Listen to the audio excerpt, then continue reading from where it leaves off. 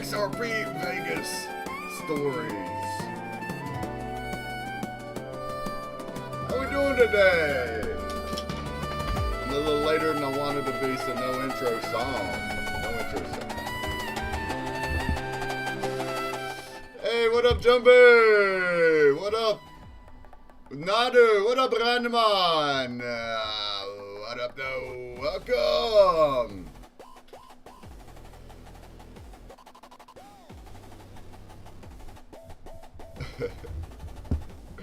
My daggum camera tripod is still broken.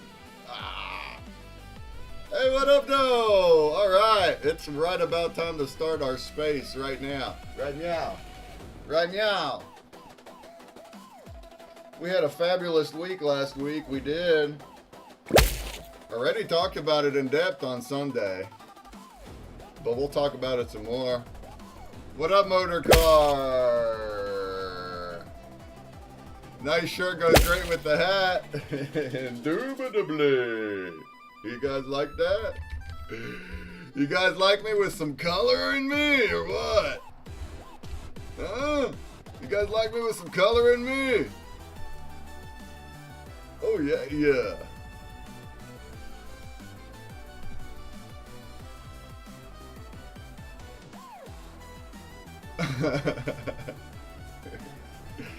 All right. Let's get set up here.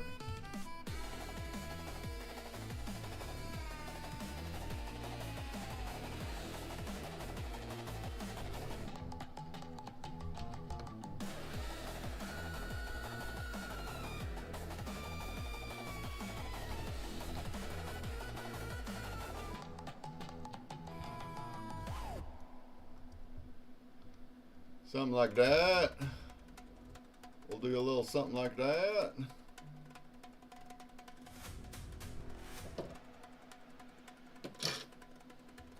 All right. I ordered new earphones. They're supposed to come today, but guess what? They didn't come yet. So I just got one here. We'll try to make it work. What up, 24 Medicar? Camera needs to go up. I don't like it going all so far down. You're gonna see my nads that way.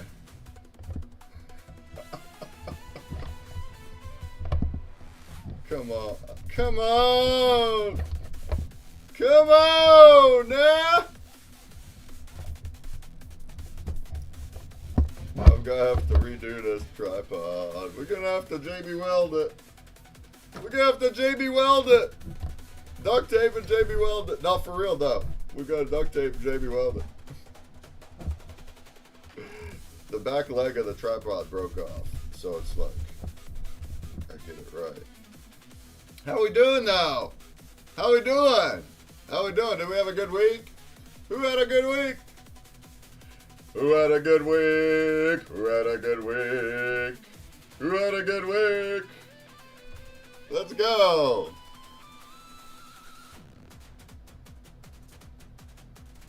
Alright, the space will start in any second. Queen Kristaya could not make it today. She had an emergency of some kind with her son. It took her away from today. But I got a special co-host today. We got a special host. She's gotta get on there real quick. My co-founder of NFTopia with me. She started the space with us. Went back through 3 years ago? 2 years ago? When we started Wax Drop Spaces, she was the host, and then she got busy with life and jobs. She's gonna take over Kristaya's stuff today.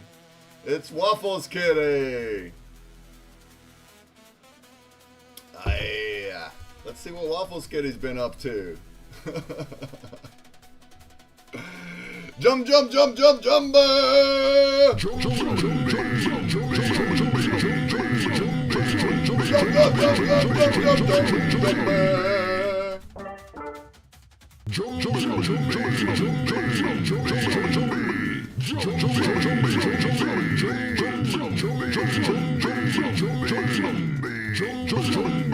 That's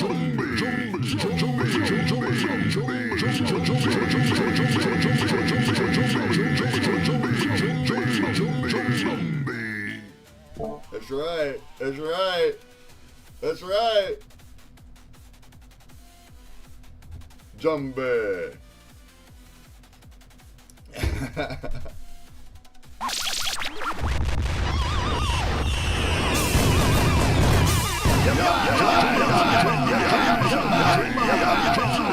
Special thanks from the heart.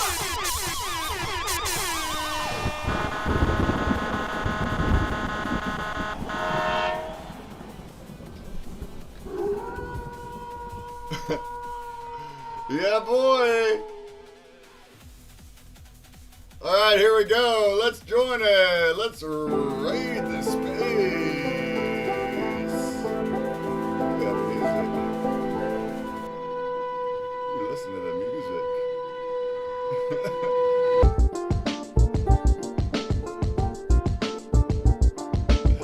I hope it doesn't do the garbage work like turn off. Remember that? Hello! What up, now? Alright, good. Hey guys. Hey! Okay, The so music. join on my personal ones.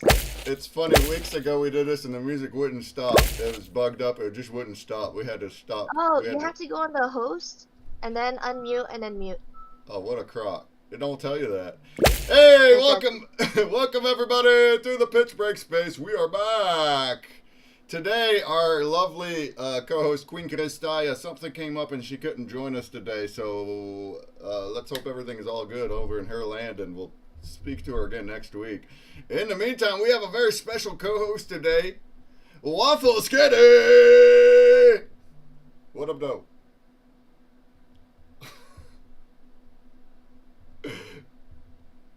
Whoop, you're muted up. Alright, Oh, I'm here.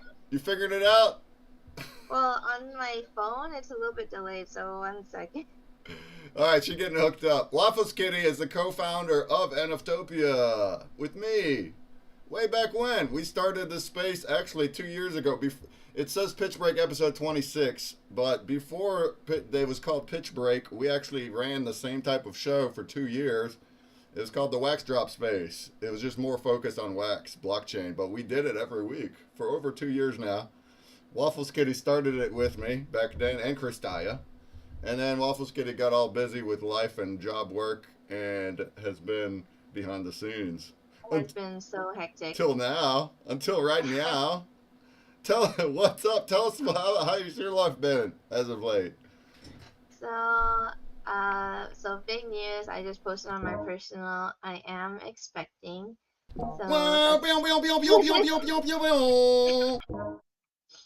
And I don't know the gender yet, but I'm gonna have a small gender reveal picnic with some friends at the end of this month. So I'll give you guys an update around then. But I'm basically about halfway there.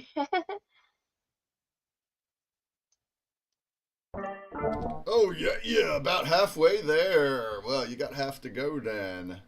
Good luck. Good luck on the remaining half and your entire life. It's about to change. Oh man. Good luck. I'm not. It's odd on the space. I'm not seeing the little chat button today. I don't know why. I don't know where it is. I don't know how to get to the space to put links on the replies. It's being done. Let's see. Yeah, I don't see that on here actually. What crock?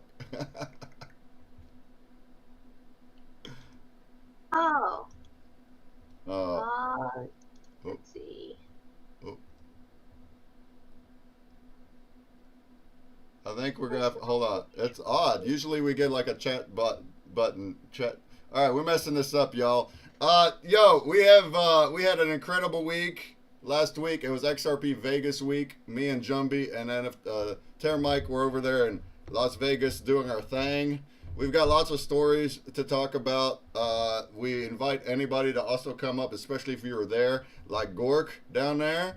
Yeah, we want to hear stories about everything that happened because it's been a crazy hoot of a time. So that's what today's episode will be. It's also open mic, as we always do. So if you were not there, you can still come up here and chat about your project. So let while I get this situated, I want to get the video into the replies and stuff.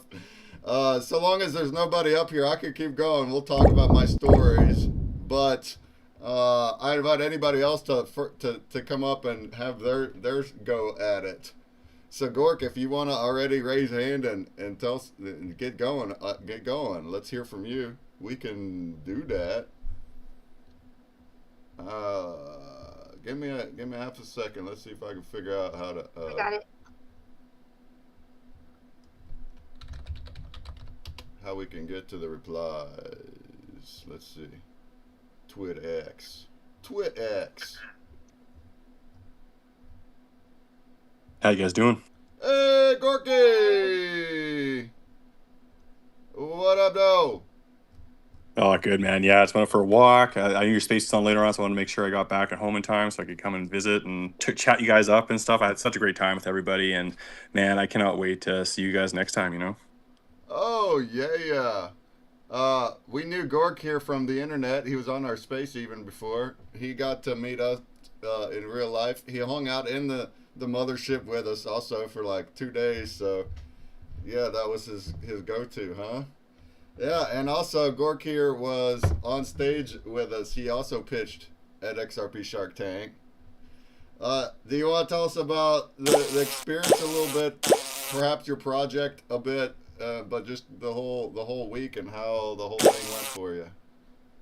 Yeah, so for those that don't know, I've been making this choose your own adventure, like Dungeons and Dragons role playing game for the last 4 years. And I always thought that'd be such a cool project or cool experience to have on top of the blockchain on the XRPL. So I've been grinding like that. And, it's kind of tough as a developer and artist because I got wear a lot of hats. So going to this event was just really good for me for the promotion and marketing, just to kind of get my name out there. And I learned a lot just through the pitch as well about like, what investors are looking for to like put their money into your project and whatnot. And I feel like I'm pretty close to getting this off the ground already because I'm working so hard. So I think I really could have used that help like maybe 2 years ago to really help accelerate my project. But now that I'm back, I'm so laser focused on the goal, and the beta testing is almost finished. And hopefully in the next like 2 weeks to a month, we'll have the alpha ready to go for people. So chapter one is free to play as long as you have a Zalman wallet. And yeah, you can come play with your friends. You get your dailies, you get your little token. You use your token to go buy some equipment in the shop, and then when you get the better stuff, you can sell off your older stuff to all the newer people coming through. So I've created a huge ecosystem, and I've been playing like Dungeons and Dragons, these kind of tabletop games for like over 30 years. So I have a lot of experience with like creating stories and realms and just the architect of the whole world. So now it's like I basically created like a never-ending story because I can keep on adding to the end, and I could see this game going for like decades, and this is where it all begins. So I'm just super pumped, and yeah, the more people that know about it, the better, and just we're all gonna have a good time together, kind of thing. Oh yeah, absolutely. Uh, Yeah, but like one thing too that I thought was really cool about the event is because I've been around for a while, and there's always these like giveaways and just to try and onboard people into the community. And this one guy, I was walking through the crowd, and all of a sudden here's Gorg from behind me. I'm like, oh, cool, right? So I turn around, and it's this complete stranger, and his name was Vegas Lamb, and he just wanted to come up and thank me because I was actually gave him his first NFT, and I walked him through the whole process, and like that's what it's really about. Like people always like look for this idea, like how can we get mass adoption like tomorrow? But it's all these little relationships that you make and those one-on-ones that people really remember and how you make them feel. And with that, I think we're on a really track to success, so let's go. oh yeah, let's go. I'm multitasking a little. Yo, over there in the Blaze chat, it's not showing the chat when it's collapsed. Now I have it extended. Now I see the chats. I don't know why. What up, though? We got lots of activity over there. How goes it, Crypto Gamer and Agent Zani and X3? Looks like they're doing the drop thing again, where they're rewarding people for. Oh yeah, it's doing its thing. Wow, cool. We discovered that on Sunday. So over on blaze.stream/consumer break, they're giving away rewards of backstage passes randomly to viewers of the channels that are ranked high based on chat activity. So it says I'm rank 17 now. People are chatting. It brings our rank up. And then the higher rank we are, the more backstage passes it's going to give out to viewers randomly. And it'll say it all right in the chat. So it's kind of pretty neat. All right, pretty neat. I'm not going to stay too distracted over there, though, huh? If y'all got chats about what we're talking about, please ask away. And also, you're welcome to come on stage. Yeah, Gork here has a... Here, I got a little animation here. It's shown on his account, Possum Tale. It's a choose-your-own-story adventure. And it's like ever-evolving. You know, us that are familiar with Wax are probably played a lot of... I wouldn't say similar games because it's not, all the games are different. But, you know, clicker games. This is more of a story-driven game. It's not so much about just only earning. It's not only about clicking to try to earn. It's story-driven. And so people that are into that type of game and thing, I'm into that kind of stuff. Tell us more about how... So choose your own adventure. So does that mean there's a whole bunch of different outcomes of all sorts and different people get different experiences, or how does that tie in? Yeah, so basically I had to tie it all together at the very end when you get up to the boss kind of thing. But until you get there, it's like a rat's nest. So most like choose your own adventure books like made there in the 60s and 70s where I kind of got this inspiration for it. They usually only go about 7 choices long before you get to the end of the story. But with the game I have written out now, it's about 150 choices long. So there's like, maybe 26 different dimensions you could be at one time kind of thing. So it's just crazy how I put this together. And, I really feel like even AI would have a problem with it, but because I have a human brain and I can fill in all these gaps, I can really make it happen kind of thing. And the cool thing about this adventure game too is I'm actually incorporating other NFT projects into it too. So I can write little areas and make it like specified. So even if you don't have like my collection and you have someone else's, you'll still get some value out of it. Or even if you stumble across it, maybe you'll find an NFT project for the very first time by playing the game. So it's almost like a promotion in itself and a cool area where we can all get together and actually like just tell stories and start like building the culture behind the NFTs and the XRPL. Yeah, man. Yeah, this is on XRP, you guys. All the people we met and all the things we did last week. We were at XRP Vegas, which is an exciting blockchain. They call it a ledger, but it also has lots of use cases. It's blossoming. It hasn't that. It's the one that Ripple created. It was in the lawsuit with SEC for years. So it was kind of like on the down low. People weren't messing with it during that time. But guess what? They won, though. They beat the SEC. They won. Full blast. So now it's just blossoming, and now people are actually using it. Ripple, the actual company that built it, is allowed to now use it when they weren't the entire time. So it's like it's actually an OG chain, but it's just been on the down low because of that. So now it's like all this stuff is happening, and there's real things. There's like real things happening, y'all. There's like world-changing things. I'm still gonna always be multi-chain. We're gonna preach multi-chain. We don't think that one's gonna win over all of them. Also here on Wax, as long as the Wax is doing transactions, I'm gonna keep divvying out my stuff. All right, I ain't going nowhere. But XRPL is like, it's gaining mass adoption, institutional adoption. There's banks that are settling. There's 13,000 banks that are settling their back end right now on XRP. It's brand new news. That's insanely huge news. There's 4,000 banks in the U.S. But it's such a back end thing that it's not creating like mass viral or hysteria or anything. But it's still happening though. It's there. And we connect with so many just brilliant minds that all not only are building amazing things, but everybody's working together in incredible ways. Everybody's got the same mentality of let's help each other out. You win, I win. Yeah, if you bring people to the crypto, that helps me out. Hey, you're doing this thing that my project can work with, and then we can both do things together and make things better and bigger and grander, mixed communities, right? This is the stuff we preach all the time here. That's kind of a Web3 thing. But we felt that fire strong in the past couple weeks. We felt it strong. Yeah, man.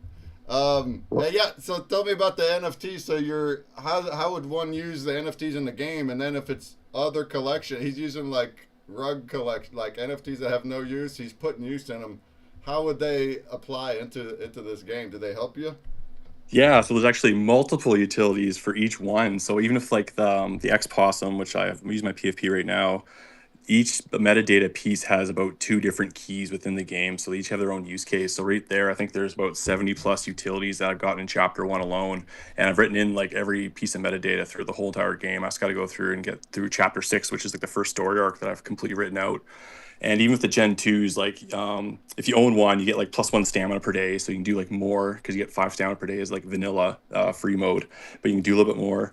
You can wear it for armor, and then you could also use it as like a key to enter the Coliseum.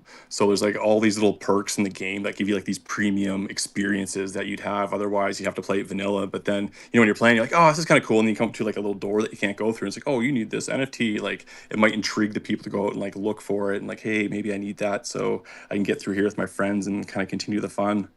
And like the idea too is because I have this my own servers to really sort through all the metadata and how I actually want to use the NFTs utility wise. There's nothing stopping me from like getting wax NFTs or Ethereum or even Bitcoin and stuff. Like the sky's the limit, and we can start putting all this stuff together. And with blockchain technology, it's like giving us the opportunity to do all this cool innovative stuff. Oh yeah, that's interesting. That yeah, it's going to be easier and easier to bridge and use multiple chains in the same product. You're going to see a lot more of that, I think. Yeah, That's and like wonderful. Yeah. one thing too with that rug store that I've always had an idea for, because I got rugged on Ethereum like huge, and that's why I kind of started XRP Awesome Possum with my brother. And now it's like, oh, like I want to build a rug store so that people that did get like shafted and have all these crappy like NFTs that have use case, like, I could build that on like my platform because it's all decentralized. Like the data's all public, and if people got stuck with it, it's like, hey man, like let's start using this stuff. Like there's nothing stopping us, right? And if they want to come and sue us afterwards, like good luck because it's all public data. yeah. So yeah, A like we rug can if you store. A rug yeah, store. yeah. I like So and that. it's gonna be rotating, and we're gonna do like community votes. So depending on what vote gets the number one, who has the most of the rug thing, then we'll go to that, and Yeah. kind of helps with that community participation and just getting involved in stuff. So yeah, I'm excited, and yeah, it's gonna be. I'm working on that like right now, like coding it out. So it's cool. Make the old rugs cool again. Crypto Gamer says, Yeah. what's the best XRP wallet? Zaman is the one people use a lot, right? Yeah, X. Zalman is the most secure, and I think Joey Wallet is nice when it's free, but I don't think you can work it in the UK. So there's some countries that it's not going through. I know with my game right now, I have it hooked up with the software development kit, so it works with Zalman for free. But I will be Okay. enabling other Okay. wallets as well going It's forward. But I'd say like definitely start there if you're new to the it's XRPL. spelled XAMAN, but I think you do have to fund your wallet with at least one XRP, so it's not a click and start type of thing. You'll have to go get XRP elsewhere and fund it, kind of the way we used to do Wax. Yeah, you got it. XAMAN. But if that's a barrier, won't you just get with us? Get me with a DM, and we'll activate that guy for you. We can do. I'll send you some XRPs, and we'll activate it. What's really neat is we talked like there's bridging that's happening, but then it's like there's a project there that we talked to that had a booth that it's like he built something that is gonna make bridges obsolete as far as XRP goes, because it's a wrapped token situation. So he can take any RWA, any token, Bitcoin, any wax, whatever, any currency, any real world asset, and he wraps it in an XRP token, but it's like it's like locked to the original asset. So the original asset that you're quote unquote bridging into this wrap token is still there. It's just like, think of it like a escrow. It's there. And now it's wrapped as an XRP thing, and now you can do things on it on XRP. Now you can trade it over there on XRP. Do all these different things with that. So it's like a wrapped version of Wax or Bitcoin or other things. And then if you want to go back to the original asset, then you can unwrap it and you get back to the original one. So it's like a way to add to create use case on top of things that couldn't do it on the original asset. You can do it here. So It's all brand new stuff, and also I'm not super techie. That's just what the guy was talking about. He was a brilliant dude. But like, imagine that kind of method. You could take like Wax or any other chain or other NFTs, and just instead of trying to find some way to bridge and convert them, you're just gonna wrap them in an XRP, and then you can play them in your little game and do anything you want, whatever. And then if somebody wants the original asset, they could just take it back and unwrap it, and then. So that's an interesting sequence of things, right? It's new stuff. We don't know what it's like yet.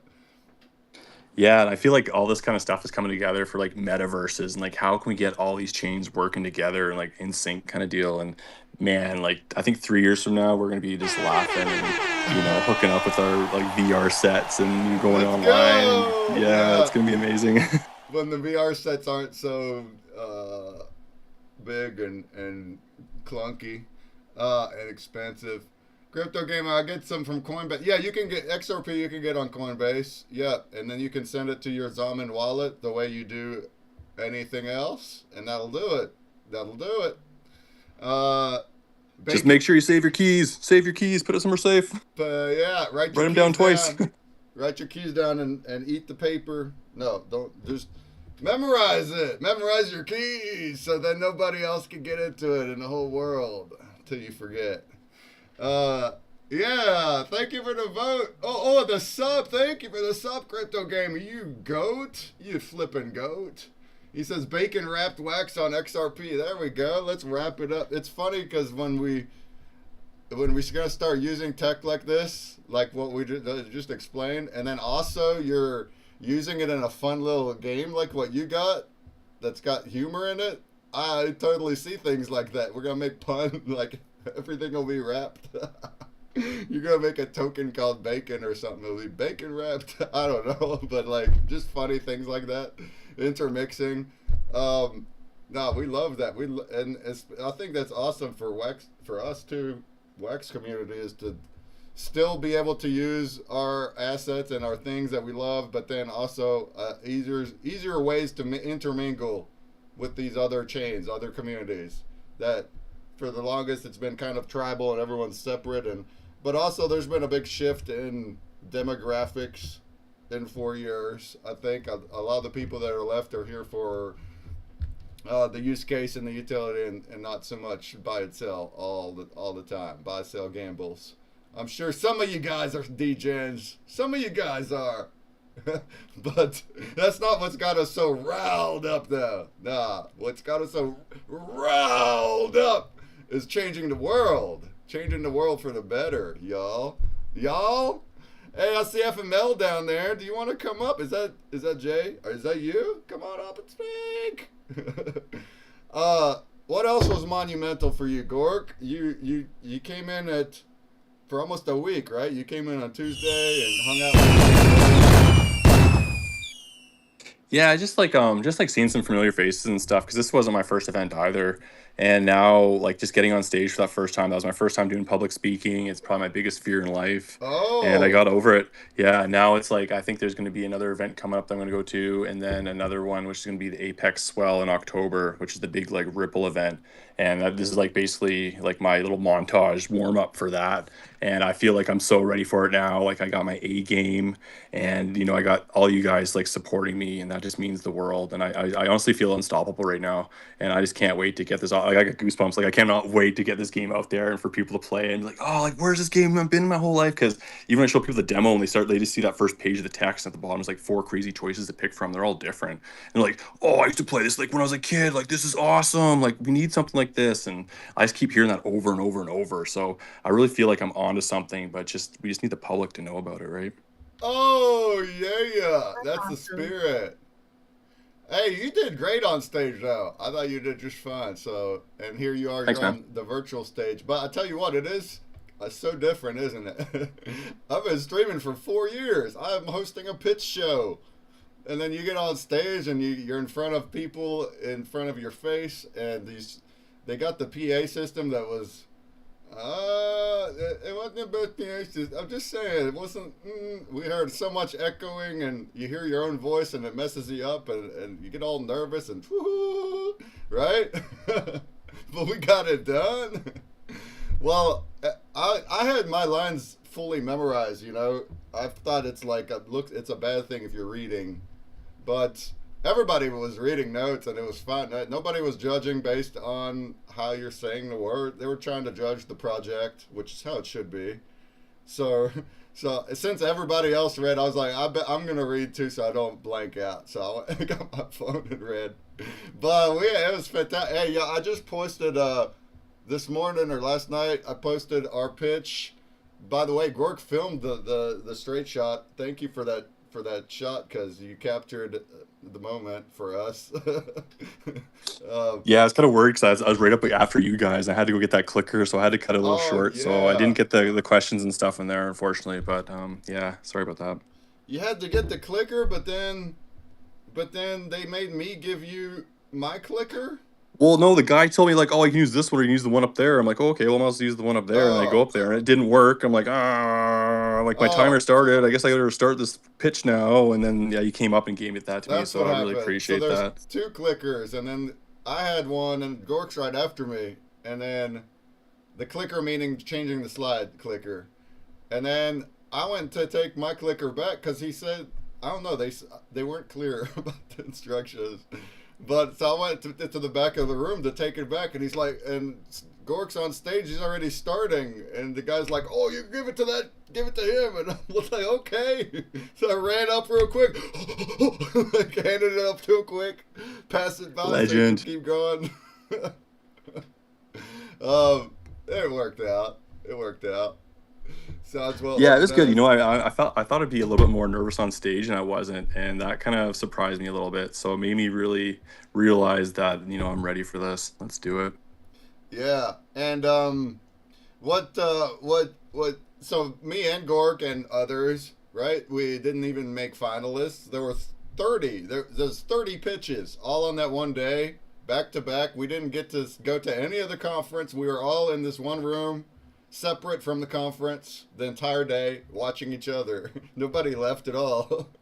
And then we did all that, and then they told us that they'll pick the top 10, and then the next day is those top 10 will pitch again on the big stage in front of everyone, and then they select the top 3 for prize money.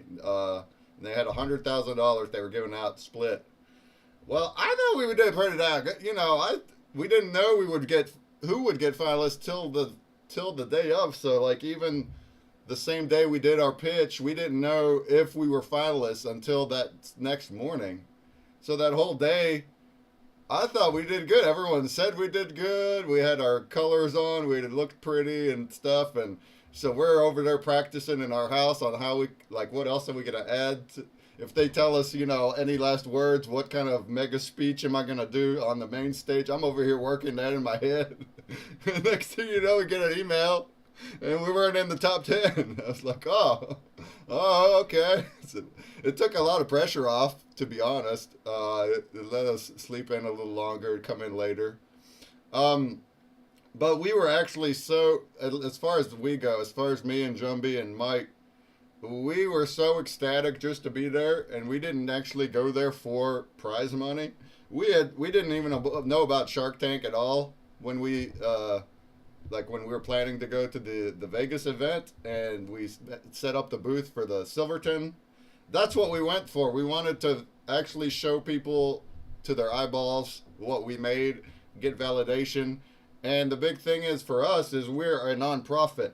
So that's Jumbie's big point. It's a big point, is all this prize money was non-equity. And that is hard money to come by for projects. To get money that's non-equity, that investors don't own part of you or something else in return. That's hard to come by. But for us, all of it is that. Anyone that ever donates to us is non-equity. We're a non-profit. So we're like, give that money to them, that's fine. And we just want donors. Anybody that can come to us at any point and donate. We just wanted to get the thing out there in front of them. And we did that.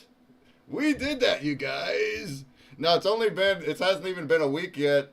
And also everyone, almost not everyone, but so many, especially the big wigs, they just went right over to Florida. Like they didn't even stop. But now they're over in Florida doing consensus another new big conference.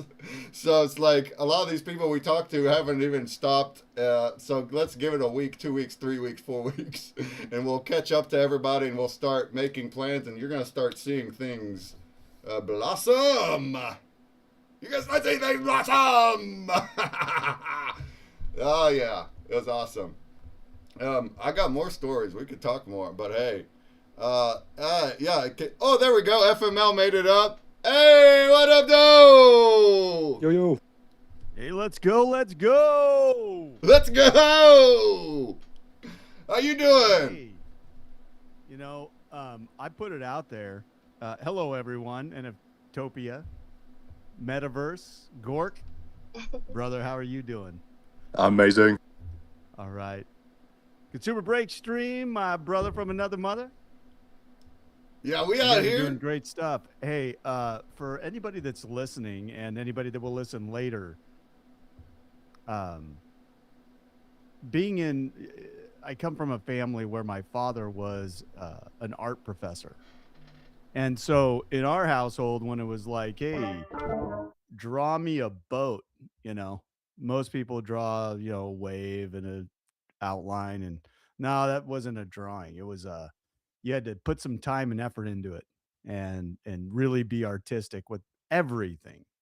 And beyond just the pressure of that, not knowing that it was pressure at the time, it really opened our eyes. And we grew up learning about art theory and the power of colors and sounds and music. But, I put it out there in writing. This is the account that I'm, talking from now, the business account. We're very sanitized about what we do with this channel. The XRP TTM, that's my personal account. I get a little wild there, but here it's all business and in the realm of the coolest stuff that we saw in Vegas. Nothing was as cool as what Jumpy Art and those guys were putting out. So, if you aren't aware of that yet, take the time, look into it. It is out of this world, coolest way that I've seen artwork presented in a really, really long time. And even better than that is the souls that are behind it. Just champions of life. Can't wait to get to know them more. It was for me personally was the highlight of the weekend, finding some people that have been on significant journeys in their life and they're blessing others with those experiences through art. So just wanted to come up and say I thought you guys crushed it at the X pitch. We were right there along with you. Um, you put it out there. You laid it out on the floor, and nothing can stop the feedback that you guys are going to get from that. And there's so many good people that saw all of us and are reaching out already, regardless of whether you made the final cut or whether you ended up on that final stage in the top three. Um, putting yourselves out there already, you've won. Being selected from the original applicants, you're already a winner. Somebody's going to come out of that place first through third. There was no um, identification of what they were looking for in their selection criteria to move from just being picked to present at all. And with hundreds and hundreds of applicants, you know, that's the one thing that we talked about before we got there is, hey, we got picked. We got picked to pitch. And that added another layer of stress and complexity to an event that already we go there to showcase exactly what it is that we were doing. But here's the thing that honored us, and we got pictures of it. But at the end, uh, the last day, for just a few brief hours, we had the artwork right by our booth, and meeting the people that were attracted to it is exactly the kind of people that you want seeing your product. So when people would walk up and say, "Hey, we're supposed to talk to FML," and then they would see the artwork there, we talked more about the artwork than we did about the business. And so that in and of itself, just as a tool of attraction, like any brick and mortar business we're going to have, any brick and mortar business that um, we're going to partner with, we're going to point them as far as a marketing branding tool right to you guys, because if you haven't seen it in person, I mean, I had seen it several times and was impressed by it online, but boy, once you see it up front, I mean, it is an experience that, you know, I would liken it to the very first time that I was able to adjust my eyes and see those three-dimensional pictures in those crazy designs, and you're like, "Oh, hey, look, it's a dinosaur." Um, that same kind of childlike experience, only at a very mature level, was the coolest thing I've seen in a long time. And I'm going to keep saying it because uh, you guys are going to blow up, and I'm kind of selfish that way. Would like to be able to say I saw these guys when they were in Vegas in 2026. So, hey, and for all of you that are XRP holders or like us, we're XRP maxis, we're utility maxis if you really want to know. Um, go check out the pin post on this particular account because it is a legitimate, yeah, that one. That was out of this world. What you're looking at right now on your screen. To see that kind of artwork and know that it's just a flat drawing, but the movement and the depth and the changes um, and how it skews perspective and makes you consider maybe what you're looking at every day isn't exactly what you're seeing. But anyway, back to the business at hand. Check out the pin post on this. There's a 10,000 XRP giveaway. It's going to be running for several months. It'll end the day before Thanksgiving and be announced on Thanksgiving. Everybody can uh, have 10 entries per day. So that 10,000 XRP is already outside of our control. We gave it to Raven 5. They're the company that's administering it. So if something were to happen to my wife and I, that the sweepstakes goes through.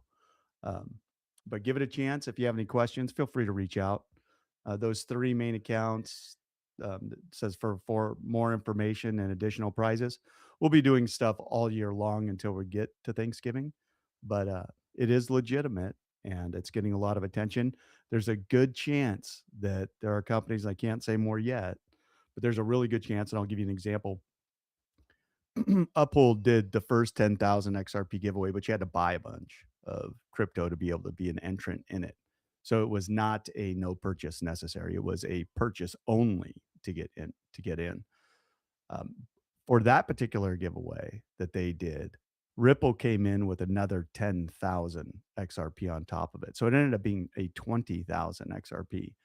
Well, we met with Uphold and we talked with Ripple and we talked with two other companies, and they're very excited. They were going to look into it to make sure that it's legit.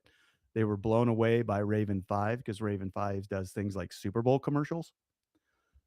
That's why we picked them, right? Because we're all used to the scammy, and we wanted to pay a little bit extra so everybody could see this is legit. And it's really just a way um, for FML to give back to the community that's shown us so much love and support, and to bring a lot of people into XRP. So we're going to other events this year. We're a major sponsor for Odoo in San Francisco in September. And we're going to be doing a lot of different things that are actually not related to crypto whatsoever, but this is front and center of introducing them to the XRPL and XRP. So uh, God bless you guys. I'll turn over the mic. Thanks for letting me talk so long. Oh, Fine. yeah. Well, that's what we do here. It's open mic. We want you to talk. Thank you so much for that. John B. Art in the Twitch chat. He says, blushing at all these flowers. Thank you. He says, Oh, well, let's make an Jumbie out there in FML that portal. chat. If I could have stuck around, I should have just stayed with Kendall because I got bumped on my flight on the way back, which was a nightmare. So I actually should have just gone with my gut because it was saying, "Hey, you can relax here, brother." And Yeah. I ended up sitting in a rental car in a parking garage for 5 hours. Oh, waiting for the no. next flight. So I was like, It's hilarious because yeah. I was living vicariously through Kendall. So it was Kendall, who was on our show here on Sunday, the Florida Man Landscaping, they work together.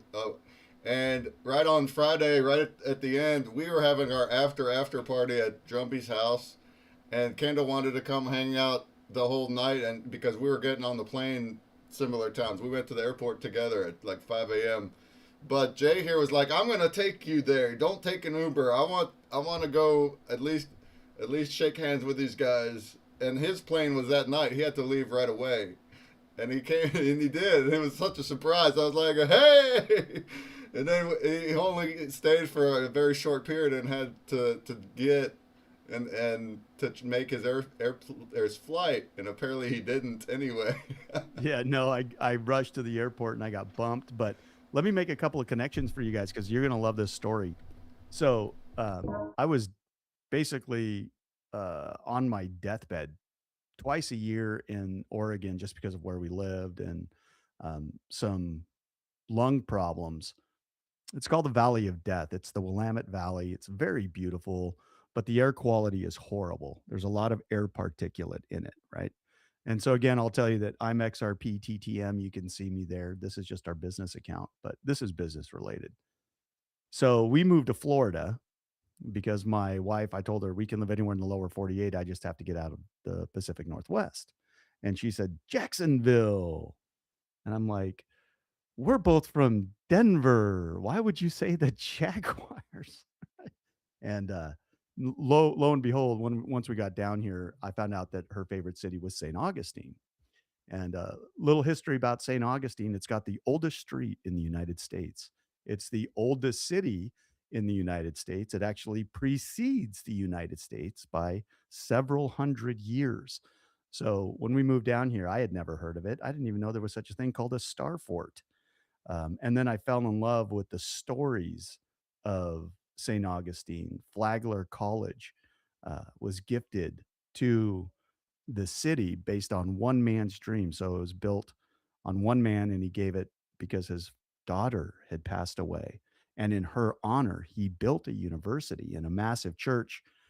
And so, if you know the history of that particular area, the fort that's there has been standing there for over 500 years. You think about all the wars and the hurricanes, and that was a targeted area, but the construction materials of it, it's just absolutely astonishing that the thing is such a monument and so intact. And we incorporated that into our logo. So the bottom part of our logo is an aerial view cut out of the fort. The top part of the logo is the actual church and the dome on top. So if you drive over the Bridge of the Gods into St. Augustine, the thing that you're going to see most is this nice, amazing dome with a big cross on top. And that's the college, it's Flagler College. But you'll also see the fort. But here's the story about Kendall and the landscaper and Florida Man Landscaping, which is the owner's channel. So FLMAN1111. You can pretty much find it clicking on anything, but that's my wife's channel. She's the sole proprietor of FinTech Management Limited. Um, Disabled vet, mom of four, special needs child, just an amazing one of those kinds of like ferocious mama bears that can take a 9mm running and hit anything that, Annie Oakley on steroids. Just really, really cool, and wanted to come up with a business solution. But how it all started was when we moved to Florida, we were in a rental house, and up pulls this guy in a white van and a trailer. And it kind of had this like rapey looking vibe to it, if you know what I mean. And I asked my wife, we hadn't even been in this house in Florida, and strange city, strange neighborhood, strange people, just because we didn't know them. And here's this guy pulls up at the end of our driveway, and we're way back in this neighborhood. It's like one way in, one way out. And he was blocking the driveway. And so I asked, my wife, hey, baby, you got anybody that you're supposed to, we're expecting today, as not even being in this state for even a full 3 weeks. And she said no. So I went out and talked to the guy. And you've all seen the meme of the dude with the mullet and the cutoff jeans and the American flag standing in a hurricane going, woo, the whole Florida vibe, Florida man. And that's exactly the way that I saw Kendall when I came out of the house. And when I went down and started talking to him, he was mumbling and I couldn't understand what he was saying. And when I finally did, I realized this guy's trying to mow my lawn. So I said, are you trying to mow my lawn And he goes, yeah, F my life. But he actually said it out loud, which made me laugh. It was like, partner, you can't be, pitching your services, talking to people like this. And this was years ago, by the way. And I didn't know that I was his very first customer, and he was scared to death. He had just got his lawnmower and was breaking out as an entrepreneur. And it took a lot of guts for him to show up. And so I told him, yeah, go ahead and mow my lawn, and asked him how much. He's like, it's about $40.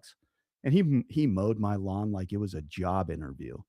Like, if his lines and edges could be a resume, it was polished and perfect. The actual job itself was probably about 45 minutes to an hour. I think he was there for about 6, and just astonishing. And when he showed up for me to pay him, I said, I'm not going to pay you. And he kind of stood there looking at me like this is a joke, right? And I'm like, no, no, no. You need to hurry on up, get on home, and check your email from a place called Uphold for something called XRP. It's the only place you can buy it in the United States. And I just sent you $80 worth. And, checking on my phone, it's gone up a little bit. If you're smart, you'll never spend a dime of it. And so we got to know Kendall, and he ended up winning over my wife and my children and our very, very aggressive dog. Um, Very dangerous dog. Can't take him out in public anywhere. And he and Kendall just hit it off right away, which was very odd. But Kendall, being our landscaper, we moved across city finally when we got out of that rental house. And we're an hour away from that route, his route that puts steaks in his fridge. And he followed us over an hour away from where we were living. And now he still comes to our house and mows our lawn. And Kendall's sitting on a pretty big bag of both FML and XRP. So on December 2nd, we went out December 2nd, 2024. It was 2 o'clock in the morning. My sixth child was like 13 days old. And my wife says, I really wish you would get out of corporate America and stop giving all your talents to somebody else's dreams.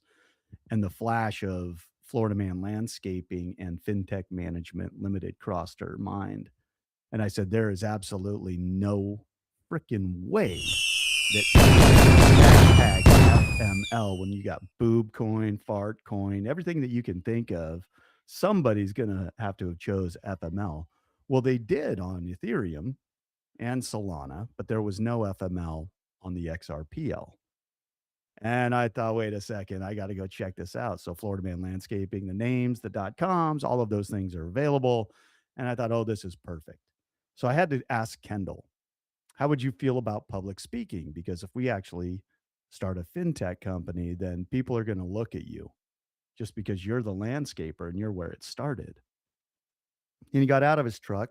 That was the same December 2nd. It was, not 2:30 in the morning. It was later that same day. He had mowed the lawn, and I went out to pitch him when he was done, see if he would be willing to do it. And he turned his phone on, just in the amount of money that he had been paying, $40 worth for a few years. This is before XRPL meme coins or anything really took off. And he showed it to me that he was worth over $70,000 from mowing lawns. Now, if kind of think back in your mind, December 2nd was right after we had just took off and we were in the $3 range. So when he said that, he showed it to me. He was emotional. He said, I listened to you the first time I met you, Jay. I never spent a single XRP.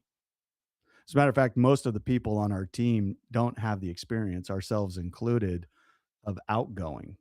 We've never had an off-ramp experience for any of our crypto. We're just stacking and stacking and stacking and stacking everything that we believe in. And so when we pitched him the idea, he's like, yeah, heck yeah, let's go do it. And that's why we started. Because if, we're standing up a business on the XRPL. Now, crypto isn't our business. Crypto is a feature of what we do. But if you can pay your landscaper in XRP, you can pay anybody in XRP. And if you really think about it, it's in the service industry at that human level, whether it's a waitress or a server, whether it's a hot dog stand, whether it's a carpenter, whether it's a tradesman or a landscaper, entrepreneurs are grinding for the cash to survive. And he chose XRP. And that's when we said, oh, yeah, we've got to do this because just in the few years that he's mowing my lawn, he's had one inlet. So, kind of his own DCA, if you will, through mowing somebody's lawn. And it's got life changing money more than he's ever seen in his life. And now we're sitting on a business idea that is just blowing up. And through all of it, we end up at XRP, Las Vegas, and we meet Jumbie and all of you guys.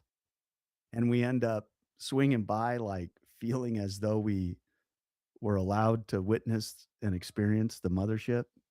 It just doesn't get any better than that. We love you guys. So anyway, that's just what I wanted to come up and say. And so yeah, Kendall, he's still mowing lawns. He's a professional at it at this point, but he'll be here this week. Incredible! That's awesome. Thank you for that story. Great That's story. Yeah. awesome.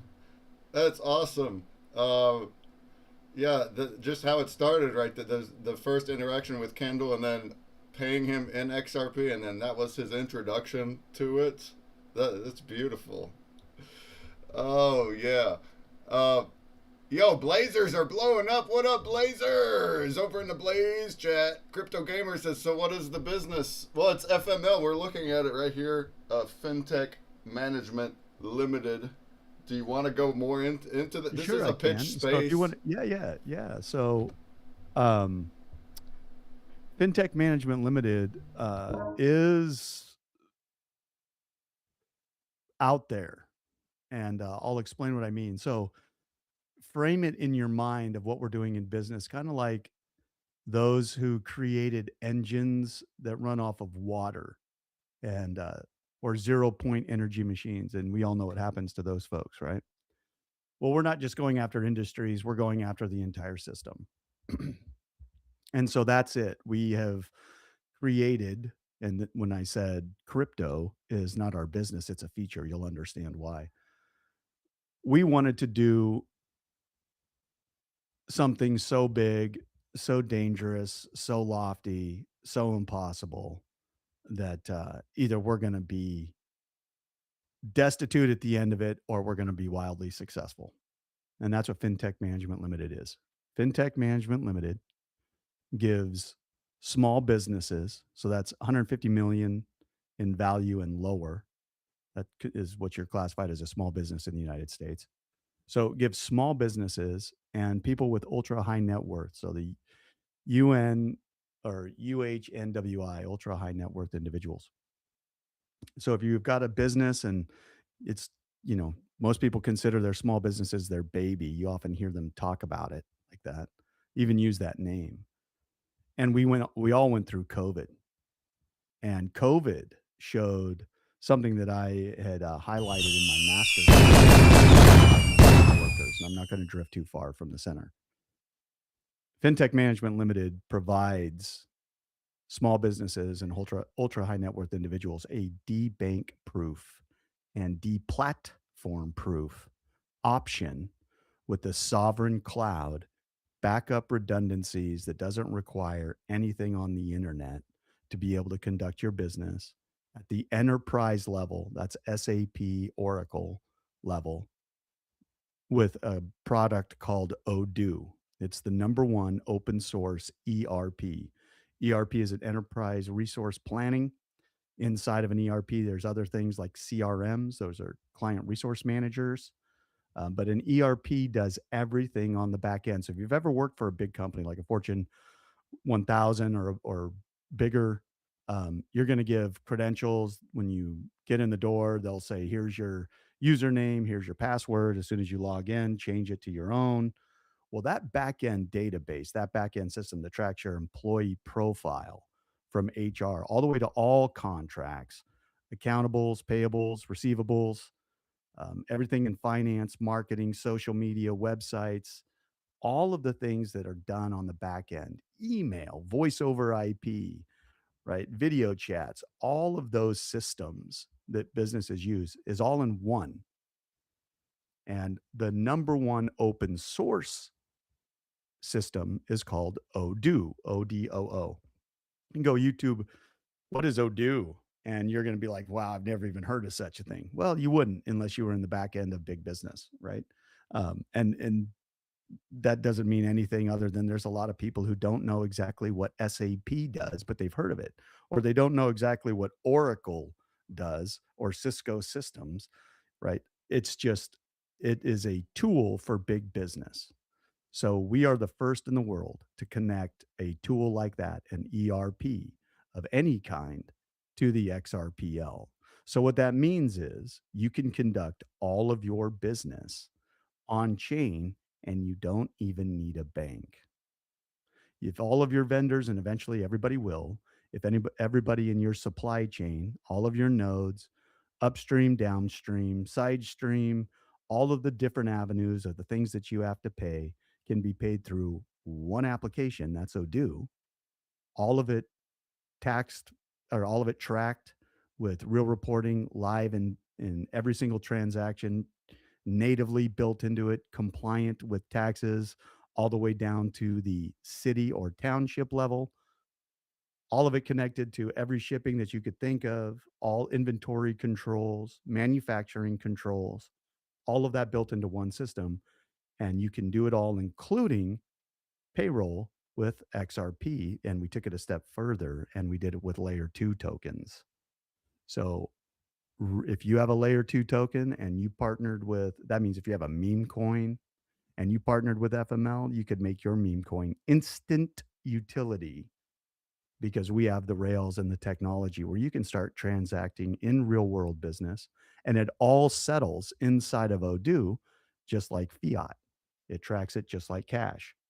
The system itself doesn't see any differentiator, and it's connected to the XRPL. So the valuations, the FMV, fair market value, is tracked in live time. And what's coming online next for us is HBAR, XLM, XDC. All of these are coming online really because, like I said, we're agnostic. But we started with the XRPL because we love it the most. And we think it actually is the one. It's not the only one, but we do believe it is the one. And so FML is at this point right now 5 pillars of revenue. That's 5 subsidiaries underneath one business. There's 2 more coming online. The next one to come online is a motor carrier trucking. So think big rigs driving down US freeways. We already are stood up in Wyoming. We've got our business license. And as soon as we stabilize over the next 30 to 60 days with what we're launching, meaning our crew is just onboarding essentially by memory and standing up these businesses as they transfer into our ecosystem. Every one of those that needs truckers, shipping, or anything like that, those types of logistics, they will be able to do all of that instantaneously through XRP as well. That's what FML is, FinTech Management Limited. Boom! Did you get all that? You get all that, Crypto Gamer? Did you get all that? Pretty technical, huh? He says, so are you connecting an open source ERP to a blockchain? And what's the benefit? Yeah, kind of. That's kind of what he was that's getting at. exactly. If you want to bake it all the way down, that's exactly. We took a worldwide enterprise grade. So the people who use Odoo, I quite enjoy name dropping on this list. The people today, right now, that are using Odoo on the back end, the same one that you can now use with XRP, is IBM, Shell, MasterCard, KPMG, Krispy Kreme, DuPont, AMD, kind of some of the big wigs, Toyota, using the system on the back end to run their international businesses. So, yep, that's the one that we connected because it's open source. We could get our hands on the code. That is awesome. And overall, the overall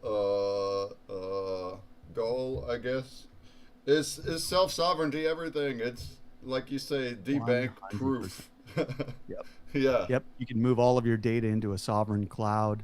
You don't have to worry about being, on the wrong side of political ideologies or saying something that would get you delisted or deplatformed. Really, it's just built around contracts that as long as you don't touch kids or hurt women or traffic people and stuff like that, you'll never be kicked out of our database. Yeah. Yeah, and we talk about this a lot, but how important that is in the world that we're in. We already know that that the corpos kind of own everything. And then now with the AI age, it's just going to be gas on top. Like AI can just go in and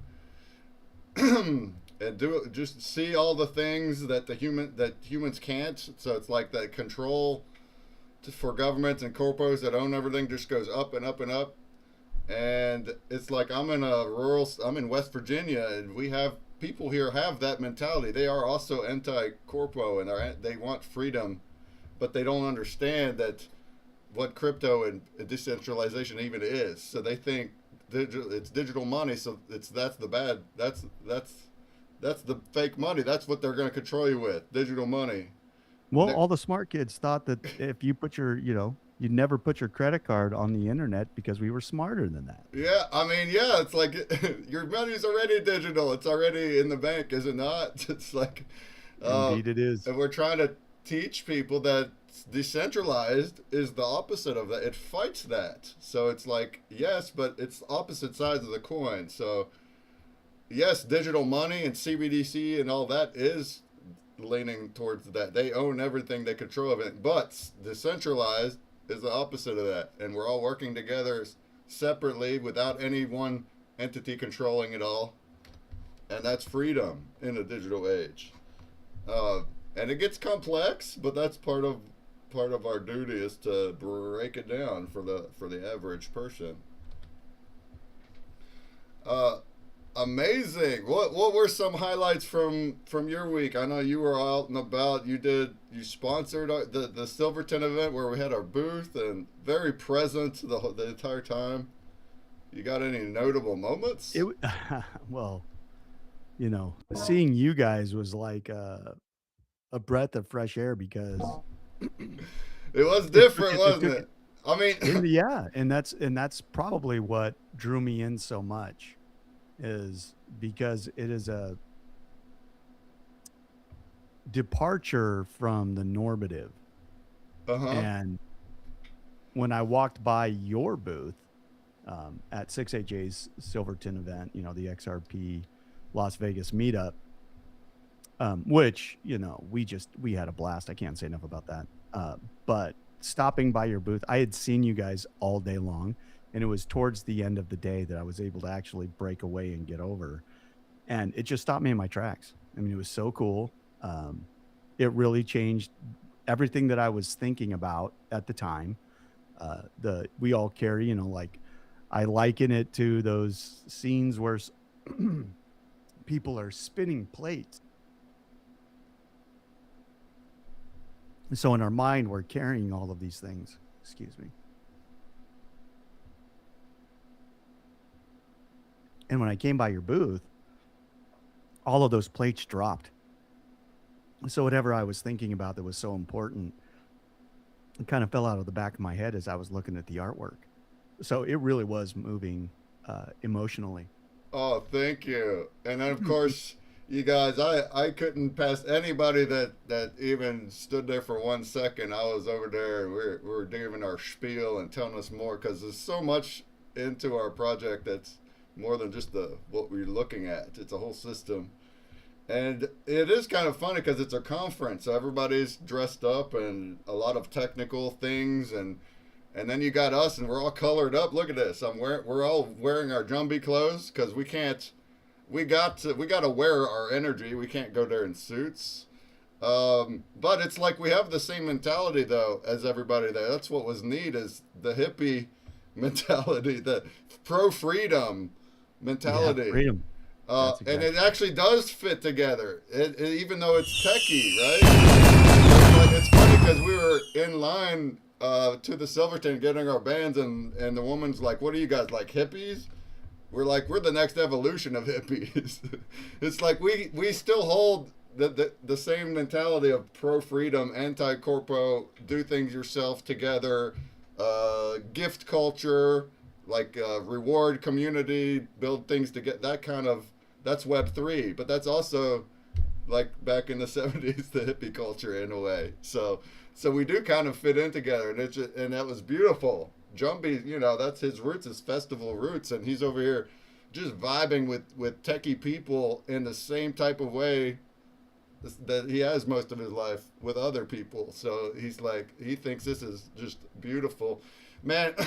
And we could talk more about like what we do, because he's right. Also, me seeing the art with my own eyes was something different. I've been preaching this stuff for months.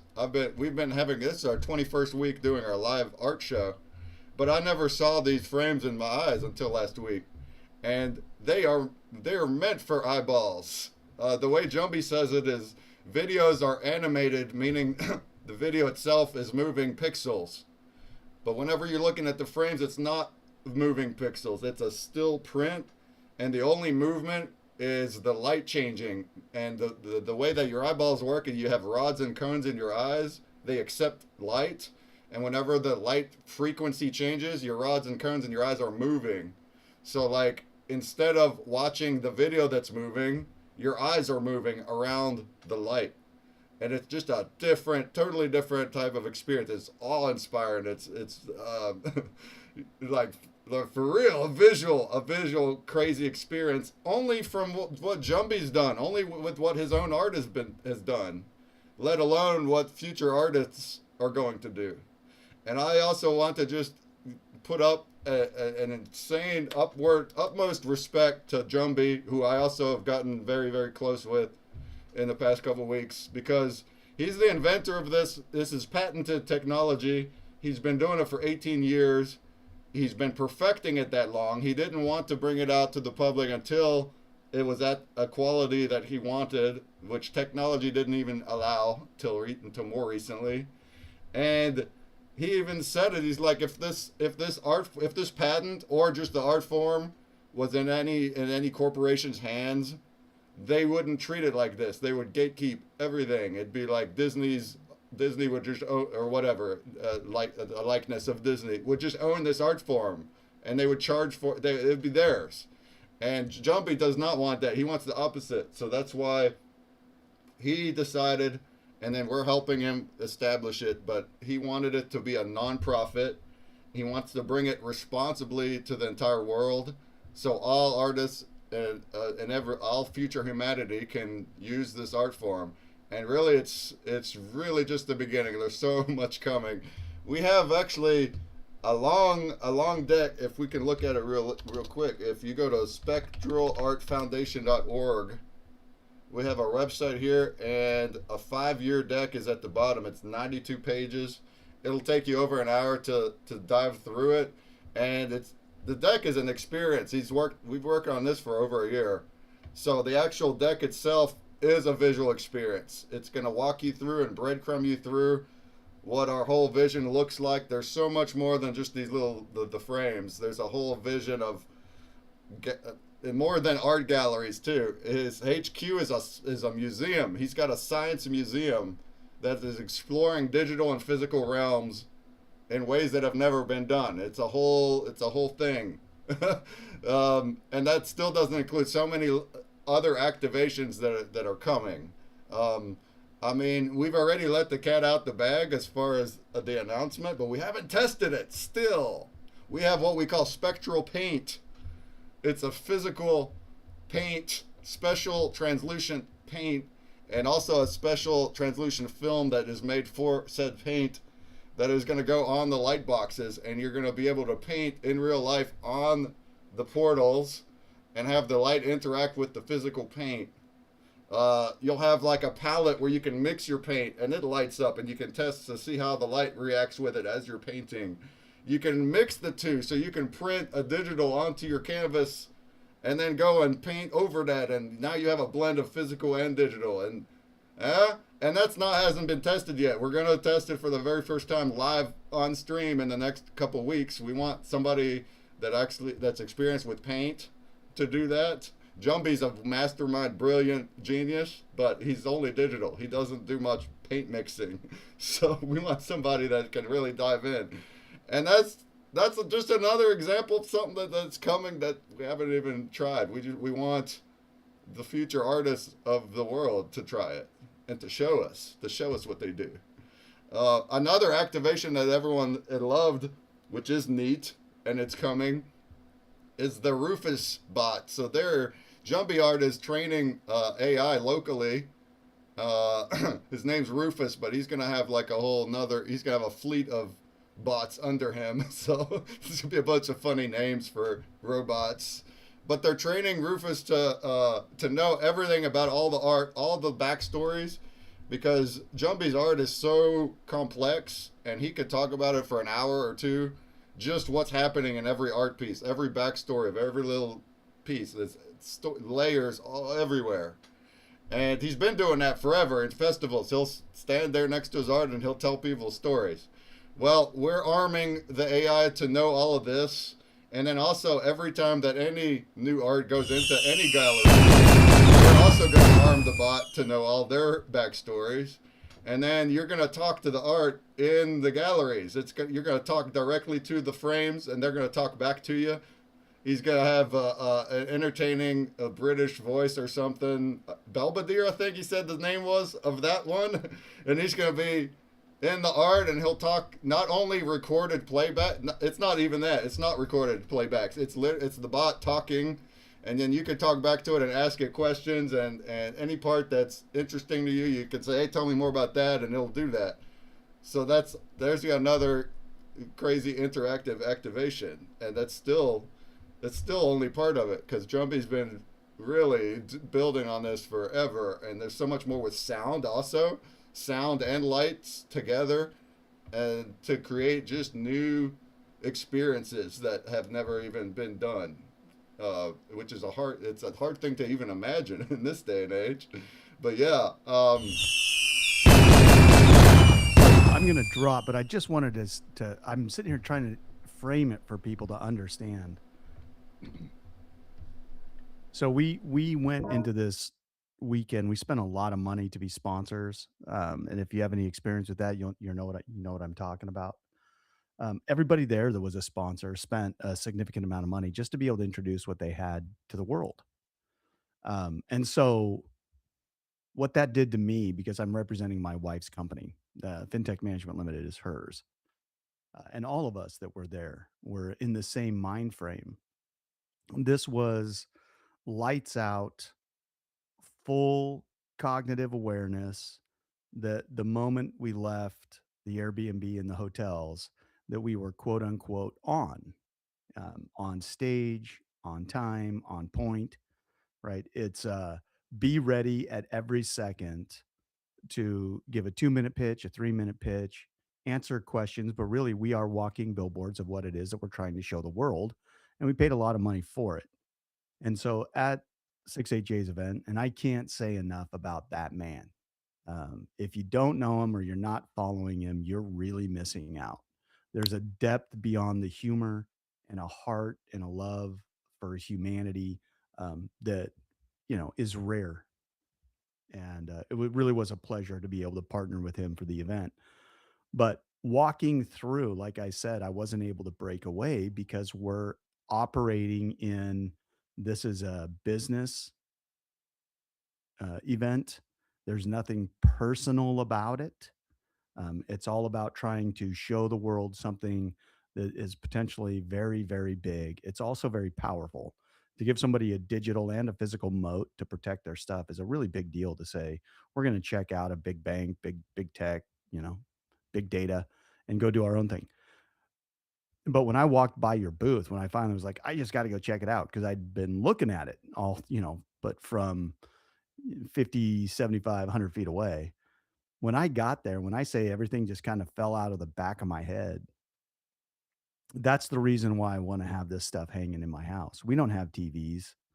Our kids don't get any screen time. They don't have devices. We're not that kind of a family. But that's something that, as soon as I saw it, I took pictures. I sent, and talked to my wife. I was like, you've got to see this art, and because the way that it made me feel, um, it decompartmentalized, it calmed me down, kind of centered me where I was back standing on my feet versus being in this cerebral space, you know, like a ping pong ball getting pulled in every single direction. And when I was standing there talking to you and to Jumby, and looking at this artwork, I felt, you know, very much like myself. And that to me is where the value's at. Is yes, it is moving. You do feel it, but the feeling is nothing but warmth and love, and it invited me in, and um, just really was a expression of who the people are that are behind it. So can't say enough. Love you guys. I'm so excited to dig in deeper. And actually, in my head, I've got a couple of images that I want to deploy to Jumby and the team to have them go create. So basically, to commission to do something custom. I'll follow up with that, but I Oh do have to yeah. drop. Yeah, yeah, I'm so We jazzed. love that. Let's Oh man. activate. Jumbie is so excited about all of this too and starting to make Yes, some yes, custom yes, yes. stuff. Well, we're probably going to start with our logo, Yeah. but we'll talk about that because it's just really that powerful. But thank you for the time. Thank you for the space. I also want to pick your brain how you're doing this, how you're pulling off. You've got a live space and you're I'm crazy a little bit. broadcasting. Yeah. Like I got all these effects. You don't hear them in the space, but I got effects too. Oh yeah. All right, guys. Well, God bless. Have a great day. I'll look for the next one, and I'll certainly come up if I can. All right. Thank you, Jay. It's been a pleasure. Absolutely. Thank you for So saying good to meet you, brother. so many So good good. things. Yeah. The future's bright. God bless everybody who's down below. Keep coming back. Let's go. Keep coming back. All right. Yo, Blaze chatters are going crazy. Blaze on! Blaze on! Blaze on! What up, Blaze? Blaze on! Blaze on! Blaze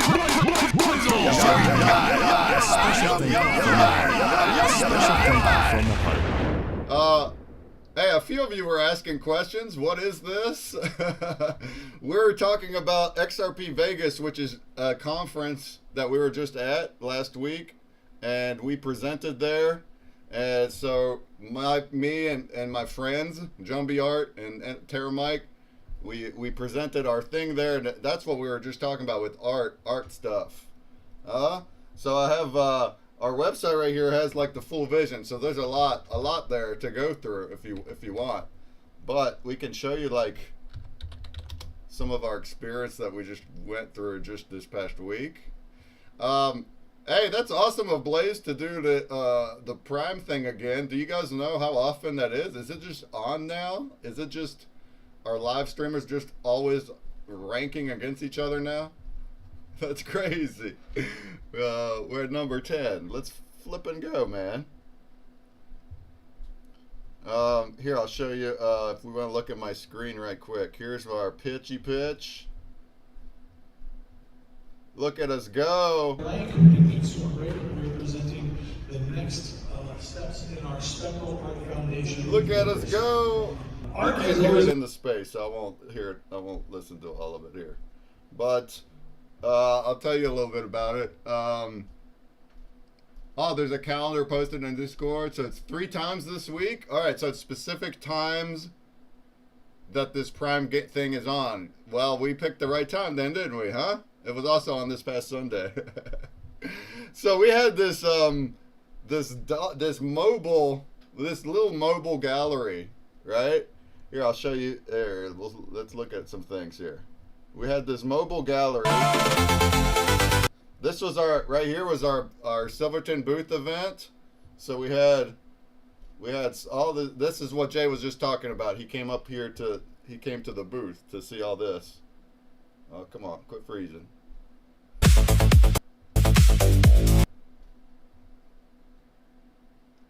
And not only did it have all the Jumbies, yeah, XRP conference, that's right.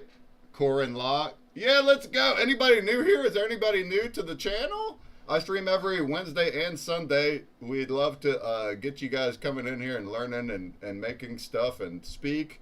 It's always an open mic space. You can come up and talk about what you do in your stream. And then on Sundays, we make art live. We actually draw live for like 8 hours. So Sunday's a great time to come back too. Man, now it's not loading. Come on now. We have all these jumbies, like big frames, but then also we have these small frames right here, and these are the very first multi-artist portal frames in existence. So we have art here that came from the community.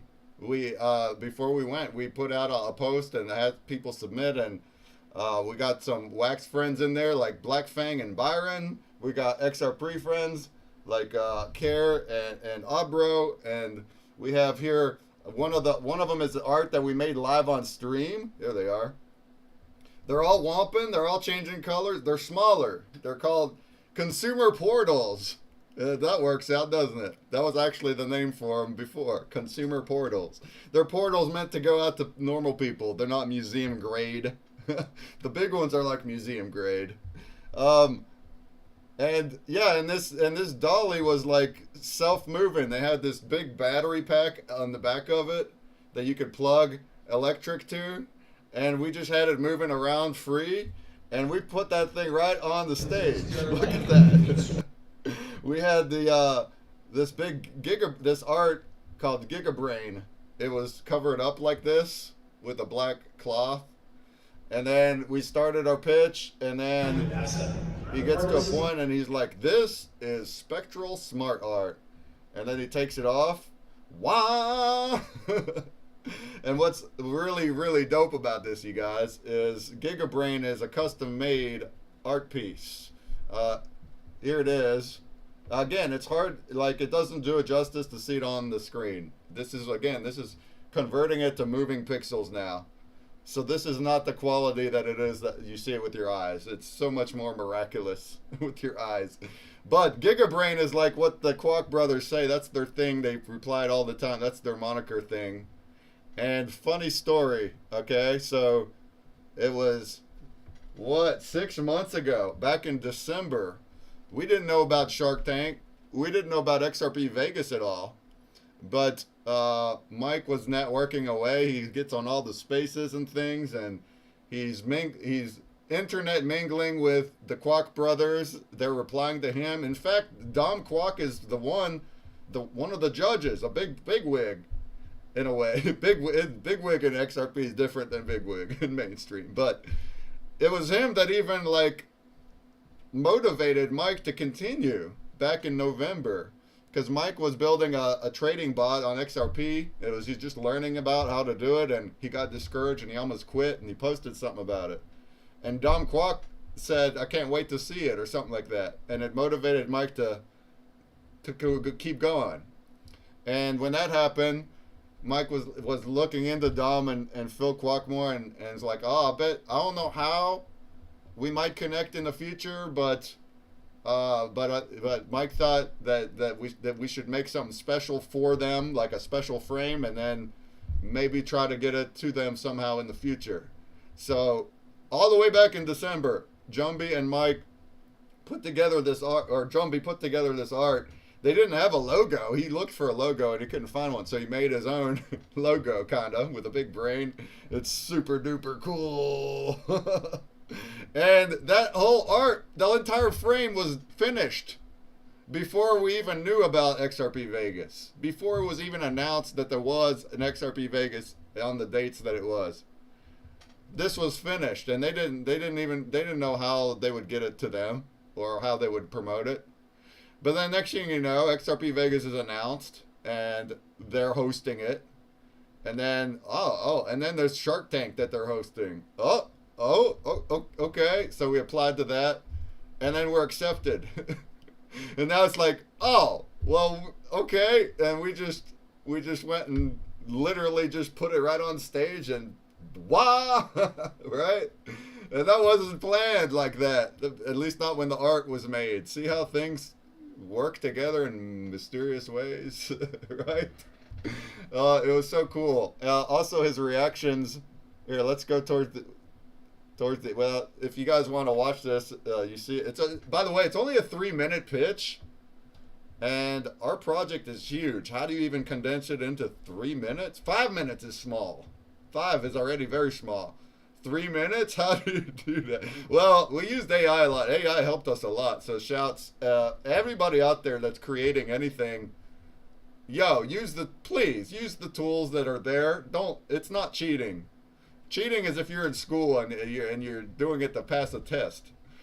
We're in the real world. There's no cheating. If you can use the tools to make you do better, then use them. Okay? Yeah, the AI. So this entire deck, the big 92-page one that we had from throughout the past year, and we're down to the last we're half a week out of pitching, and we got to write this pitch. I fed that entire thing through AI. I uploaded the entire PDF into Claude. Boop! There goes. That's our thing. It's like, all right, so now we need a 3-minute pitch for Shark Tank. Boop! It gave me the whole script, the whole thing. And then you work from there. Obviously, then it's not ready to go, but then we have a script to practice, right? And then we continued. So Terramike came up with this a prompt to simulate the Shark Tank, and it's like the AI takes on the persona of the judges, and then you can paste your pitch, and then they're gonna respond to you in text, simulating it. Okay, so I put the script that we came up with, put it into the simulator. The simulator tore it up. They're like 6 out of 10. All these little holes, right? And not only did that help us, yeah, we soak that in. It helps us, but then I take that feedback and I put it right back into Claude that wrote my pitch. And I'm like, look, this is what the simulator said. Now fix it. And then it gave me a new one. And then I put it back through it. Now we're up to like 7 out of 10. See how it's going up? It's going better. And then I did that 20 times. I went back and forth, feedback loop, until it was up to like 9 out of 10 for everyone. And then Claude's like, all right, this is good enough. This can't get any better. You have a lot. It literally told me. He's like, you got a lot of memorizing and work to do. Now stop with this feedback loop and go get her done. Go do the work. That's when I stopped. And you see how I used the tools? It's still our product. It's still our product. The content. The content is still us. But the tools put everything into words, and it lets us not spend so much time just writing a pitch. I've been through this, years and years ago. Writing a business plan, spending weeks and weeks, hiring people. We can't spend all this time just to try to put stuff into work. We got to make the things happen. We got to make the things happen. So there's just a testament on how we used it. Oh yeah, Blaze is still going. Was Mark Cuban there? No, we didn't see Mark Cuban. He could be the kind of person that might be there though. He's a mainstream VC guy, but he is open to crypto. There was XRP famous people there. So look, we have a picture here with right here is Jumbie with David Schwartz, the writer of the Ledger, former CTO of Ripple. There's me with a selfie with the Quacks. They came over and we did the thingy. Yeah. I got more stories to go. Gork, do you want to talk about your experience of the pitch itself? How, like, writing it and practicing it, and were you down to the last wire, like memorizing everything in the morning of, or were you prepared? Oh yeah, like I was preparing every day kind of thing just to kind of sink it in, because I know when I teach myself guitar and stuff, I'll practice, but then I sleep on the next day and then it kind of like sinks in. So I just really want to make sure I was prepared. But I've even taken these like Toastmaster club. I joined a Toastmasters club to work on my public speaking, to get up there and pitch and everything. So like I was kind of cool because like I got my pitch down, I was really comfortable with what I want to say, my message, my hooks, my like lasting message to like really sink it into their brains when I leave the stage. And then when I got to my hotel room, there's actually like a big mirror from like the ground to the ceiling. So I was able to actually like go in front of it and like do my movements like left to right, making sure I'm like looking out at the crowd and being engaging in that sense.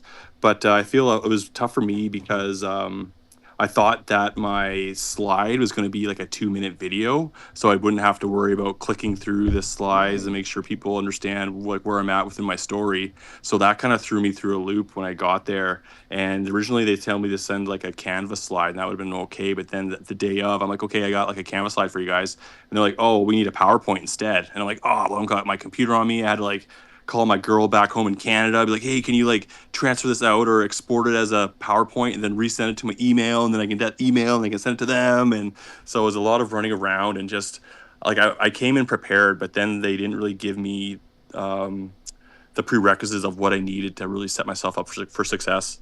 So I kind of felt like that was a bit of a bummer. But now that I know, it's like next year, man, like this is gonna be so easy, and I'm ready for anything they throw at me. Let's But go. it was tough too, because yeah, like it was like I probably could have talked for like a good 5-6 minutes, because I had like tons and tons of utility within my game, and I can't just go through it and talk about 70 different types of it, because I'll miss the whole point within the 3 minutes. So it's really tough to condense it down to 3 minutes. But Yeah. I thought I did a good job and got my point across. And if I had like an extra 2 minutes, I probably could have elaborated a lot more and Oh really yeah. explained of what we could have done with the money and like where we're Oh going in the yeah. future and All of plans us. and stuff. All of us Yeah. could have. But the question session also helps with that at least a little bit. It adds another minute or two where they ask and you clarify. Hey, Yeah, I was kind of disappointed because Stone's the only one that asked me questions. Like the Kwok brothers didn't ask me once, so it's kind of a bummer. Stone was awesome to like bridge community and ask the right question, because Stone was the third judge and he knew a lot of the projects, including us. So he was able to like ask questions that would get us to respond, to elaborate on important things. So that was Stone was a goat, man, a goat. Over on Twitch, I'm seeing major dig activity. Whiting 1982, you're digging frenzy. I don't remember your name being here that much, but sheesh, if you got that break bucks, if you got the break bucks, you can dig. What that means over on Twitch, you're earning break bucks, which is a channel token, and like Twitch points, and then you redeem those for free NFTs on the Wax blockchain. So he's digging, dig, lots of NFTs. Yeah, like I'm glad you got to practice in front of a mirror. We were preaching that 2 weeks ago. We were like, practice together in a mirror, do it on camera, watch yourself back. Yeah, all of that would help you tremendously. But did we do that? No. We were so down to the wall, down to the wire. I mean, so there's also things happening in the mothership out of our control, not related to this. There was like some unpredictability and chaos happening in the week before the event. My first week there, that is like it. Me and Jumbie are locked in. We've been like this is our life mission. So me and Jumbie are just like getting done what we need to, but then around us there's different things happening, and it's like trying to like derail us, but we're like, nah, you can't derail us. So it's like the pitch script, like I said, I got whittled it down to that script, but then we kind of just practiced all on our own. We each had our parts, and we did it on our own. Mike didn't want to practice. I don't know. He wasn't into practicing much, and he was just doing it as on his own. And then towards so we, I think it would have helped if we did practice, but we each knew what we wanted to say, and Mike also stuck to the script. He was more on the spirit of I could just talk about it. I know the content, and that is good. Like that is the way you want to be. Is you want to know the content so well where it flows out and you don't have to say things word for word. But at the same time, it's such a small time frame, and you gotta get that content out. So if you are not following the script, that can balloon out. We're over here on Spaces talking for hours. We're used to talking for hours. And you can't let that balloon out when you're in a 3-minute pitch. We even ran out of time at the end. We didn't make it to our finale of the actual pitch. It worked out fine because it was enough of it. We got enough of it. But Jumbie had more to go still. And it's like, yeah, and then like the deck itself, fortunately we had help. Jumbie's longtime friend out in Michigan, is a professional in making pitch decks for companies. So she actually helped us do all the visuals. Thank goodness. I mean, we're with our get up, it's kind of expected. With our crazy, colorful get, it's like we gotta have a deck that's all colorful too. But she knocked it out of the park. But we didn't even get that that PowerPoint, until the night before the pitch. That's when we actually saw the 6-page deck that we we're gonna present with, and then that had some feedback we wanted to change, right? And then it was late at night, so now we're like getting everything ready and going to sleep while Yana, our friend, is going to work on it in the morning before we leave to actually do the pitch. That's when she's going to send us the final deck. And she's like, she's like, so the night before, she's like, I'm going to go to sleep. When you guys are ready and you know what you want to change, just leave a voicemail saying all the things you want to change. And then by the time we get up, she'll have it ready. Okay?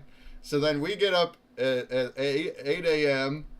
and we don't hear back from her. And Jumpy's like trying to just reach, like bang at her phone. What's going on? And it turns out her phone died or something. Something happened and she didn't get any of the voicemails. So she only connected with us that morning, like an hour before we're ready to get on out. But it was only a few small changes. So we get on the phone and tell her, and then while we're packing everything up and getting things up, she's finishing the deck to send to us. And then like 10 minutes before we gotta go, it's time, we get the PowerPoint, or yeah, it's on Canva. So she gets the Canva done, right? And then I download it as a PowerPoint from Canva. Now, Jumpy's computer doesn't have PowerPoint, so I couldn't open it up immediately. I just had a PowerPoint file, and I'm like, do we trust it? I'm like, do you think we got it? He put it on a jump drive. Do you think we're good? And I'm like, I just don't. I don't trust it. I just don't. So I'm like looking up ways to open up a PowerPoint for free without PowerPoint, and yeah, there's a web version. So Microsoft makes a web version. Okay, so I open it up there. Guess what? Guess flipping what? Guess what? It was all sorts of jumbled up. It's got layers on layers. She has all these layers where you're only supposed to see the top layer, but it came out not flattened, and all these layers were over top of each other, and all the text was jumbled up into crap. And if that went up on the stage, that'd been so embarrassing. But so I got 10 minutes to go. I'm like, oh, fuck, you know. Jumpy's like, what? Now Jumpy's a guy that he can't handle stress very well. So it's like he's never late. He's always taking extra time. He doesn't want to be last minute type of guy, even though we did anyway. And he's like, oh, I can't handle this right now. And he walks away. I'm like, oh, no. I'm going back into Canva. Everything looks fine in Canva. Looks fine there. I'm like, all right. Then I'm just thinking, I'm like, you know, you just gotta analyze your situation. Think of a solution to your problems without overreacting and without panicking. Huh? That's any situation, you guys. Any situation. If something unexpected happens in the moment too, you have to just take a breath, think about the problem. What is the solution? Think clearly. All right. So I'm in Canva and I'm like, all right, download a PDF. I can download a flattened PDF. So in my head, I'm like, this should work. This should fix it. If I download a flattened PDF, that's going to flatten all the layers. Then I can convert that PDF to a PowerPoint, which is only going off of the data that's flattened. That should work. There's no reason that shouldn't work. And I did that, and I went and converted it, did the PowerPoint, opened it up. Sure enough, works fine. We got 1 minute to get out the door. I'm like, oh, I got it, you guys. We run out the door. Right? Isn't that dope?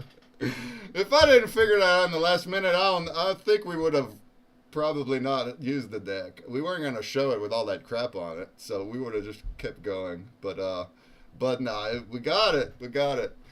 And then we go to the place, and like we said earlier, we're just in the room the entire time, and we're not first, and we're just watching others, and like Gork said, it wasn't super clear how to go about it. So it's like we came with a jump drive and a PowerPoint, just assuming that they never like told us that, but that worked out, and yeah, and then we did our thing, and like I said, it was hard to hear just the PA system. If you watch back, you can see what's going on, so that adds to the nerves.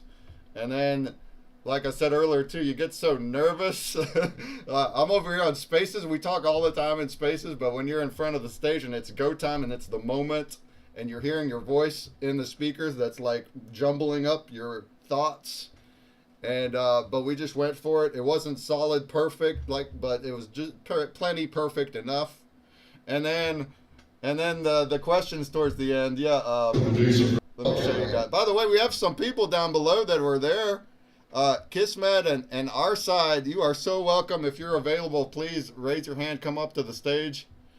We'd love to hear your stories and your experience of XRP Vegas. That'd be great. Yeah. Right here, Las Vegas. But like right here, now I uploaded our pitch with subtitles, so you can see what the heck is happening. So that helps.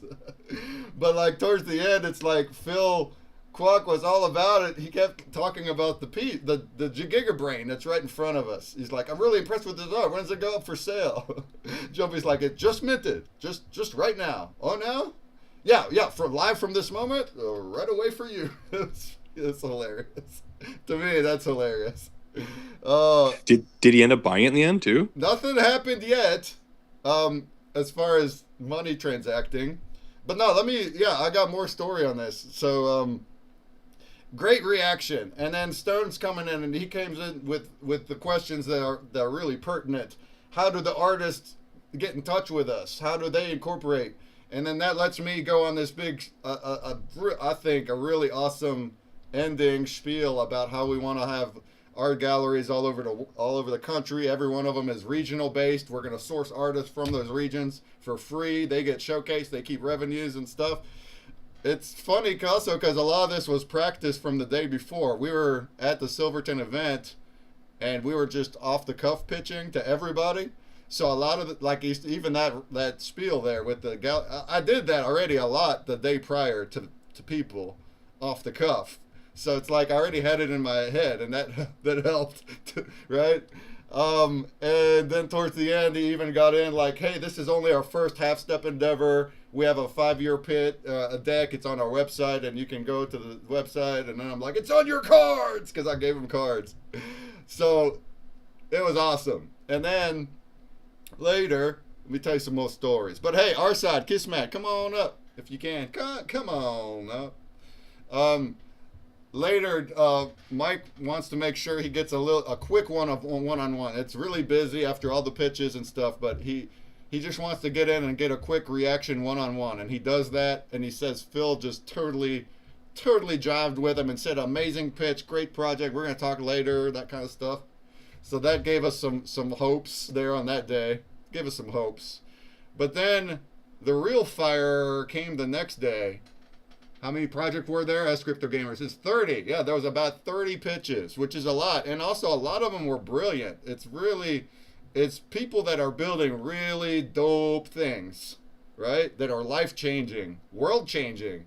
The people that were there that were pitching, it's like all of them, they are businesses, but nobody was there for their own gain, their own profit gain only. It wasn't like a VC Shark Tank or VC investors where it's all, oh, what am I going to get out of this? What percent, yada, yada, what money, how much money are you making and how much am I going to make? None of it was like that. Everything was, how can we benefit the world? How can we build things to bring people to XRPL that will then make the entire world a better place? They even say that, right? Like the Quag brothers say that on their website, and they kicked off the whole pitch with that.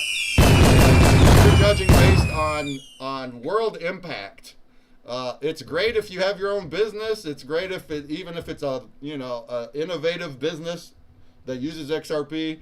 But even better if you have something that's going to create world impact or onboard mass adoption in some ways, or integrate into the real world in some way that's big and grand. That's what they were looking for. And there was a lot of that there. That was a lot. That was great. But the real fire happened the next day, Friday. So basically, yeah, so that night we learned that we are not finalists, which was surprising to us, but also at the same time, it took pressure off, and we're like, okay, we can sleep in it. We don't have to rush in the morning. We'll just go there. We'll keep doing our thing. We did the best we could. And like I said at the start of the space, is we're a nonprofit anyway, so we didn't really need prize money. We need donors. And prize money that's equity free is hard to come by for projects. That's a hard thing to get. So we're like, we can accept that anyone that donates to us at any point is equity free. Like, we're just happy to make the connections.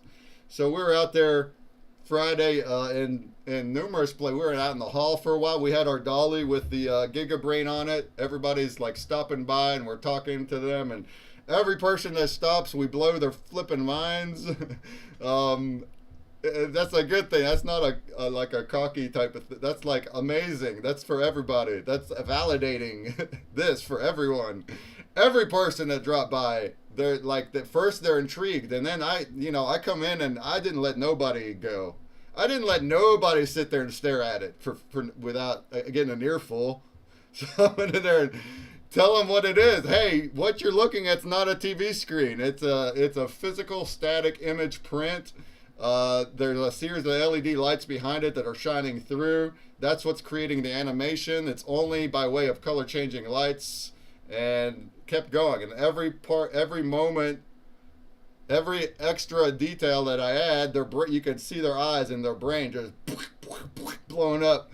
Every extra thing that we add is so amazing, because it's so much more than just the invention, because it's the whole system, the whole nonprofit, empower other artists to be featured, and all this type of stuff. And then later, and then even Dom walked by once, and we got him to take a picture, this picture right here with the GigaBrain. I'll show you. Actually, that was still the first day, because I'm wearing green. I don't even think I got a picture of me on the second day, you guys. I was wearing this outfit, but it was a different art piece, and it was red. So I had my entire suit looked like this, but it was a beautiful red, vibrant suit. And I just stuck out to it, and it was really fun to me. I had this really cool hat.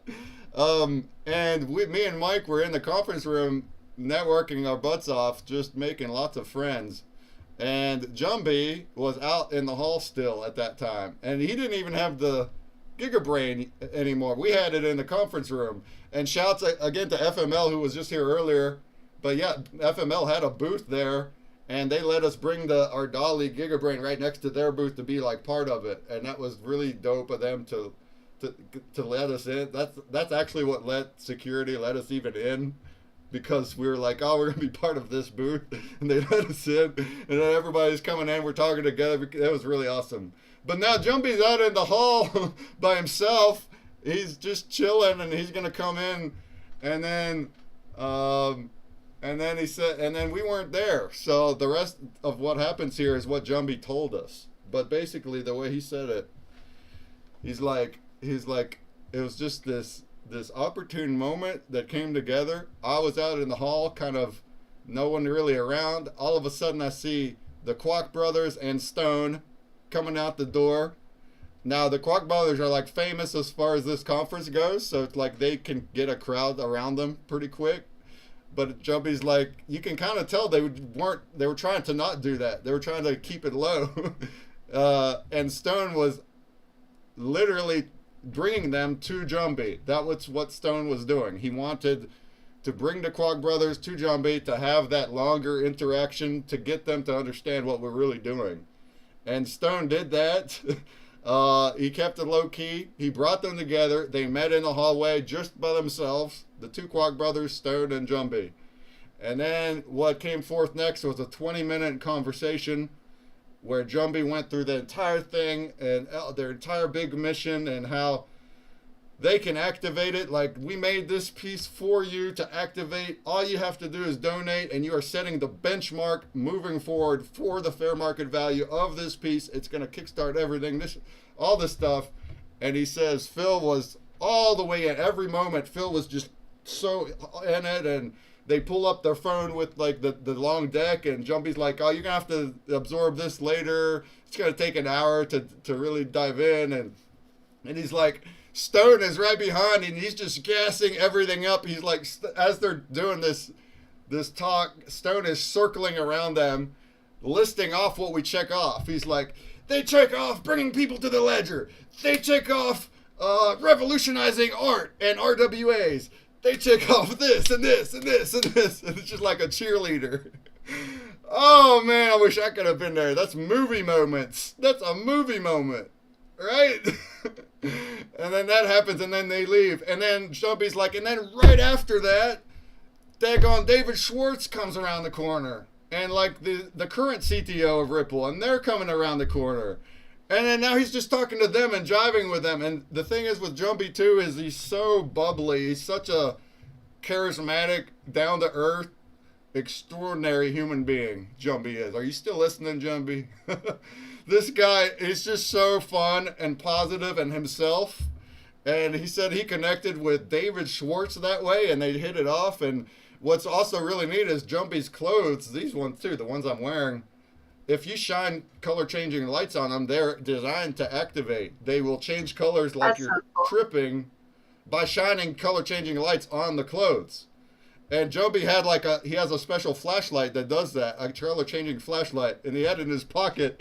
He gave it to David Schwartz that shined it on his back. He was blowing David Schwartz's mind on his back, looking at the color-changing art that's on Jumpy's back.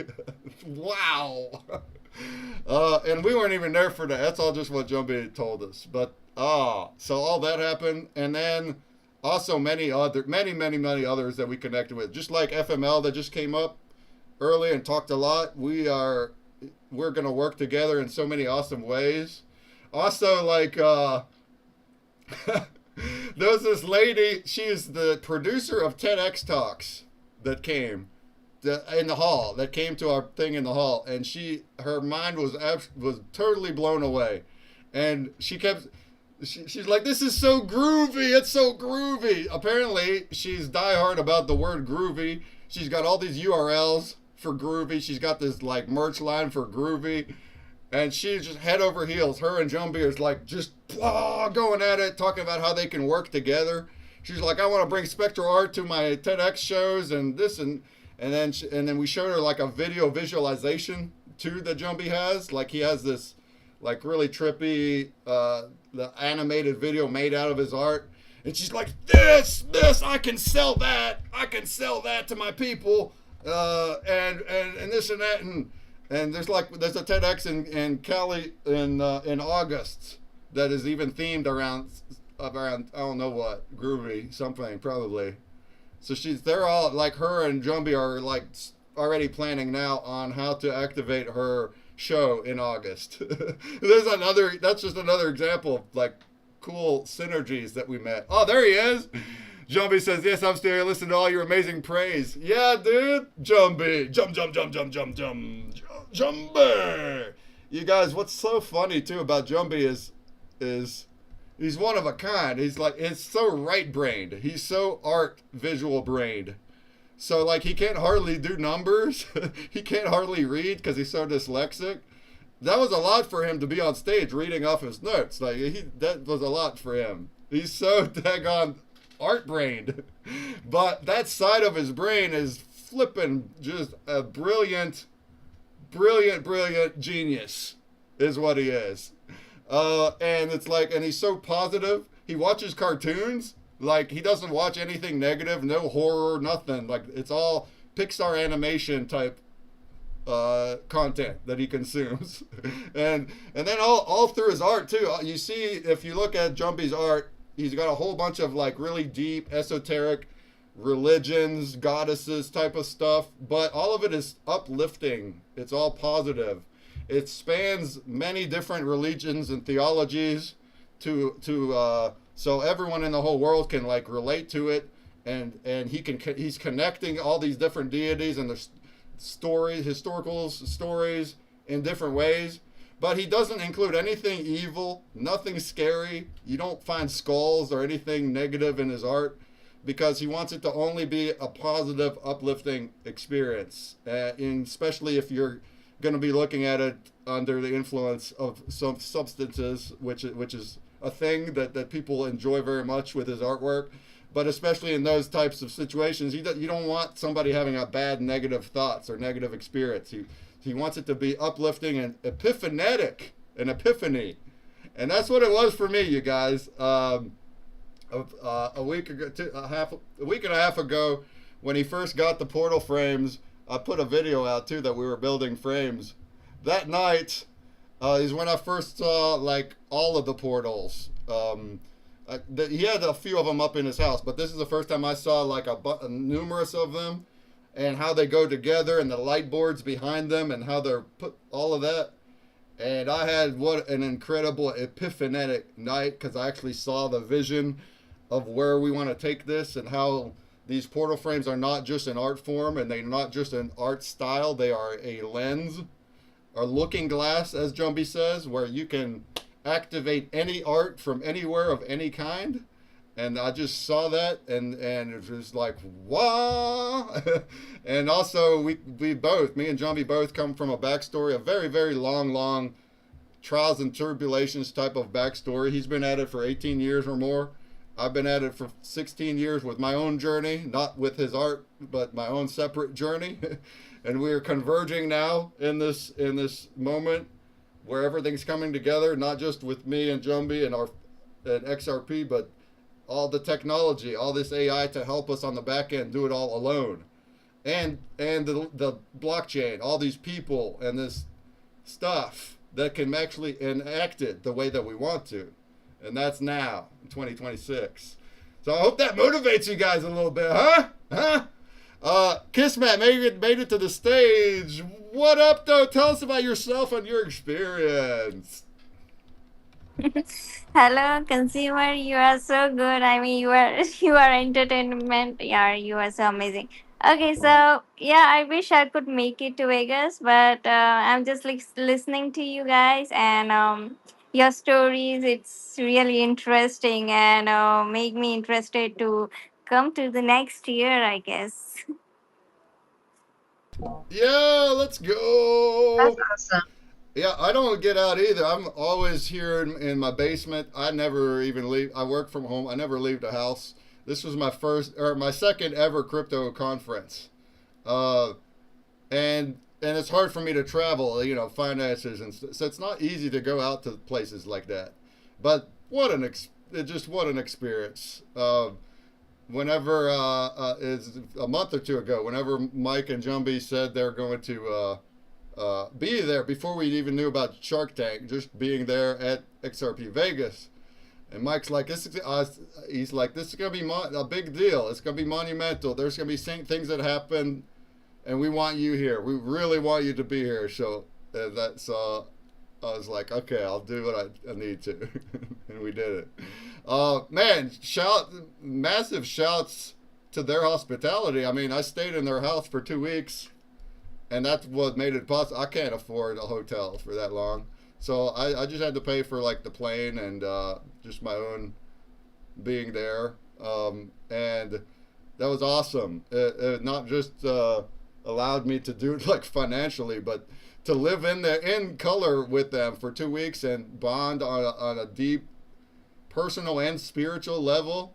And be with them the entire time. It's something we really needed. We've talked to each other for a long time on the internet, but to do it like that was really, really something.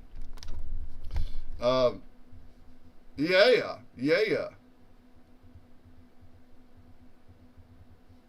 Well, what else? What do you do, Kismet?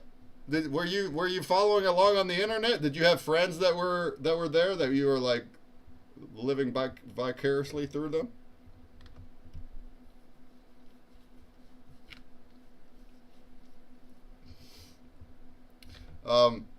We didn't do our Wednesday shows while we was out there. So busy, but we wanted to do our art shows because we didn't want to stop that. That's a part of our project is our Sunday live art streams. And we did. It was it was awesome. So I got there, and I brought my Mac Mini on the because right here I have a big PC here, but I couldn't take that, so I had to bring my little Mac Mini, and it was so slow, just so stupidly, obnoxiously slow. But I still did a stream. If you guys remember, 2 weeks ago, it was all choppy. We showed off the mothership in the house, and we did some clay sculpturing, which was cool. But then the next day, it's like Mike's like, well, we have this Rufus, the same AI I was just saying earlier. They have it trained on their own Mac Mini, and it's a new Mac Mini, and it's a fast one. And he's like, why don't you just use that? So I plugged that up, and I had a fast computer, and whoo, that was nice.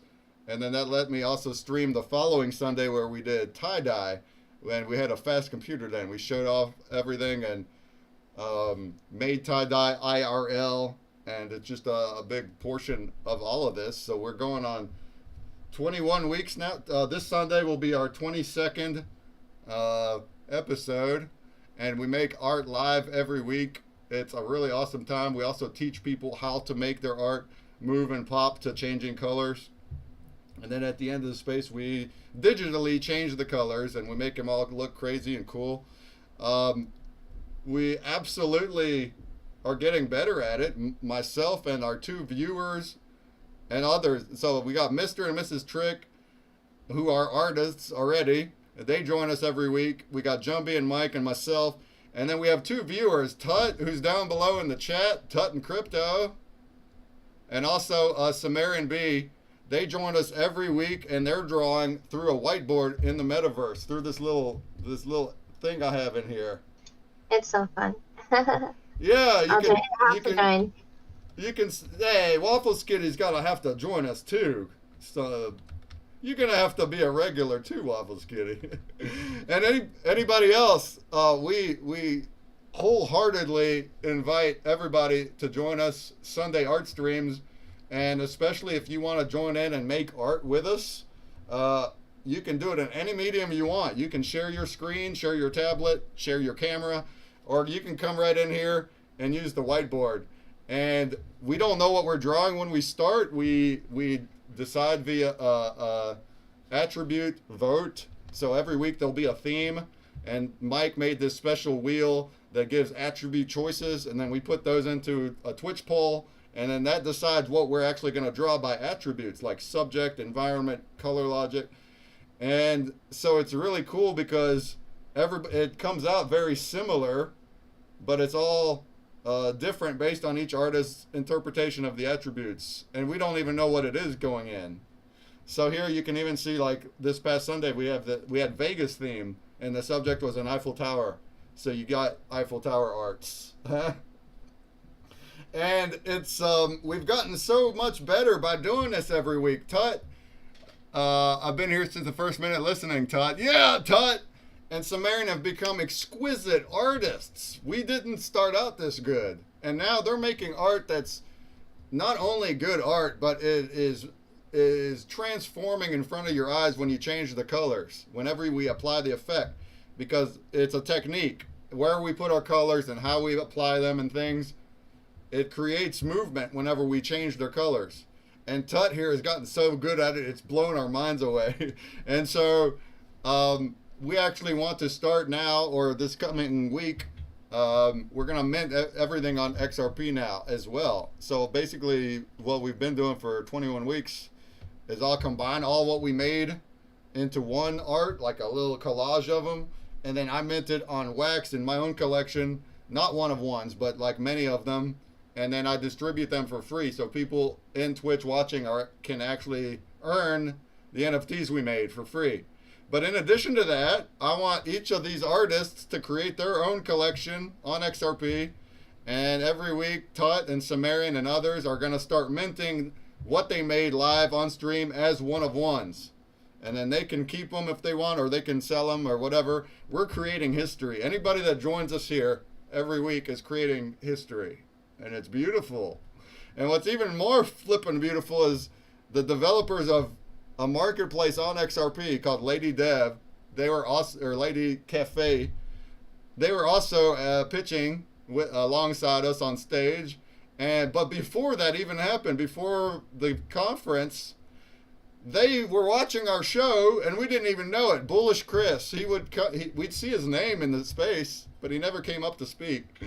Apparently, he's part of Lady Dev, and because of watching our show, they added a paint whiteboard-like element inside their platform that's got more tools than this. They got Photoshop and layer type tools in there, and you can go on there and create art right from their platform, which will then you can create your NFT directly after that. Boom, you just draw right through their platform and then mint it to the NFT, and it's all built in.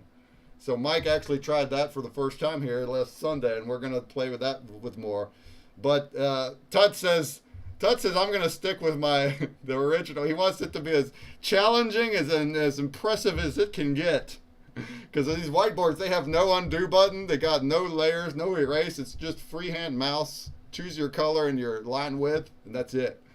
And he says, I'm going to stay with that because of how challenging it is. Hey, Tut, you want to do that? We will marvel at your excellence. But we do think it's super awesome that they built that. And not only that, but we spoke in depth to the developer, and they're willing to work with us to make whatever we want.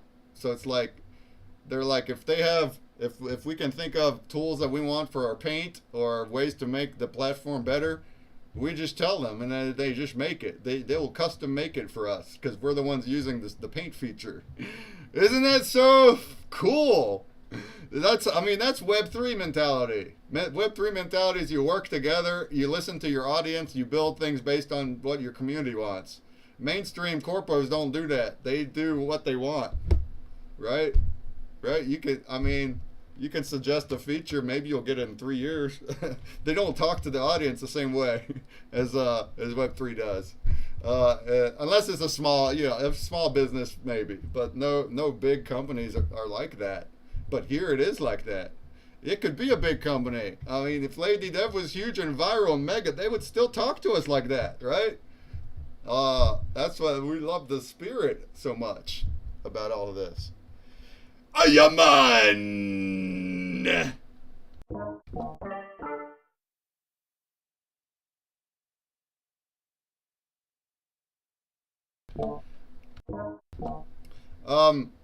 Let's go. Blaze Chat is still swimming. I see all those fire emotes and all these comments. How many of you guys are listening in? How many? I know some of y'all are. Some of y'all are listening in and interested in what's cracking in. How's it going? Shouts to everybody that earned some backstage passes today. Thank you. You feel free to vote for whoever you want, but if you vote for me, we would certainly appreciate it. And usually I also run a giveaway wheel, and you would say hi in the chat, and that puts you into my wheel, and then I also give away a backstage pass at the end of the stream. But at the moment, the wheel's broken. Oh, we broke the wheel. We broke it. So it's off for the moment. But our friend Dan Asker, who built the Scurvy bot, says he'll be home in a couple hours, and he knows the problem. He will fix it. So maybe even before I'm out of here, the wheel will be fixed. But I do this every Wednesday, every Sunday. I give away backstage passes. I reward people for voting. Thank you all, the whole community, all of our Avalanche friends over there in Blaze Chat. And what we were doing here on this space, anybody who wants to watch back also, we were chatting about our experience at XRP Vegas, which is where we just were this past week. And I'd love to hear more stories too, if there's others. We heard from Gork and FML in depth, and that was great. Our side down there, he's the founder of OC Lost Art. If you're busy, then no worries. But he also had a booth at the Silverton event, and they had real troy ounce silver coins or gold, real ones though, that were stamped with like the XRP conference. So it's like a souvenir, but it's real silver. It's not like plastic souvenir. It's worth the actual amount that a real troy ounce silver is. It's just stamped differently. I thought that was cool. They were giving one away. he had some of them signed. He had David Schwartz sign one of them. Oh, that's worth more than just the 1 ounce silver now, huh? Huh? That was cool. I thought that was cool. If you want to talk about your project or anybody else, Pixel Journey. I know you weren't there and you're in the wax, but as usual, we always do open mic anything, so you can come up as well. Yeah, I just want to say, like, with our side's troy ounce silver coins, I've never really owned any, like, hard bullion gold or silver before, but I got 2 of those silver coins about a year ago, and now, like, I started my silver collection because of it. So yeah, really cool dude. Oh, that's awesome! Look at that. You done onboarded somebody to silver, one of the oldest RWAs ever, huh? Huh? Yeah, exactly, right? So it's really cool. Then, of course, like, as soon as I bought it, silver just started going through the roof. I'm like, yeah, Yeah, there we go. not financial advice, but Funny, it just reminds me about back when I was in, 5th grade, 4th grade, young.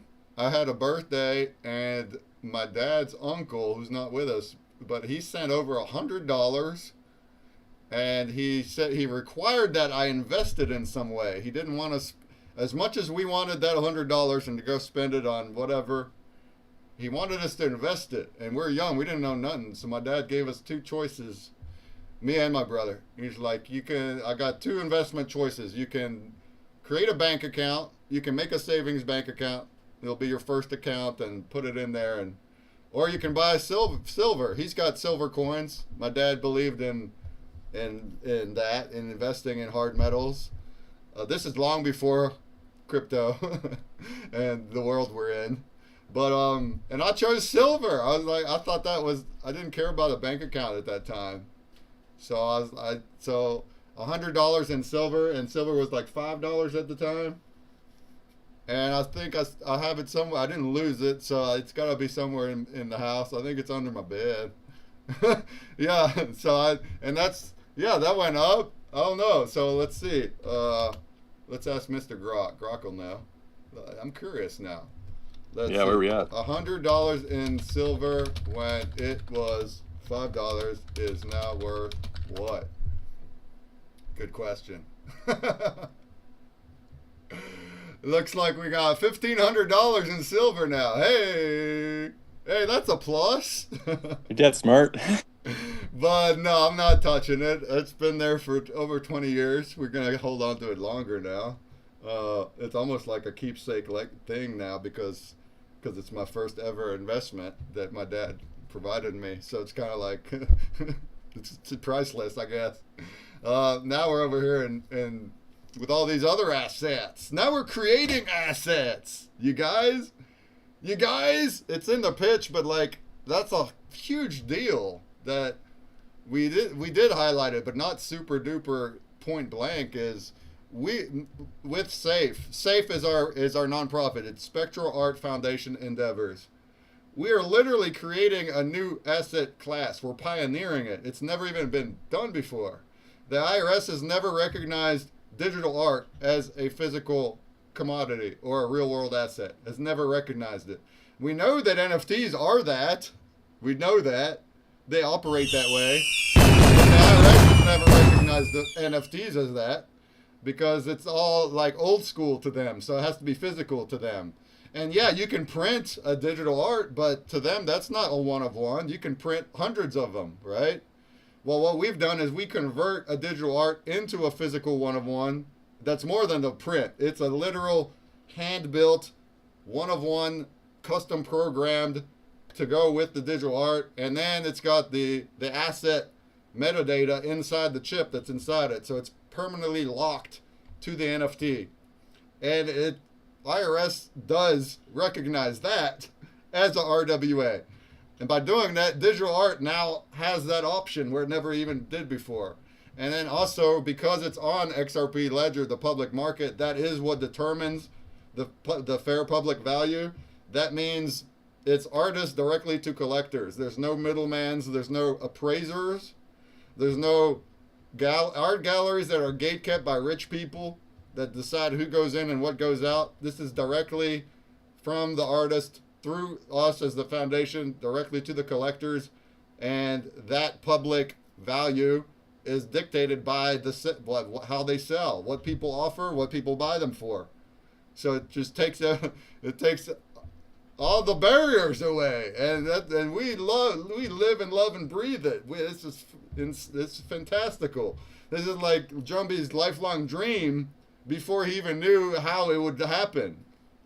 Like he wanted this to happen in this way without knowing how it would be done or what would come about to make it happen. And here we are. So we're as excited as we could possibly be. I could probably give more stories, but hey, I could also talk for 8 hours straight. Tut says, give me 1,000 backstage passes and I'll vote for you. I don't have that many, Tut. Jeez.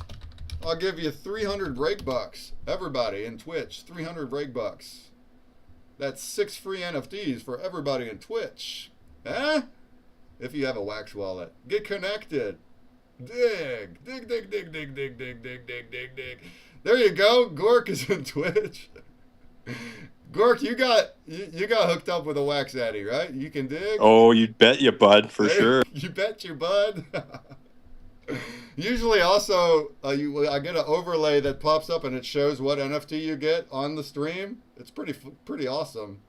But right at the moment, the overlays are broken, just like the wheel is. So Dan has to go in and fix so you can't see my dig overlay. But you see right in the chat, it says right in the chat, there's a bot, and it says what people get. See, it says Tutton Crypto, congrats, you successfully dug up a dog broken card. So that's all, I do multiple things. So right now, my energy is in my streams and spectral art. But I have my own collection of art that's got almost 1 million assets in it on Wax, and I distribute them through my streams. It's like an engagement to earn type of situation. And then also, this whole app journey that I'm in is also about to go crazy, and I haven't even pushed it or nothing because my head's been deep into spectral art and XRP for the past month. But right before I went out to Vegas, I launched my new website. I wanted to get it done so people at the conference could go to my new website. And it's fully different than what it was. And I guess I could pitch this a little bit. It's still brand new though, brand spanking new. So there's a lot still coming. But I have now set up here in the Breakery. It's basically it's called the Breakery. It's going to be like a mad science lab of app making, vibe coding, apps. So it's not just one thing. It's going to be anything we want to make will be here. But a big flagship part of this is brand break. So we're creating customized brand campaigns. Right now I have spectral sessions. We're going to get Gork up here. We're going to get Jumbie Bear is going to have his own. We're going to get any project that has content of any kind will have their own campaign. And then inside their campaign, they can customize tasks, like social tasks, that you can get, and you're earning points for all of it. So people will be earning points to do sharing tasks or to watch videos or to do surveys. Or the best part is they're going to play mini games that are customized for the brand. The assets are. So I already have 2 mini games here. I got Jump Break, which is like a Mario platformer game. Look, you can see it in action right here. Huh? The art assets are what we drew on stream. See how custom it is? Look, I'm jumping on logos. I think it's so cool that people can be the actual characters that you're using in the game too. I think this is so cool, man. Yeah, so for this campaign, the Spectral Sessions campaign, we're going to have one every week. Now that I'm back and I get caught up, every week, whatever we draw on stream is now going to become a game also, every week. And you will see the art that we make as the actual assets. See how my guy is the guy that I drew. Look, I'm stopping on Terramike. Boop, stopped. I also have Puzzle Break. This is a puzzle game. So now you can oops. Boop, boop, boop. Now you can solve a puzzle that also has the art that we made on stream. And that will give you points. So that's plugged in to your campaign, and then people are earning points for doing that. The points go into their account, and then they redeem those points for rewards that are provided by the sponsors. If you put stuff in your store, Gork, then people can redeem for that. Or there's also a universal store that you can use any points from any brand for, and that's where I'm gonna be putting good stuff in. And that also includes like in-game things, so you can redeem for like in-game unlockables, stuff like that, by getting points from anybody. And this is just the beginning, because I also have like 5 other games already built. They're just not incorporated yet. So like all the arcade games you can think of. I got Pac-Man and Pong and Memory, Bingo, Scratch-Offs, Space Fighter, these types of games. And every game you can replace the assets inside of it with custom art assets. So it's going to be customized per the brand campaign. They put their own logos and their art and their things. If they want to go take it an extra step, like I'm sure Gork will, he'll plan out his content. We'll do that with Jumbie Bear too. So that way it's like your choose your own adventure becomes almost a separate version over here. So you can create like a side scroller that's got the same type of art, but it's not just random logos. It's like as you progress, you're going to get the same stories and stuff like that. So it's all about what we want to make with it. And that's like something I've been working separately from Spectral Art for a very, very long time. Then my journey is a long one without going into it, trying to build a puzzle game. But now that we're in Vibecoder land, suddenly I make it and I do it myself, and I own all the code, and my hosting is free, and I don't have to depend on idiots. Sorry, old dev teams that I hired and gave them lots of money, but it's either idiots or it's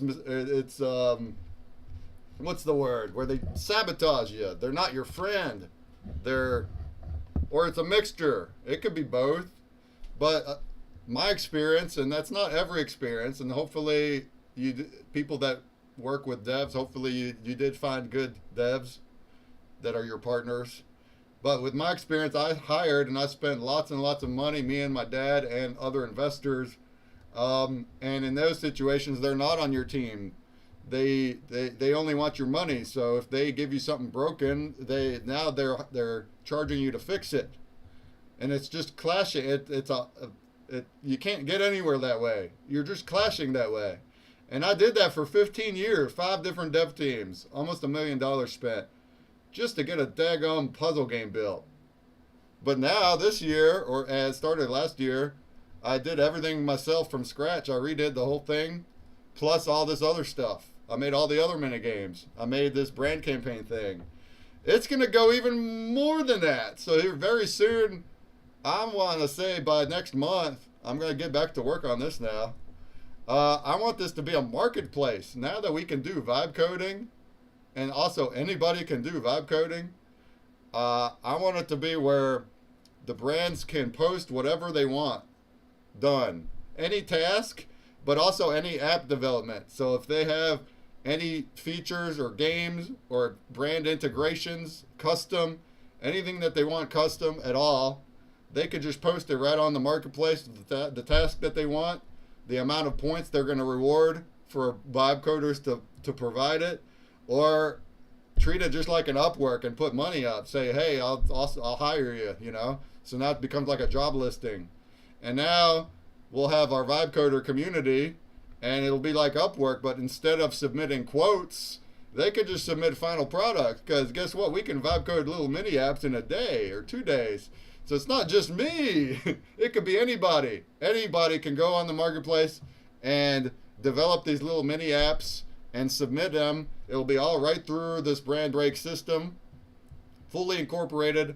So then the brand can just test it right through the app and feedback it and let other people try it. And if they like what they have, then they would pay for it to add it to their campaign. It's $1 per month per app. And then also that app would go into our library to be used by other brands. And then whoever vibe coded that app gets a commission every time that app is used. So now we have a little marketplace setup system thing. That's what I'm actually trying to build. Huh? What do we think? What do you think, Gork? What do you think? Yeah, I think it's great. I mean, I've met a lot of few people through like the XRP event too that are into vibe coding and like just regular coders and stuff that are getting to vibe coding because now that we have the ability to make what we want, you can almost just send the AI to go debug it for you. So we can keep creating new ideas while the computers kind of fix itself in the back end because it's basically just the creative people that I think are really going to thrive from all this. And if you have a great idea, like the tech is just getting easier and easier to use and yeah, it's more compatible. So I think it's going to be crazy to see where we're at. Yeah, another couple of years with all this vibe coding, and even like if you don't know much about coding, getting vibe coding will help you like get your foot in the door and just getting used to like seeing the code and whatnot. So you'll actually learn a lot by doing this kind of thing too, like just getting into it. So Oh yeah, yeah, so I've been absolutely. using AI a lot to kind of help fill in the gaps with what I don't know about like JavaScript and database SQL and ready the databases and stuff like that. And I feel I've learned more in the last 2 years than I did my whole elementary school, high school years. You know, like the 10 years I put in, kind of thing. Oh So yeah, I yeah, mean, when I was in yeah. school, we had no techie stuff. My career is drafting. I draw blueprints. We had that in school, but we didn't have no coding. Yeah, and the thing is, I don't know how to write code. I don't write code at all. So really, the AI is doing everything. Now, it is important if you're building something that is security can be an issue, or you're dealing with people's money. If you're gonna have very angry people or bad things happen, if it all breaks, then you should probably have some developers look at it and give you a blessing on it. Fortunately, we have some friends now in the space that can do that for me, which is great. But also, there's so much that you can do on your own. You just talk to Mr. Bot. He'll tell you what steps to take, not just the coding, but everything, the entire planning. This is how we're doing Spectral Foundation, is we're talking to Grok and Claude. And that's how we know everything about what we're doing. The steps, the plans of action is being done through AI. It's like coaching us and it's walking us through everything.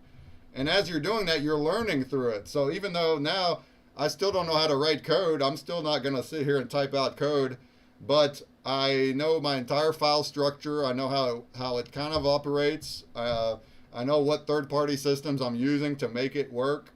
I know that I just type into Claude what I want. It's going to give me files.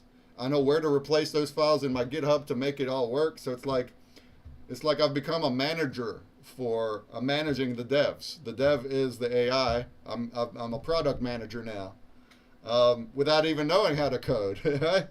But again, still, AI coding can definitely also give you baloney. So just keep that in mind. But when it comes to prototyping or just trying things out or learning, that kind of thing, prototyping, just try it out, make something that's an MVP, that's just for people to use and get feedback. That's not going to hurt everyone if it totally breaks. It's just to try it. But man, now's the time. And not only that, but I want my system to be an educational portal also. So I live stream here every week, and I want to teach people like I did it. It's easy. And so if anyone's out there, not just now, but all towards the future, for this, anybody that wants to become a vibe coder and start submitting app ideas and start getting commissions for that, they can start from zero entry. Start from nothing. Watch me. I can set you up with Base 4.4, which is like it's like cloud based, but it's for noobs. It's actually, to be honest, I think for me it's also good for prototyping because you can just get ideas out into a final thing, the front end, to just try it out instantly, and it does all the sandbox and everything. So for new people and me also, whenever I'm prototyping a new game, I'm going to use Base 4.4 to just get something out super easy and quick. And I even have an affiliate referral code, so if others wanted to do that, I could give you my code, and you got to pay $10 to get your first sub, but I'll even pay you that. I'll cash you back that for my referral bonus. And then you can be over here vibe coding and learning how to make front end things, and you can test it inside PitchBreak without even getting into the code or the back ends or hosting. Like, we will be those platforms, and you can just make an idea that way. And then if you want to go further, then you can go further like I did. Like I started on Base 4.4. Now I'm using Claude to be like the guy above the product manager. So you can start out junior level and just play around and prototype games that actually work and are used in real life by PitchBreak users. And then when you're ready to learn more, you just jump right into Claude and you're on your way to make your own thing. So I want a whole community. Oh, I want a whole army like this. And everything's also centered around my stream. So that's actually my number one goal is growth. It's not everything I'm making here. You're going to find that it's all free for the most part. Maybe PitchBreak has some paid integrations like the brands to add campaigns, but all these little mini games, it's free to play. A lot of the tools I'm making are going to be free. I have an AI image maker, for example. I have my keyboard thingy. For example, all these things. I want tools to just let people use what they can and then open source community it so others can do the same and just add a stockpile of tools and things we can all build off each other. And then we make our revenues in other ways. So I just want growth. If I get people viewing my channel, I'm cool with just the revenue from streaming or these little premium things that I have. So it's not about building something and then selling this one thing. It's about a whole ecosystem to me. Even last night, I was making this video here, the pitch video, and I wanted some easy subtitling, AI powered, like auto generate the captions.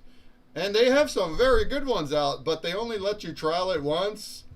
And like if it's over 2 minutes, then they can't even do that. And then you got to pay money. And I was like, oh man, like I just don't want to pay money, man. I'm not rich, not yet. So I just went into Base44. I just started vibe coding a caption generator from video.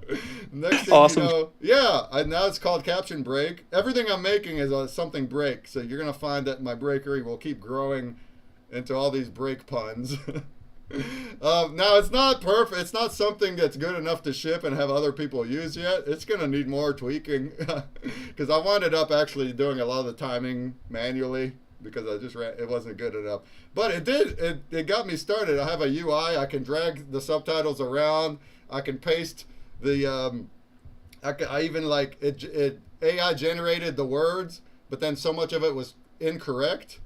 But really a lot of it was because of the quality of the sound. So if it was better quality, it would have been more accurate. But then it's like the YouTube transcript was better. It was it was more accurate. So then it's like, I want a way where I could just paste the correct script and then it'll auto adjust, you know? And then if you want that on another platform, how are you going to get that? What, are you going to contact them? No. I'm in my thing. I just type it out. I just tell Base44, hey, yo, it's not accurate enough, but I have the full script from YouTube. So can you add a box where I can paste the YouTube script and then it'll auto adjust it? Boom, it's there. You know what I'm saying? It's like, so the coolest part about that is when you're vibe coding your own tools, you make them what you want, and whenever it doesn't have something you want, guess what? Tell it, and then it'll be there. Now it might not be as good quality as other mainstream products, like I just said, but then you can keep tweaking on it, keep tweaking, tweak. I bet you if I spend another day now and keep tweaking and telling Base44 how bad it is. Or even if I take it to Claude and have Claude's brain have at it, I bet you it'll get a lot better. And that's how we do it. Yeah, man! Everybody in Blaze chat, I love you. We're waterfalling and I can't even scroll up to see past comments because every time there's a new chat, it brings me to the bottom. I feel like they need to fix that. I feel like I should be able to scroll up and read comments. But it's going crazy because they're doing their reward thing and we're up at rank number 9. Thank you guys. A lot of comments that are just random talking about that. Blaze, and emotes and top rank and what? Fire! Yeah, but then other ones are still listening and commenting saying, oh, nice stream, interesting, crypto gamers asking stuff. So thank you guys. Thank you. Yeah, so let me try to bring up Pixel Journey too. All right, yeah, let's give somebody else a shot here. Pixel Journey made it to the stage.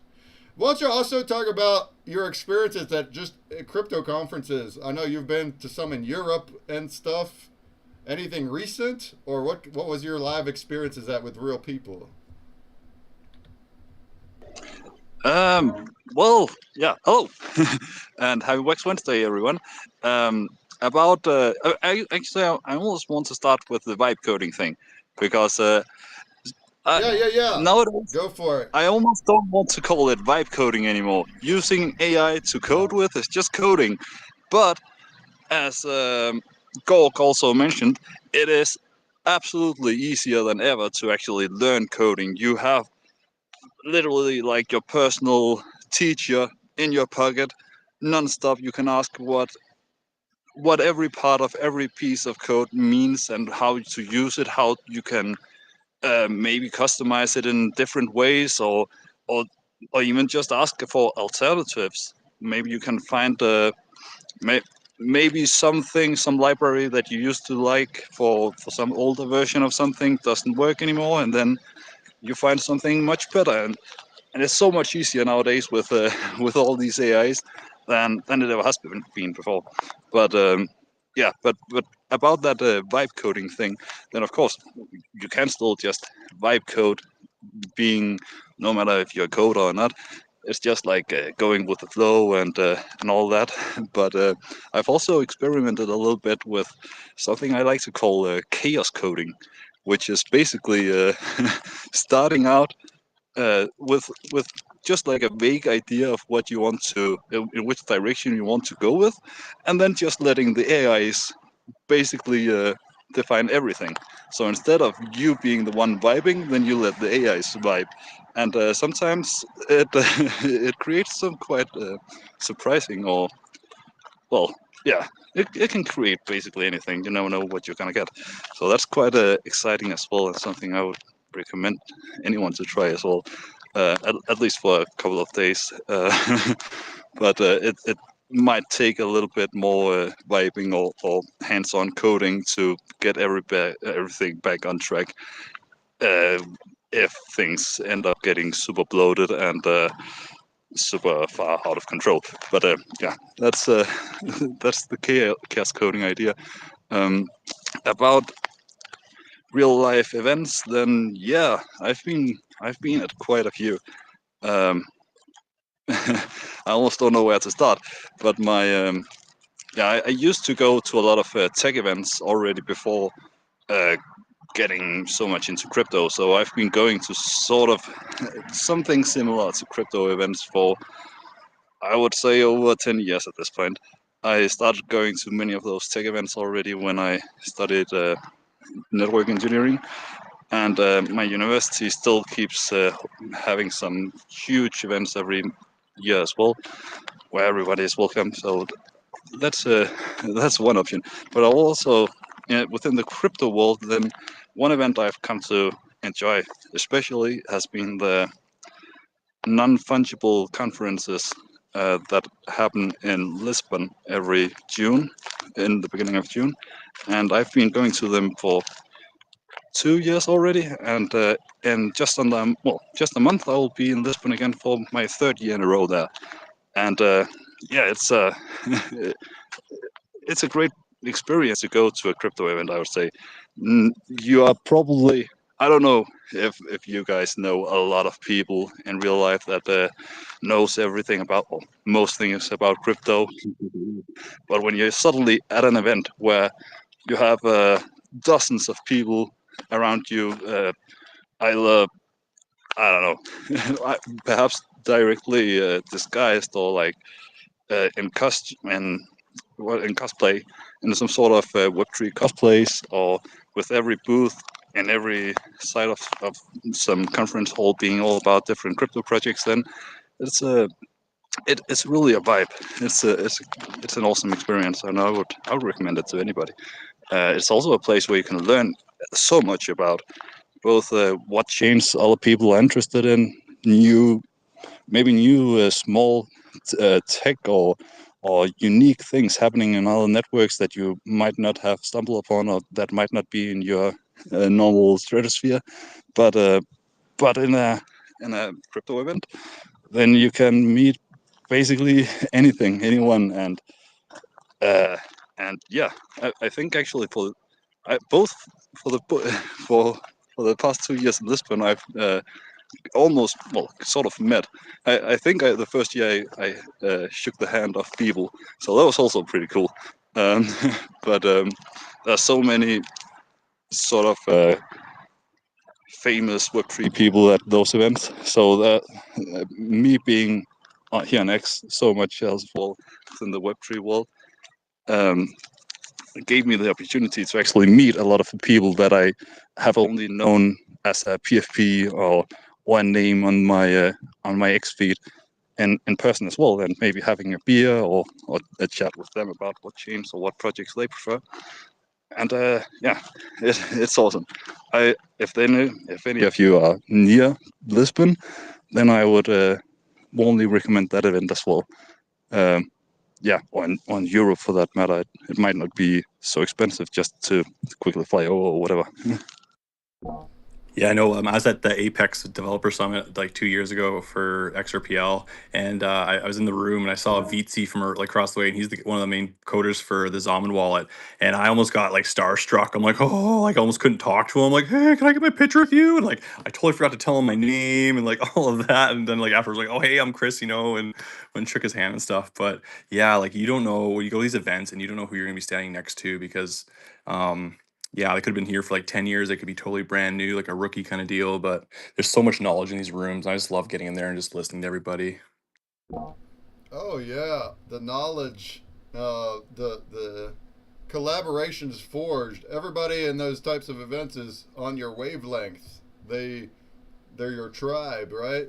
You connect with them because we're all regionally. That's not always the case, especially if you're in a region that's not very techy like me. Anywhere I go here, there's nobody here in West Virginia area that that is into like this type of stuff, crypto or tech or the apps and the streams. Everybody's like doing their own thing. I mean, I guess I can't speak for everybody in the whole state, but you know what I'm saying. I'm pretty alone here. All my friends are on the internet, and when we go to these events, it's like everybody's on the same wavelengths. We're instantly connecting and like, oh, I love what you're doing, and how can I help, and how can I be involved?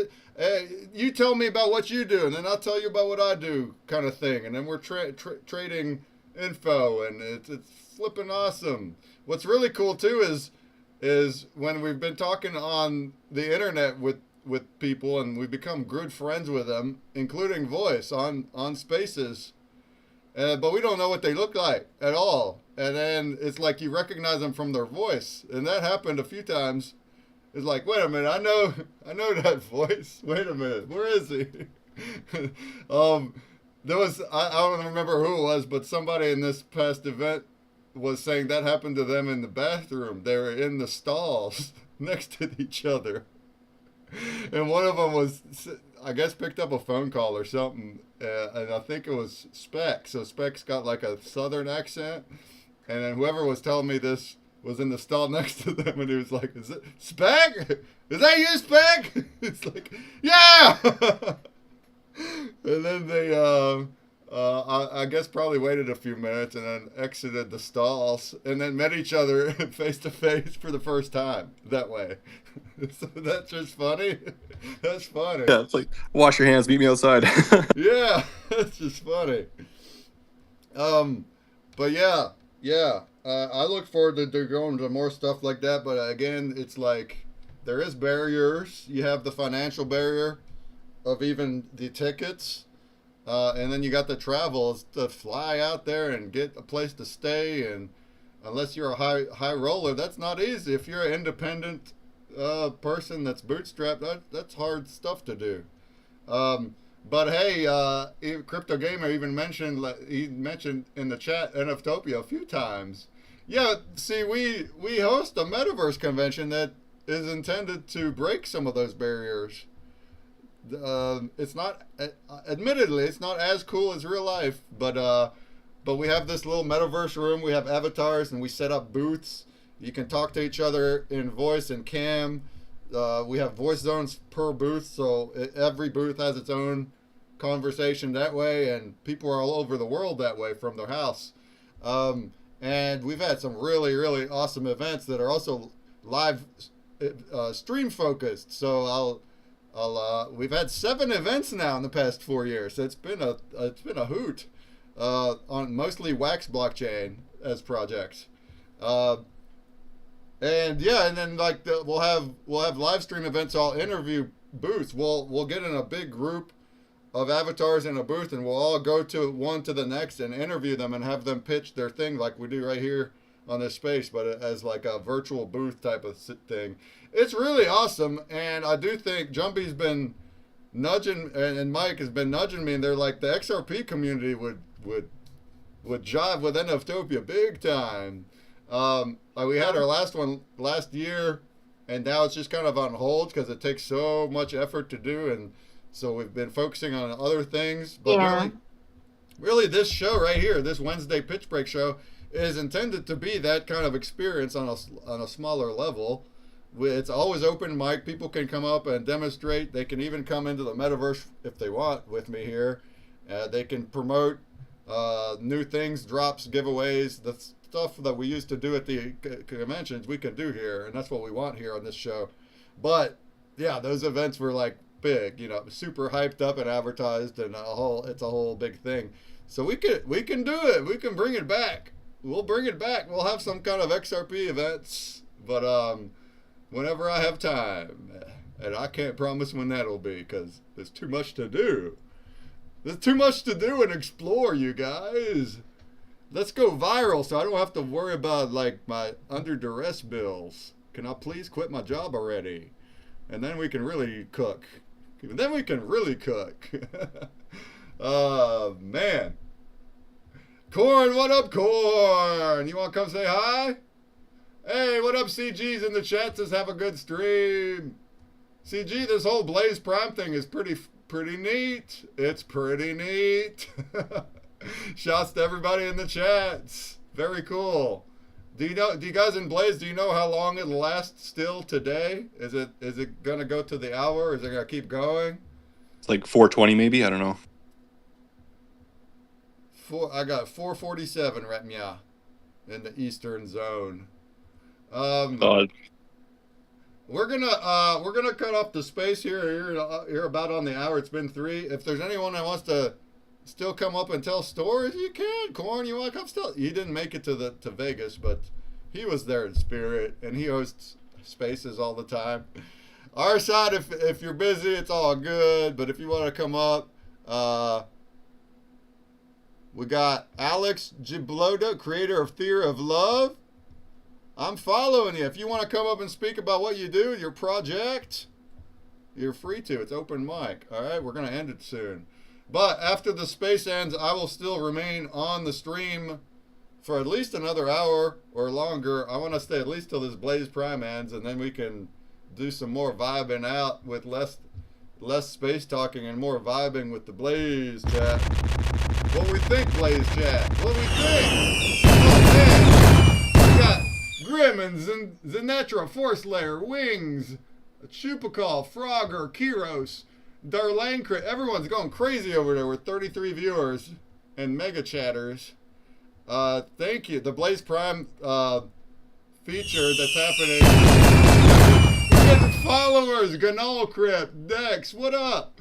It's rewarding backstage passes to viewers randomly based on the ranking that we're in. Out of all live streamers that are on Blaze stream right now, all the streams that are live right now are ranked based on their chat activity, and the higher the rank you are, the more automated giveaways is happening in the chat.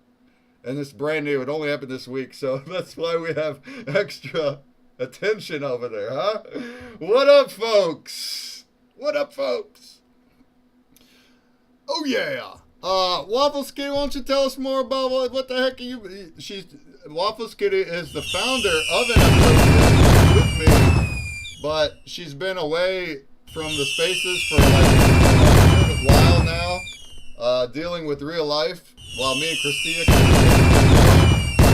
But now she's back. Do you want to tell us more about how life is, and are you going to join us more often?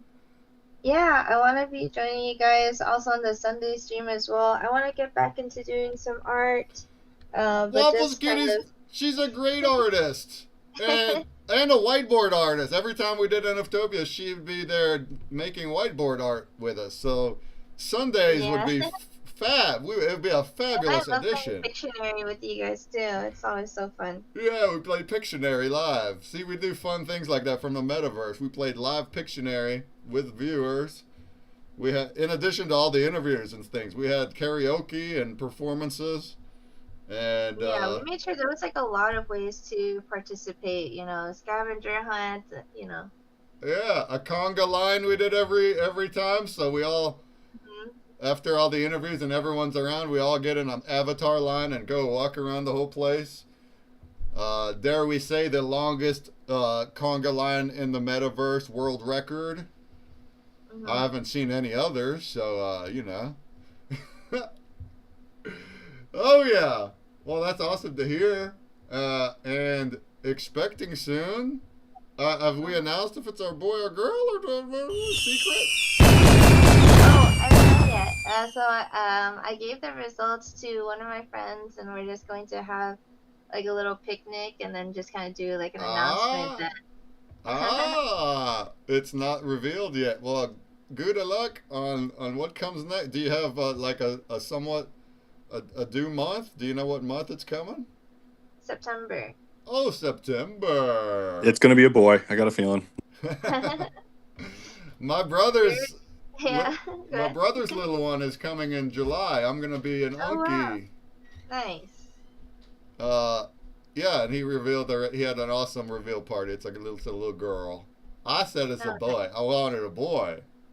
I don't care. What do I care? I'm the uncle, but I still wanted a boy. I can relate to a boy better, I think. But no, this is a girl. It's gonna be a world-changing girl. He doesn't know it yet. My brother doesn't know it yet, but his daughter's gonna be. She's gonna follow my footsteps, and she's gonna be a world impact leader. Nice. I think if it's a girl, like it will be like she'll just be the princess. But if it's a boy, I think he's just gonna be the errand boy, like a slave. Well, your child will also be a revolutionary world impact changer. You know, anybody that's even in the space right now, if you're listening to my voice, or if you're in the industry space, if you're into crypto and blockchain for the use case of it, and you're here to dive into that world of it and how can it be bridged into the real world, if you're here in this world now, you're a world impact leader. You're gonna be up there in a year or two. We all will, and especially us that have projects and are like trying to educate. Like we are the future generation, and it's important. I said it earlier in the speech. It's important, or else the corpos are gonna win and they're gonna own us, and then we won't have a way out at that point. So we got to do it. We got to do it right now. Get high!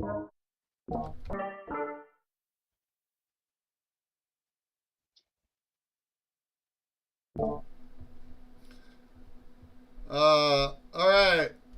Do we got any other last stories, last words before we wrap this puppy up and I spend some time with Blaze chat? We will be back every Wednesday now. We'll have a new PitchBreak show. Usually we try to do a special guest also that will have like an hour-long demonstration and interview.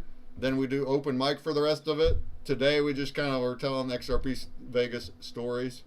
But I would like to start scheduling again our special guests the way we used to, and start highlighting a lot of these creators that I met this past week. So we're going to get a lot more in the coming weeks. We're going to get a lot more XRP projects of different sizes. We're open to anybody. The little guys, the little gorkers, and also the big guys. We talk to some big guys too. I'm going to get some big guys in here and teach people about that ecosystem and how we're integrating with that too, and bring those communities together. All right, that's going to be every Wednesday at this same time, 2 p.m. Eastern. And then also every Sunday, 3 p.m. Eastern. And I stay on for a long, like 7 or 8 hours on Sundays. And we chat. We have a good time. It's also open mic. People can come on and talk about anything, spawn stories. We kind of want people to come up to talk, because while we're arting, it's hard to talk while you art. It's hard to multitask. So I'm over here when there's no one talking. I'm blabbing away, but then I'm not getting forward on my art. So it's like, I want to draw. I just want to draw, you guys. This is so fun. And this past Sunday was also a really awesome, fun episode where we were going through all these stories too, and how hyped we are. I mean, I said before I left for Vegas, I said, I'm going to come back enlightened, you guys. Enlightened. And guess what? I am now enlightened. You guys, let me show you a few more video pictures. Look at my screen right quick. The mothership, that's Jumbie's house. They actually have this place decked out with not only Jumbie's art, but color-changing lights. Oh, Gorker knows all about it. He was there. Do you want to explain your experience at the mothership a little bit, Gork? Yeah, it was pretty wild. So you walk in there, and if you ever done like psychedelics and stuff, like every piece of artwork on the wall is just this psychedelic art, and there's like the 4 seasons and like goddesses and like Shiva, and it was just amazing. And it's like such a cool vibe when you get in there too, and it's like so cozy, and I just had such a great time. And I think we ended up watching like the new Ninja Turtles movie or something like that at like 3 in the morning. Yeah. It was just so rad. Yeah, and it was like, I don't know, I didn't want to leave that place. I could probably like hang out there for a couple weeks easy kind of thing, but yeah. Look at my screen. He's got Yeah, there it is. Yeah. color changing light contraptions, not just lights, but like plants and different things. They're pointing the lights all over the place, including ourselves in this room anyway, the living room, and all the art. And I was even telling the guys like how relaxing it is. Not even the art itself is also just mind-boggling, but just sitting in this room and just chilling and like looking at the light itself that's just changing, well, had such a calming effect. Jumbie actually believes that there's real science to this, and it hasn't been studied, but he wants to create studies of the therapy around color changing lights. And I agree with him. There is therapy around it. Look at the bunny. He's got a rabbit. Look at the rabbit. Let's go. Did you like the rabbit, Gork? A big old giant bunny. Man. A big It was giant so bunny. huge. I don't think I've ever seen a bunny so big in my life. It was awesome. Yeah, there he is. He's dope, isn't he? Yeah, this thing's like 3 feet long. It's a giant Flemish rabbit. And anytime that somebody comes and like marvels at him, Jumbie's like, I'm a professional psychedelic. I can't not have an Alice in Wonderland rabbit. And it's cool too, because like as we're sitting there, all of a sudden you see the rabbit's ears kind of pop up and like turn around, like, oh, the rabbit can hear something, but like to us, like no way we can hear it, right? Right? Yeah, you guys. There's something out there. Yeah, you watched Ninja Turtle. It's funny because earlier that week we also watched Ninja Turtle. That's why I was like, I already watched it. I went out to the hot tub. He's got a hot tub, you guys. Man, I tell you what, a good hot tub with jets. Oh, that's how you end a day, you guys. I want one now. Now I want one. Oh man, Jumbie knows how to end the day. I tell you. But Jumbie is so bumbly and just joyous, like a ball of joy, like a teddy bear. And he watches cartoons. And he was so excited about showing the Mutant Mayhem Ninja Turtle, the one that Seth Rogen did. And it's funny because Jumbie sounds like Seth Rogen. His voice is like Seth Rogen when he gets excited. He was even like offered roles to voice characters because Seth Rogen was too expensive. So he sounds like him. It's like if Seth Rogen did art instead of movies, you got Jumbie. He's like, you guys, you gotta check out the Ninja Turtles. You would not believe who they got to play Jackie Chan. You would not believe it's so brilliant. It's so brilliant who they got to play Jackie Chan. Dang it, messed that up. Splinter. Who they got to play Splinter? They got Jackie Chan to play Splinter. He choreographs all the moves. It's brilliant. And he's so excited about this cartoon. I was like, it's so funny to watch him that way. Just a ball of joy, no negativity, just whoa, you know. And whenever there is negativity around, when there are things happen. We were under stress. We were under a lot of pressure. But he's always like, oh, look at the upside, and what do we do to solve this? And it's like, okay, take the pressure down, you know. Don't just do everything you can to relieve the pressure. Take things slowly. we went out to the Vegas Sphere too, which was an experience. But he's like, no, we gotta leave really early, super early. I'm not trying to to bustle and try to get there and try to rush and run. He's like, no, low pressure, just vibes, straight vibes. That's his life. It was awesome. I connected with him so hard, you guys. The connection was so hard, you guys. Oh, look, Zolad's up. Come on up, Zolad. Just requested. What up? What up, doe? What up, doe?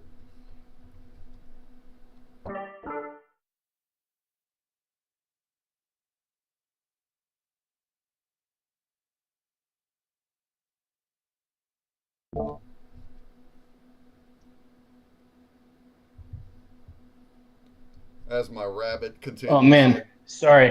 Hey, what up, My wife called me the second I hit request. My wife called me and tapped me out, and then I'm halfway through the conversation with her, and I can hear, "Hey, what's going on?" I'm like, "Oh shit!" Well, she's I'm more in the important. room. You better hang me up and talk to the lady. Come on. It's fine. I hung up on her. I hung up on her just like I always do. Before let's preface Zolid here, because also we did something a little special for his niece. So he's got a niece with leukemia and a GoFundMe, and that was announced before the Vegas event. And also shouts to the XRP community because they blew the GoFundMe out the water and raised so much money for that. But then also, that's 67,000 now. Oh wow! Awesome. Yeah, it's cruising. Jumby was very touched by that. So we actually, our top left frame here. This top left frame was the Fabergé egg that we made on stream, and he put that into an 11x17 frame, and that one we were selling for proceeds going to that GoFundMe, and we wound it up. Somebody did buy it for $200. But in addition to that, Jumby also has connections. His parents are actually high physicists. That's partly a reason why he's such a science. Well, they're right into it too, right? Like I think they worked at Johns Hopkins. Yeah, they worked at Johns Hopkins, and they into shit too. Like they were working with leukemia. Treatments that were successful on people that are new types of treatments. So he's connecting them together, and hopefully can help things that way. And Jumpy just really wanted that to happen and to like make that happen. It was super sick. Like I did as much torch passing as I could in there. Somebody's like, "Oh, here, I'll call you," and then you call them. I'm like, "Fuck that! Here's his number. Call him." And I gave Dad Jumpy's number too, so they can just skip me out of the equation. I'm just here to make connections and see what happens. Yeah, well, that's great, and I hope it does work out well. I hope so too. Zolid, you couldn't make. Oh yeah, we talked on Sunday. He couldn't make it out to Vegas, but he's very much a pillar of the XRP community. Everybody there was all throwing blessings, and we're talking about me throwing blessings. That's good. As long as you're not throwing curses, that's no curses. That's excellent. Just blessing. All positivity here. No negativity. Good. Good. I try my best. I was actually thinking because I see Gork up here. I was wondering if we should add Gork to the Grabs ecosystem if that's something he'd be down for. If he doesn't know about it, I'm more than happy to let him know what's up. You want to do a pitch about it? That's what the space is for. Tell us about the project. A pitch? Have you got in an hour? We have hours on end. Yeah.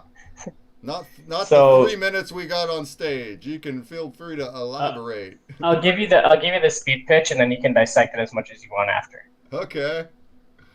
So Money Grabbers is an NFT enrichment ecosystem. So what we've done is we have our own token Grabs, and we have our original NFT set, the OG Money Grabbers on Cafe.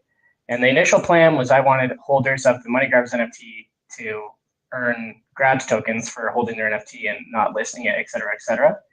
But then me and my dev were talking with each other, and we went, you know what would be actually really crazy? If we add another project in after us in the ecosystem, and they pay us tokens, and we give them some grabs. I was like, oh, that's cool. And then like we just keep going. He's like, yeah, but then as the partners join on, they don't get tokens from the projects before them. They get them from the ones after. Oh, that's diabolical. So we just keep growing this thing out and growing it out and growing it out and get as many projects in here as we can. And then my dev goes, yeah, but we can do cross-chain too because I can build anywhere. I'm like, oh, that's excellent. So now we have TX projects. I'm working on some Solana ones and some HBAR projects as well. We're at 55 partner projects on the website. I know we're at like 58. I've got a couple in the queue that are being pushed through. But essentially what happens is when you join the ecosystem, you throw some of your project's tokens into our distribution wallet, and then it will get rid of all the tokens that are in there over 6 months. It'll drop them to all the NFT holders that were there before you.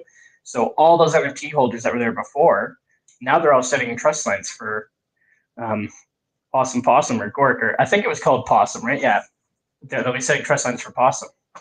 And that gives you more exposure to all those people.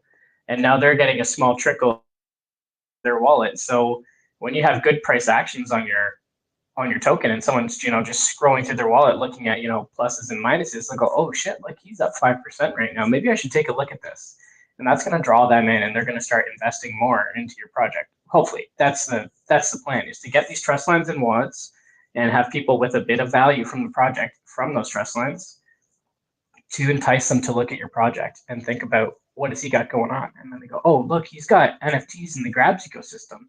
So now they're going to go and they're going to look at your NFTs that have been enriched in the ecosystem too, because now your NFTs are paying rewards and grabs and whoever comes up after you.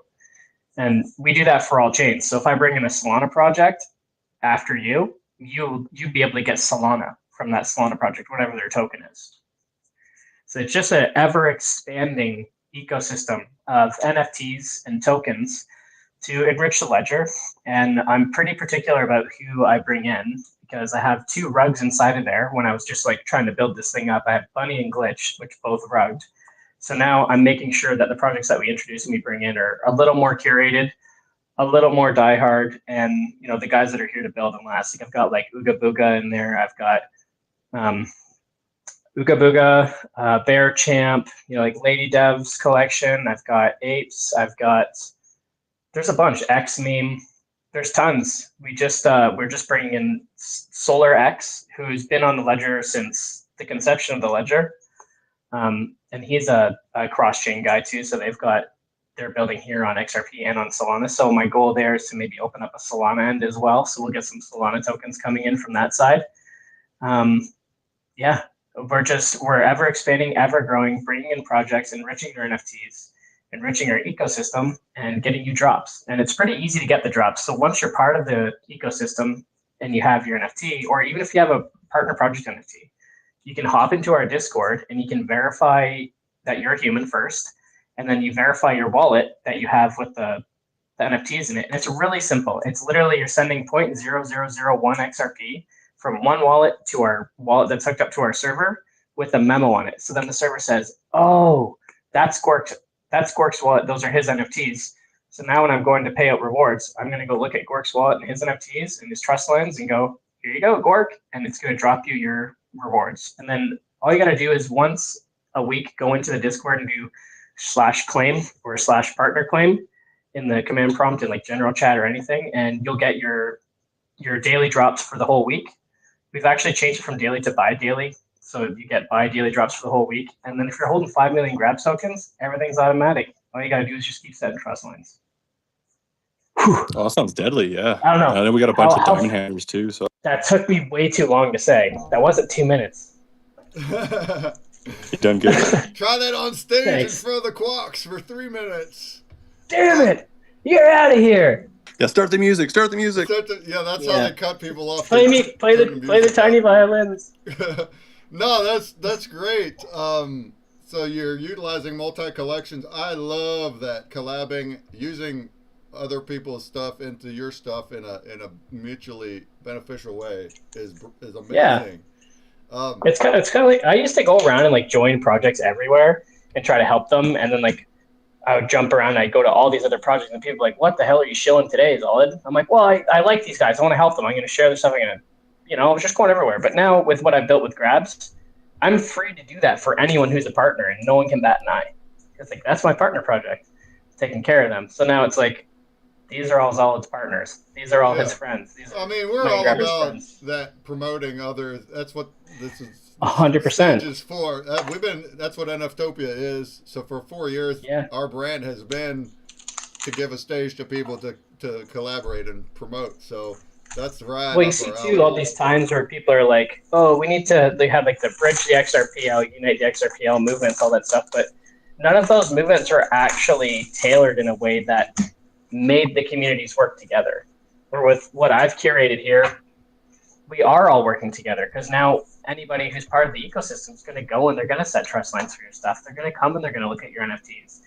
We'll do spaces together, whatever you want. If you need help promoting something, you just let me know. You're my partner. I'll be there. I'll help you out. I'm not going to come in and be like 500 XRP for me to promote your shit. Like, I'm not like that. So if you're a partner project to me and you want my help, just let me know and I'll be there. I'm not here to fleece you for money. I'm here to build this ledger, man. That's what we're doing. We're trying to onboard. I want people to come to XRPL and be like, what's money grabbers? So grab a money grabbers NFT, and then all of a sudden they got to set these trust lines for all these projects that we got.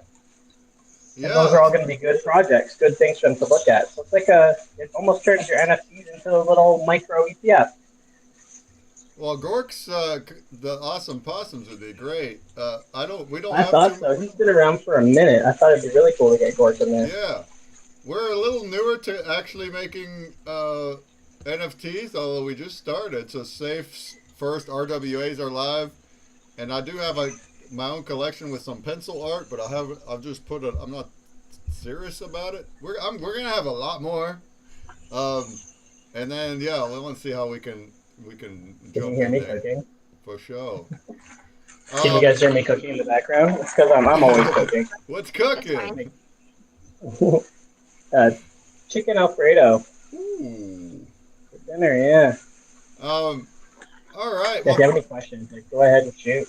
Absolutely. Hey, y'all can go follow Zolid to meet up if anyone has questions. It looks like I can throw something up on the Jumbotron actually. Oh shit, I can't because I'm on my Android. Oh. For some reason today the space is missing the button to the little chat button, so we can't even go to our replies of the space. Did you open the space from a PC? I don't know. Waffles Kitty, you're on your phone, right? What did you say? You're hosting the space from PC or from your phone? I did from PC. Yeah, so when you launch the space, if you launch it from PC, you won't get the comment box. But if you launch it from your phone, how stupid. And then you just log in on your PC and reconnect from your PC. Yeah. That's how we usually do it. I didn't even know you can start it on PC at all. I thought you had to do it on phone.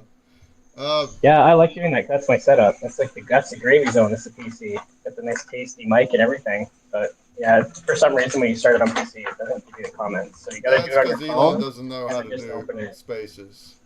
Yeah. I'm trying to help. I'm trying to help out. Filled with bugs every week, no matter what. Elon cannot fix them. No, it's terrible. It's actually terrible. For my phone, I haven't been able to share to the Jumbotron for like 6 months on Android. I don't know what the hell he did. He did some update and he's like, fuck the Androids. Now we're all. Well, hey, we had a great space here today. Look, eFarmCoin just made it in. What up though? But yeah, we would like to end the space, and we'll be back in a week for another pitch break. I'll be back on Sunday with Art Space. And also, I'm not leaving right at the moment from the stream, so the space will end, but I will still keep going on Twitch and Blaze and all the things. And I want to vibe with all these Blazers that are still going crazy up there. And also, finally, you Twitchers, you finally dug out my dig pool. How long has it been? It's been weeks, a month, 2 months since I put NFTs in the dig pool, like 3,000. They just dug it out. It's empty. Good job, you guys. Good job. I got to put more NFTs in the dirt. We're going to have to bury some more so you dig them back up. Dig them back up.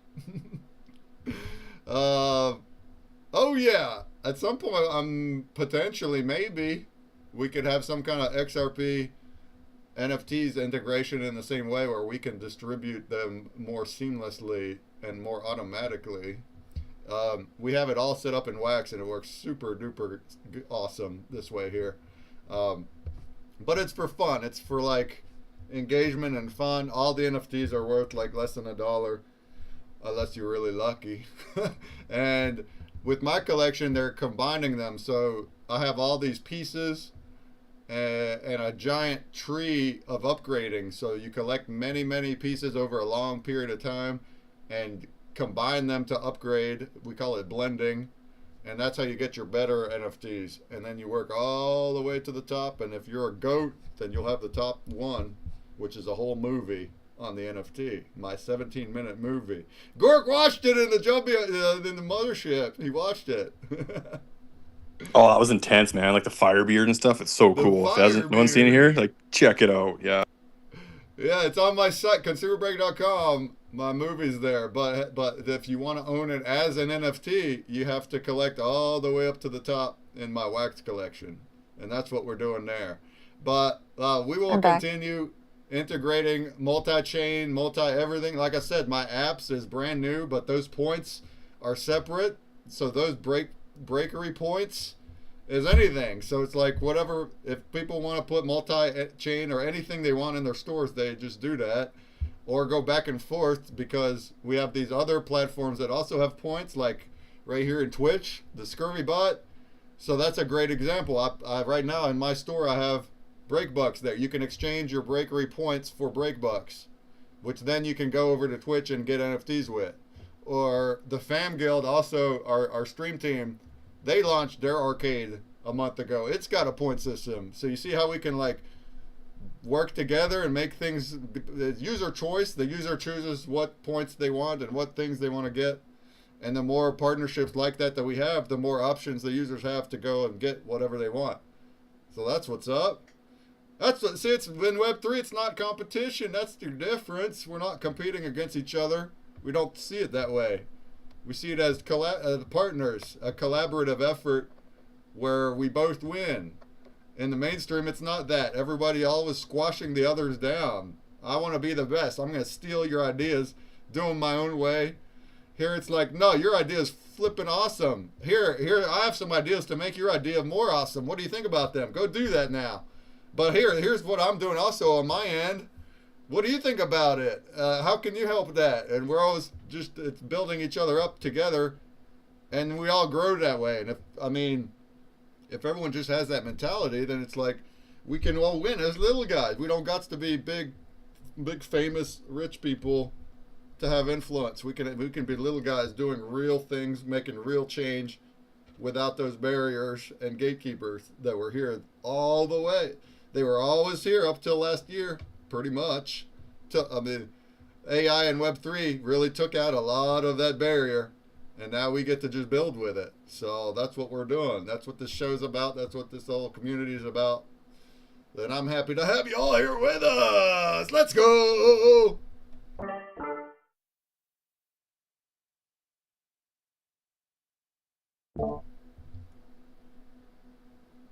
All right, with that, unless there's any other speakers, we're going to shut this mother down and go over to Twitch and Blazeland. Did we have a good time today? I haven't got a DM from Gork yet. Oh, I sent a DM through there we go. Twitter or X. You should have it. But yeah, I asked you a couple questions. But yeah, I'm definitely interested. It's good. It's going to be cool.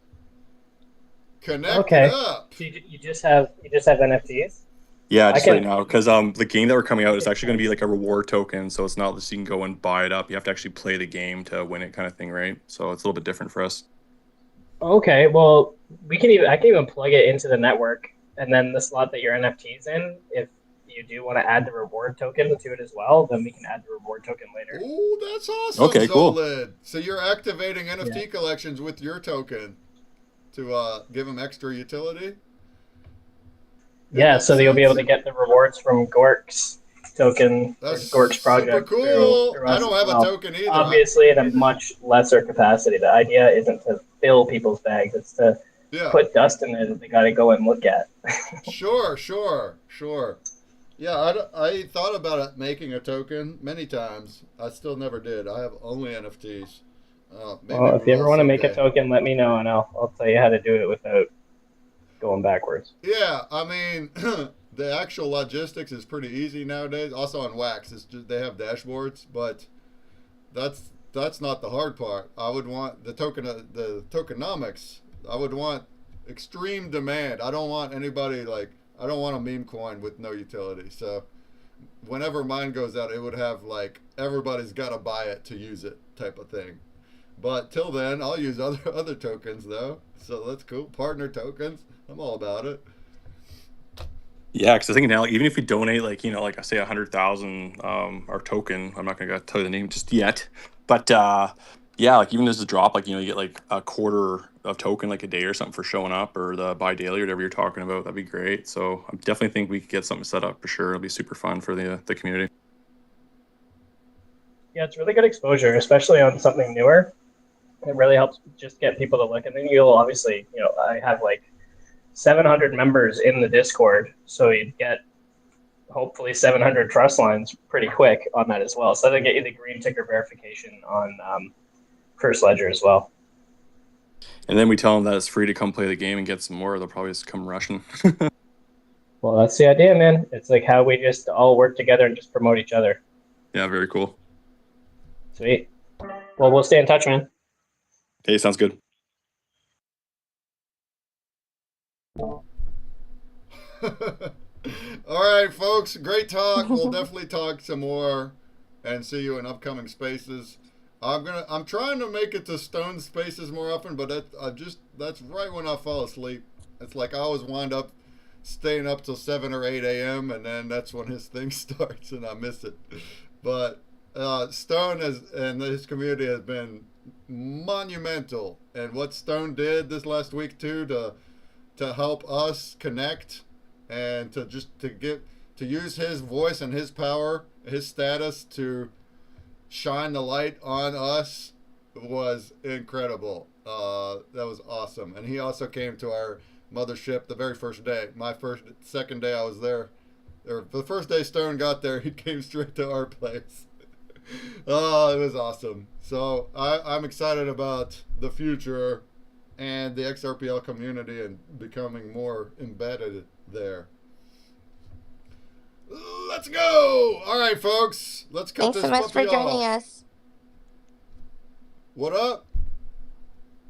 All right, thanks so much for joining us, guys.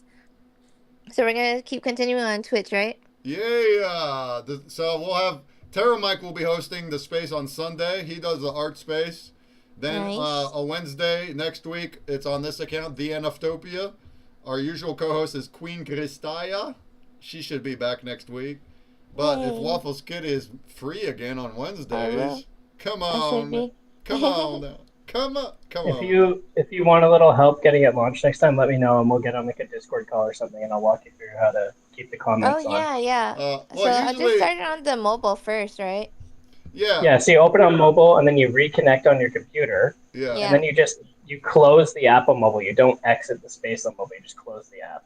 Yeah. Oh, Because if you exit the Yeah, space, I noticed on that. the app, Yeah, you'll they close do it. have like a reconnect feature too, if needed.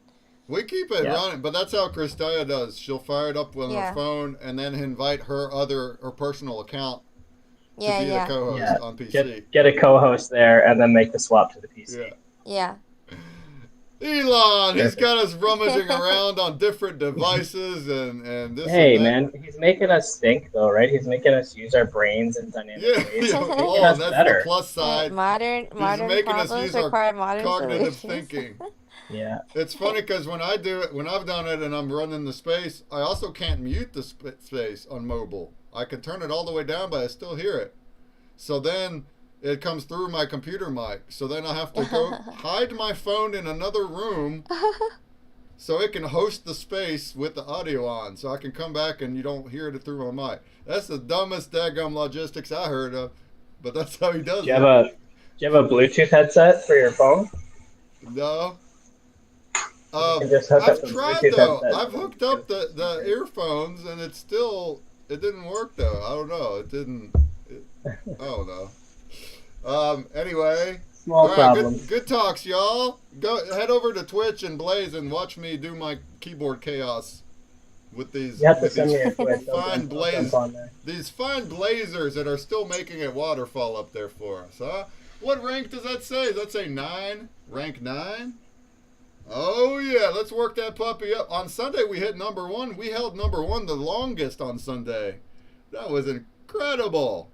All right, let's do that again. Let's get to number 1. Cheers, fam. All right, follow along twitch.tv/consumer break after.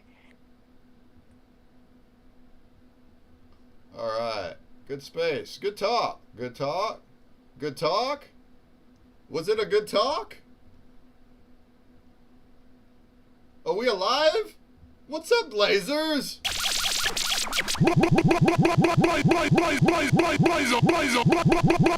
Blaze on!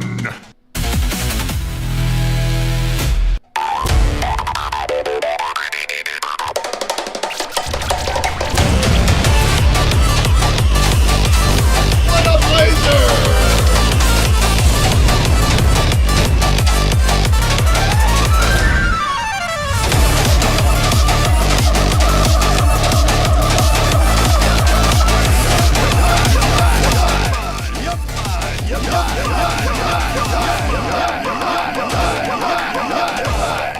Oh yeah! Oh yeah!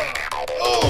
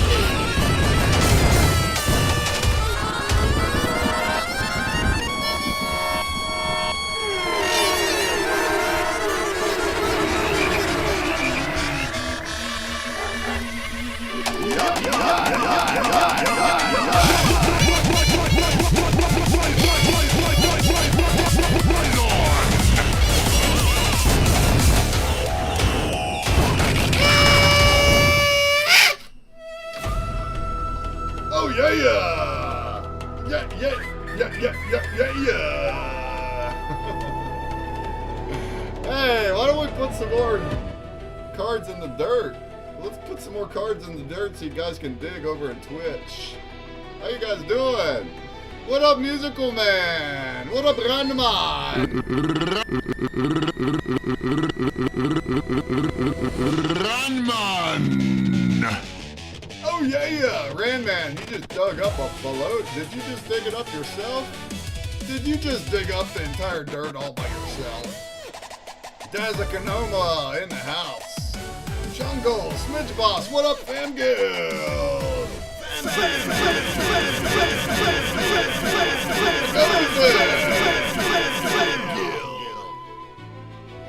And we got the Blazers going crazy. I got Grim and Agent Zani, Vote, Spawn 2, still with us.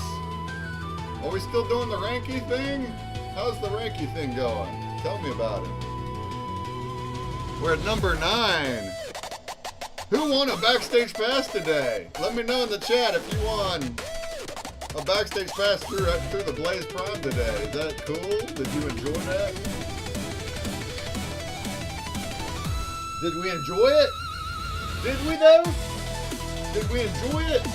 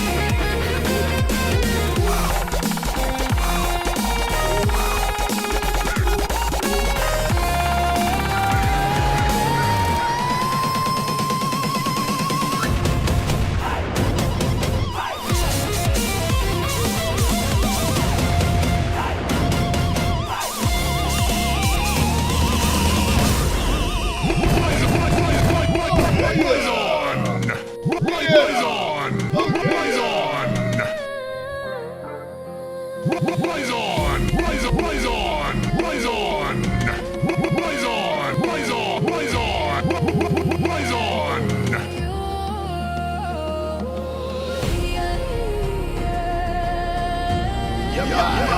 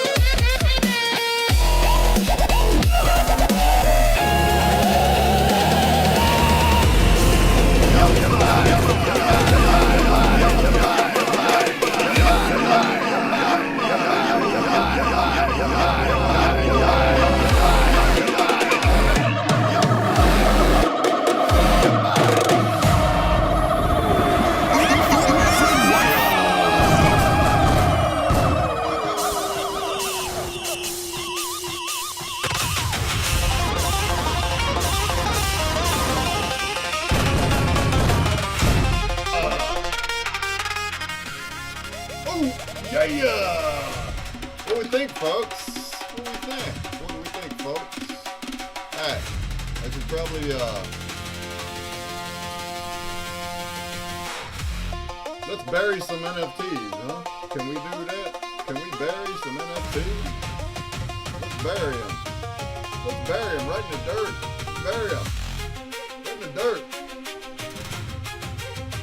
When does the Blaze Prime Man tell me, somebody? Are we still going for another hour? 2 hours? 5 hours? 16 and a half days? Or what? What's the deal? I gotta go grocery shopping. I'm hungry, but there's no food here.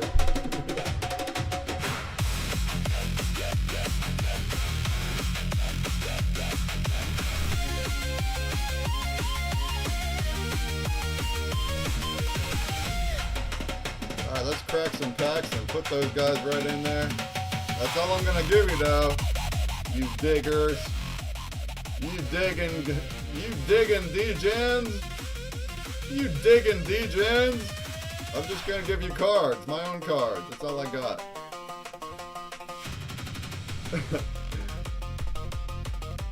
The Blaze is on fire! Who's new? Is there anybody new? Who just discovered me today? Who likes what they see? Anybody?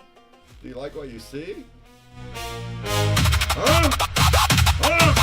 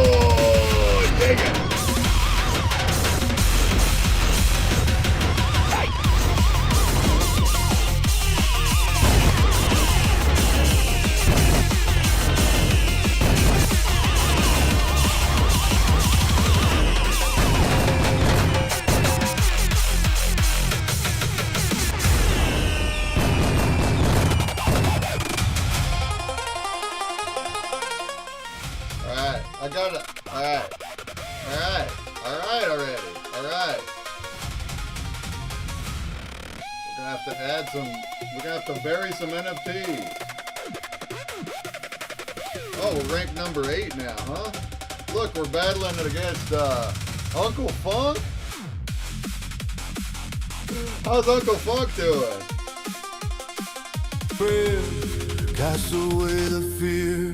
He stands with the priests who stream through night and day, devoted to CG77, lighting up the way. No plea unanswered, no soul left alone. Neron's watches over his sacred digital throne. Hail Neron's, Haiti and true. Gospel in our life.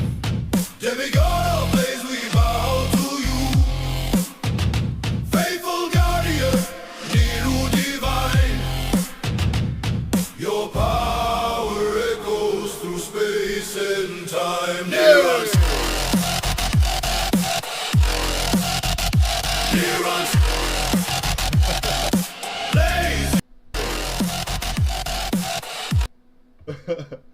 I like that, actually. Hold on. Hold on, we got this. He don't even know it. Uncle Funk don't even know it.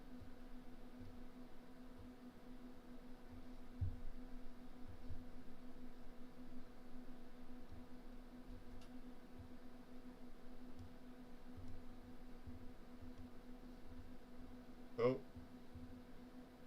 So many things are open. Uh-oh. Uh-oh. Too many things. What happened?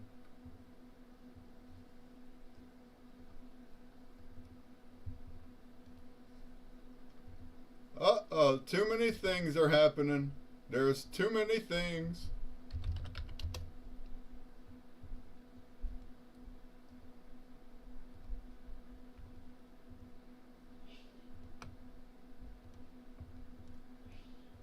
Hang on. Hang on.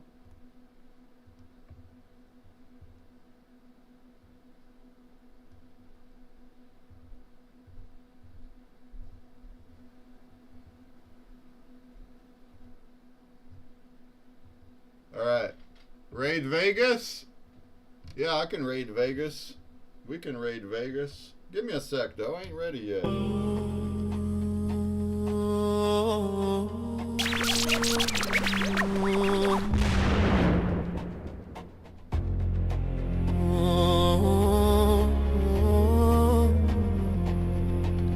Neurons. Neurons.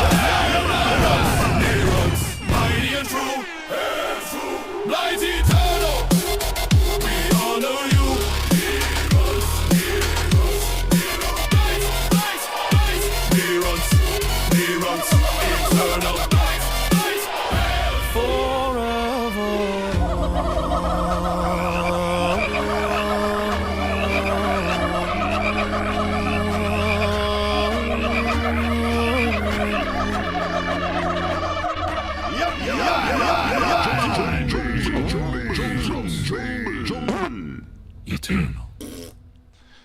Blaze forever. B, did I tell you about Nero?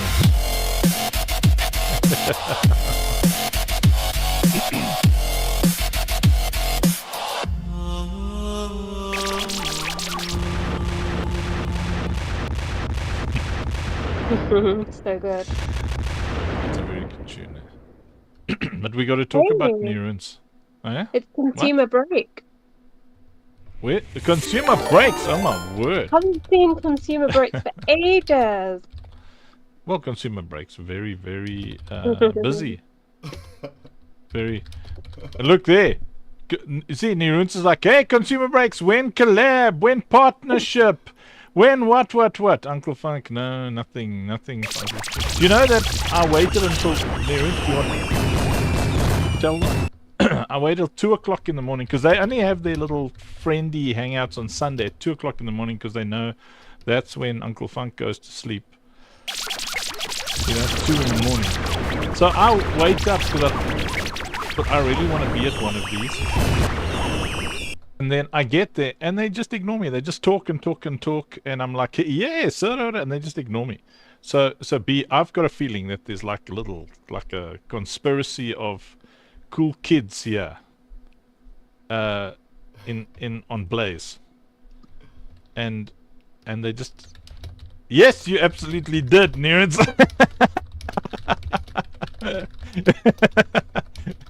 I'm gonna be butthurt for it for 2 years. I'll hold on to things. I'm like Donald Trump, man. We're talking to Uncle Funk right now. Hey, consumer break. Talking to Uncle Funk. Are you in the inner circle here? Eh? Consumer says Uber busy, still streaming every week. I'm live now. I was rocking to your song. You're cool. Oh, we've got a consumer break song. We do. We totally do. Do you have it though? I don't know if you'll have it in your. The Cats lady's immediately offended. No, you are nothing like Donald Trump. No, never.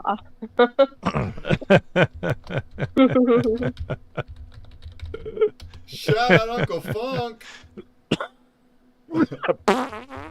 Excuse me. Let me go find that consumer break. Oh, we're gonna rock to my song. You guys ready for this? Yeah, Donald Trump keeps grudges.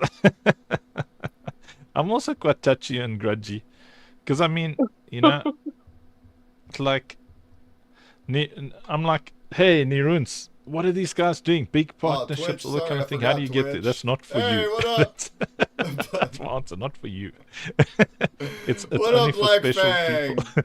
I'm like, come on, don't we work hard enough for these Black things? Fang and crew. What up, Soul? What up, Veerman? Don't worry, Old Niruns. I'm going to play the consumer break song while you think about, you sit in the corner and think about how you treat your hardworking streamers that you already have.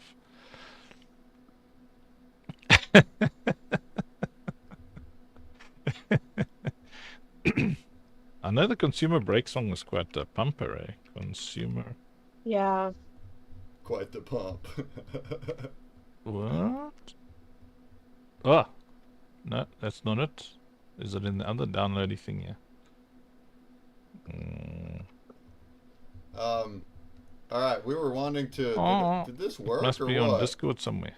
Please hold. Oh, I didn't mint my packs. Why didn't I mint my packs? I don't know, man. Like, you know, the great hacking of 25? When was it? Was it the beginning of this year or was it last year when I got hacked? Then I had to redo all my hard drives and stuff. Has it been that long since we've seen consumer? It's been a while. Okay. I'm sure I put it on Discord. Let me have a look. Consumer breaks. It's a cool tune, eh? It's a very cool tune. Let's find it.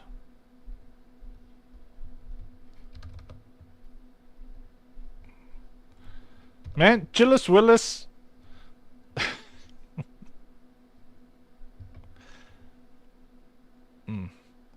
You've got to contribute to like ecosystems, not just always want stuff from ecosystems. Okay, what am I doing before I rage here? Am I being unreasonable, B? Sorry. No. All right, I reckon he's pulling up my song. Is this in cult tunes? Oh, Red wants his tune. Yes, we got to make Red his tune. Consumer break. All the ecosystems. Let me see. Consumer. Let's try that. Please tell me I put it in the tunes. Consumer breaks. Let's crack some packs and put them in the no, dirt. No, it's not there. We're gonna find it. How goes it, old Consumer Mankey? How breaks. goes it, Black Fang and Did crew? I DM it to you, Consumer Breaks? Maybe I did that. Let me just check in general chat. We just Maybe had an I put incredible space that You're not in tunes. for 3 hours I didn't see it in tunes. Why would I not? that went put into it in? depth about some of our stories. Well, I typed general in general chat. Have a good drawing stream. We're gonna find the consumer. We just breaks finished on PitchBreak. I'm gonna be out of here pretty soon now. Consumer breaks. Thank No. you, Black Fang. I must have. There's What not was even a the- consumer breaks on. Let me just type consumer. What would you have called it? Consumable. I would have put consumer breaks in it. Mm, No, there's just long things, essays from our people. Okay, let me type here in the consumer, maybe. No, let's find or start a conversation. Consumer, how did I send it to you? Consumer, Breakman, consumer breaks. No, man, what is this now?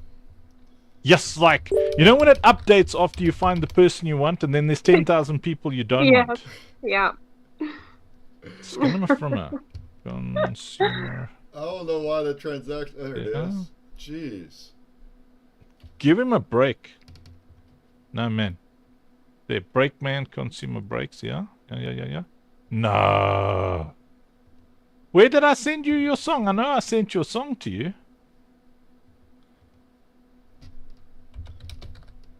Let's try breaks.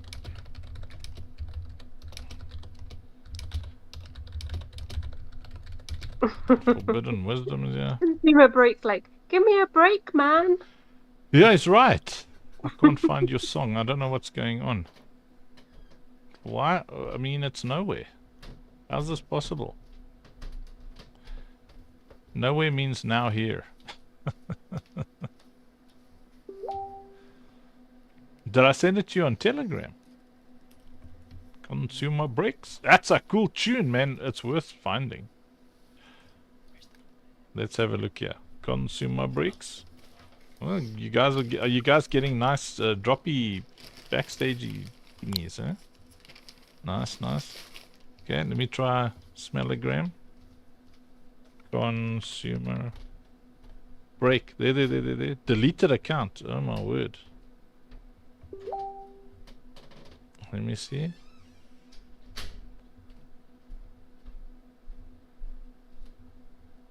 Dan Asker.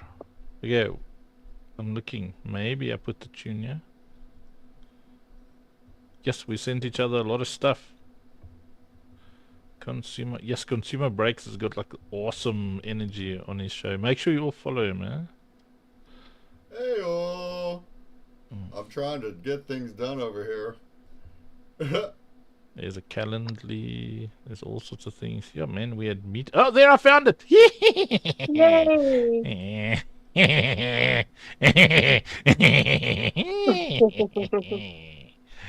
Yes, I found you. Found you.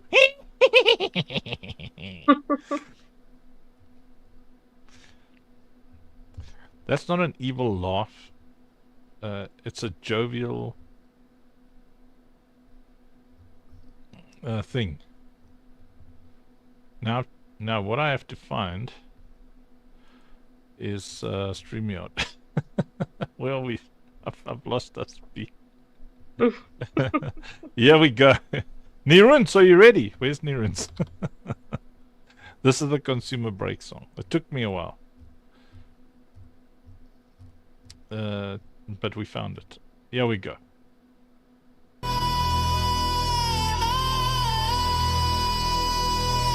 It's a banger. It is a banger. Blaze King.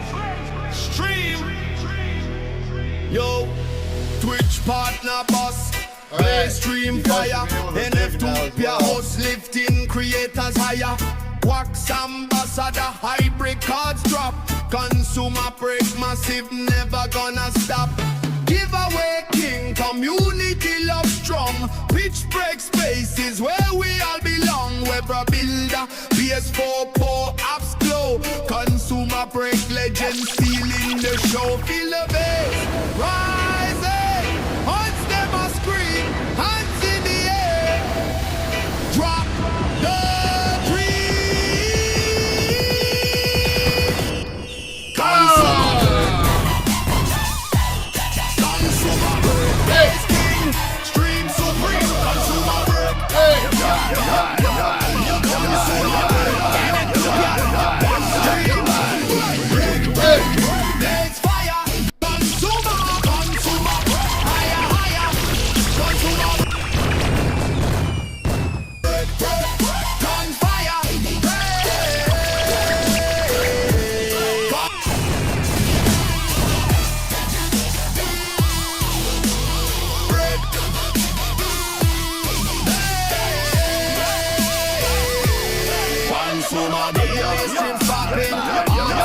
side. Giveaways dropping, communist pride. Twitch to blaze, multi-platform king. Consumer break forever, let the bells ring. Positive vibes, creators unite. One side with cards, shining so bright. Base 4 apps, building the chain. Consumer break boss, breaking the game. Feel the bass, rising. Rap getting wild, reggae calling. Break the style. Consumer break. Hey. Consumer break. Breaking. Stream supreme. Consumer break. Break. Consumer break. Benefita. One stream.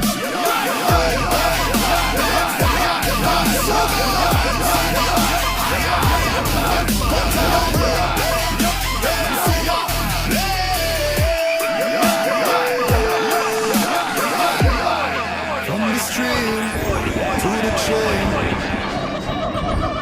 Sumo break rising.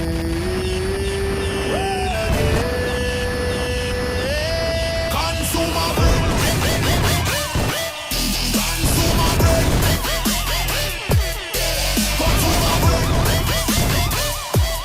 Consumer break. Consumer break. Consumer break. Blaze fire. Consumer break. Higher, higher. Consumer break. Blaze fire.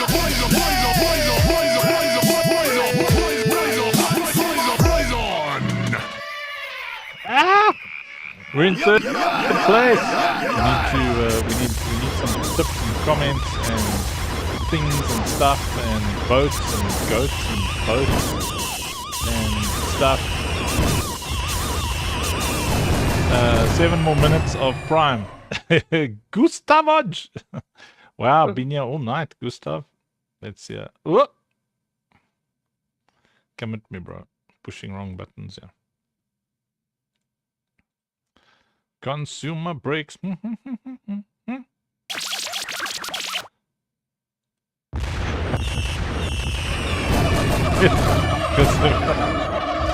go.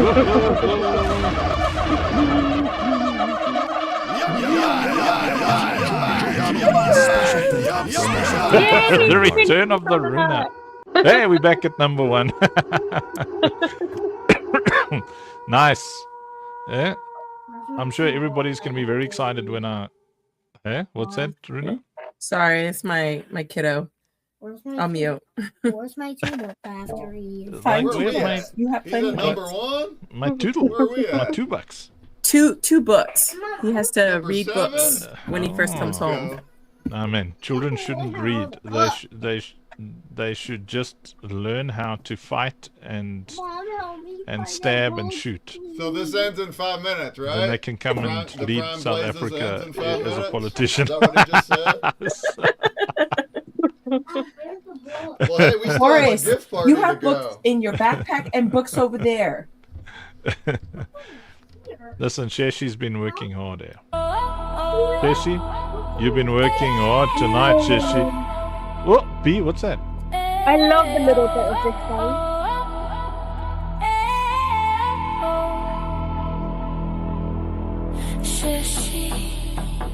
Anybody wants to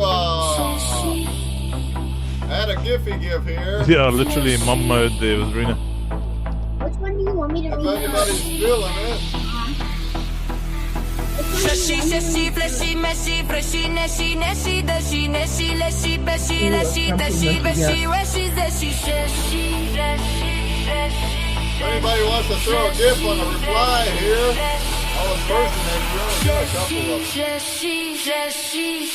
And I'm going to put you in a wheel. And the winner will get an XRP NFT from my new collection. Special session.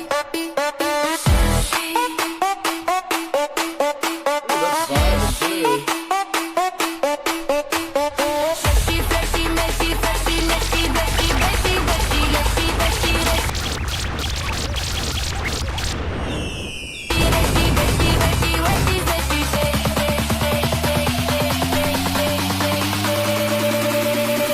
Beshi, Beshi, Beshi, Beshi.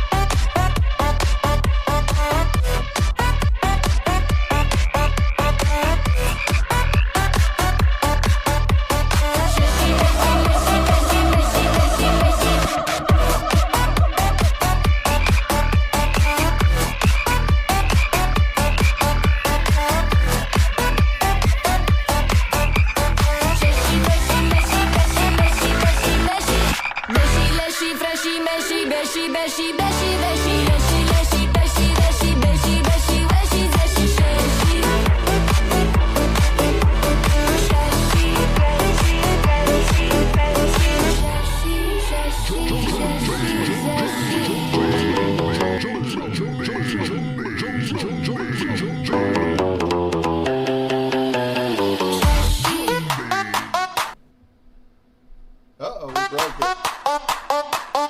Broke the internet. We're breaking the internet. I'm breaking it.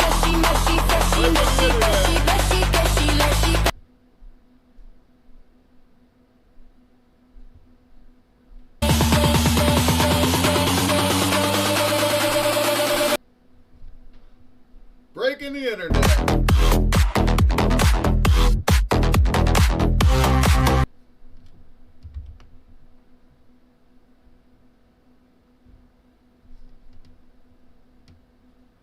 Come on now. We've done broke the internet. I'm frozen up. We're all froze up. We're all frozen up. Alright. That's about it for me today though, huh? I've been on here for 4 hours. What do we think, folks? I need to go grocery shopping. I'm going to start eating right too. We're going to get some healthy food in this house. I'm all froze up now. I can't see what's going on, huh? We still here? Are we still here? I see you down there, Force Lair. I see you down there. Tasty. Tasty. Tasty. I see you down there. Victors. Ooh, you got those hearts and fires. Oh, I'm going to eat that right up, tell you what. Get some nutrients. Get some emoji nutrients up in here. What? What do you think, Def my computer's frozen at the moment. I can't read the chats. Nothing's happening, but I can read the overlay. I can see the overlay down there. Let's go, Chupacol, Force Layer. Let's go. I'm gonna eat you guys up too. Tasty. There it comes. Here it comes back. Internet's coming back. Come on back now, you hear? Come on back. Come on back now, you hear?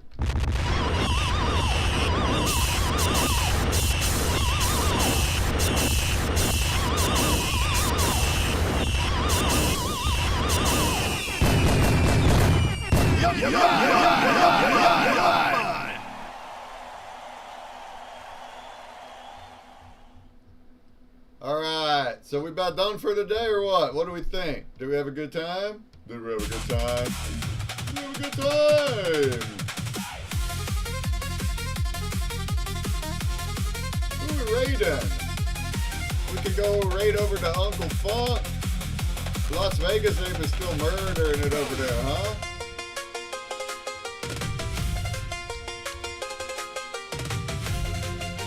I don't have a backstage pass giveaway today because our wheel is broken. So let's just hold off on that guy. Come back Sunday. Come back Sunday. I'll have more gibbies. Gibbies.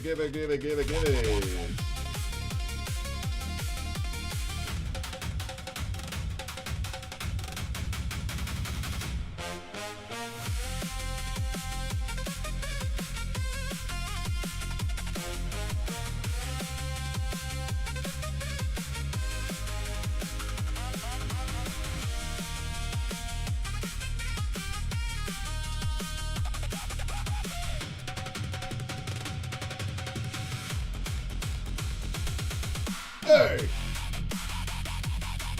Hey! Hey! Oh!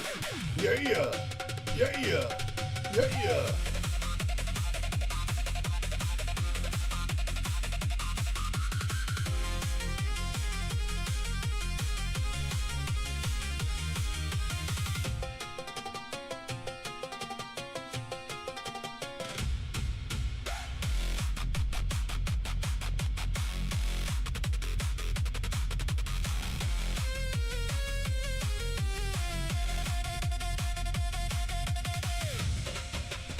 All right, what do we think? Is the prom thing over now? Oh, he's rating up. What an absolute legend. What an absolute legend, Uncle Funk. Everybody, welcome.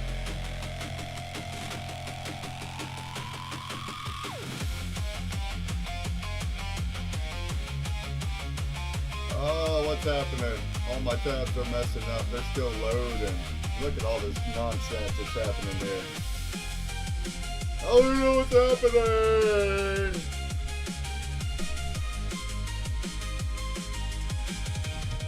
I don't know what's happening.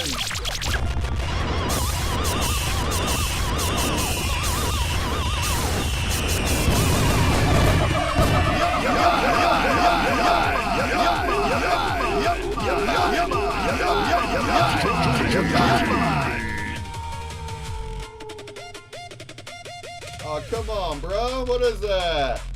Come on. What is this white screen nonsense? Oh, oh, there it goes. Oh, came back. Thank you. Appreciate it.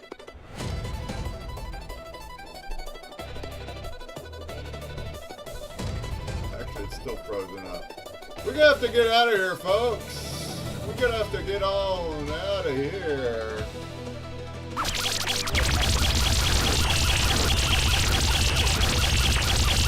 We have a good time today. I can't even tell what's going on. We're gonna have to escape out of all those. Alright, did we have a good time? The sound effects are so chaotic in a nice way. Hey, what's up, Don D? You like my gimmicks? Thank you for that vote, Don D. I appreciate you. Oh, look at us. We're murdering it. Oh, man. 30 unique supporters. It's only halfway through the week. You guys are murdering it. Thank you. I don't have no more blazes or I would be gift subbing you guys so you can be green. Awesome. I stream every Wednesday and Sunday. Alright, so I'll be back on Sunday. 3 p.m. Eastern. We'll be live for like 8 hours. We're gonna make art live together. We're gonna talk, and then yeah, I get down to some chaos. I get down to some chaos.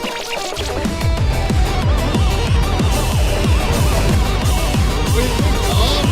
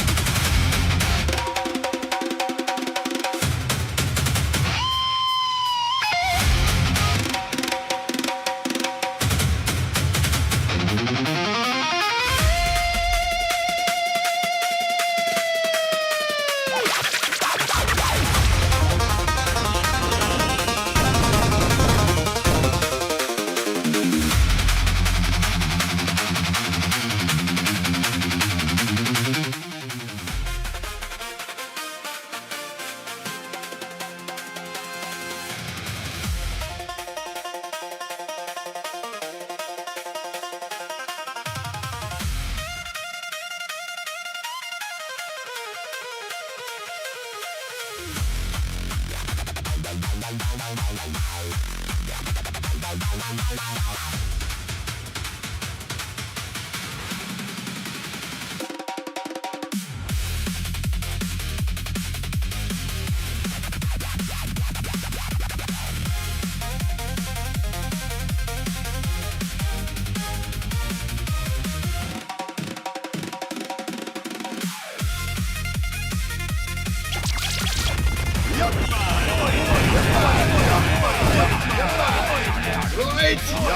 Right! Knock somebody!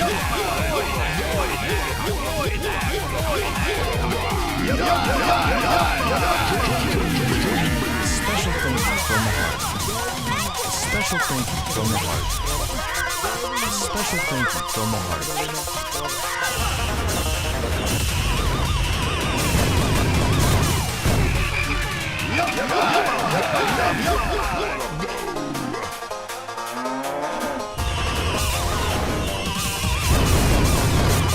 Who's with me?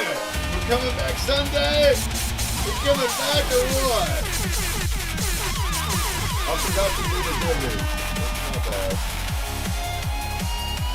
I'm gonna give you all one. We only have 3 people. Nicholas Giggy, happy Wednesday! Dogzilla Whoop with the doggy hump. Bavarian with the Y'all gonna get an XRP NFT for my new collection. Thank you. It's been fun. It's been real. Break mine. I really was Las Vegas. I was doing Las Vegas safe things. And that's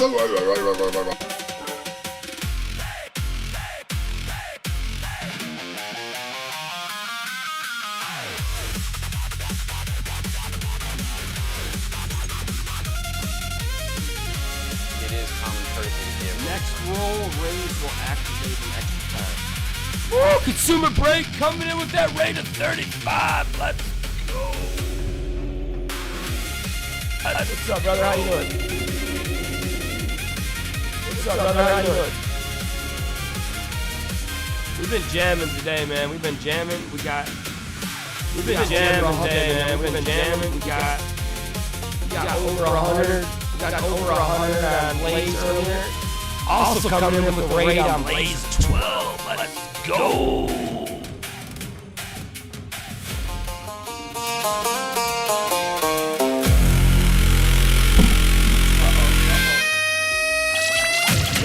heart.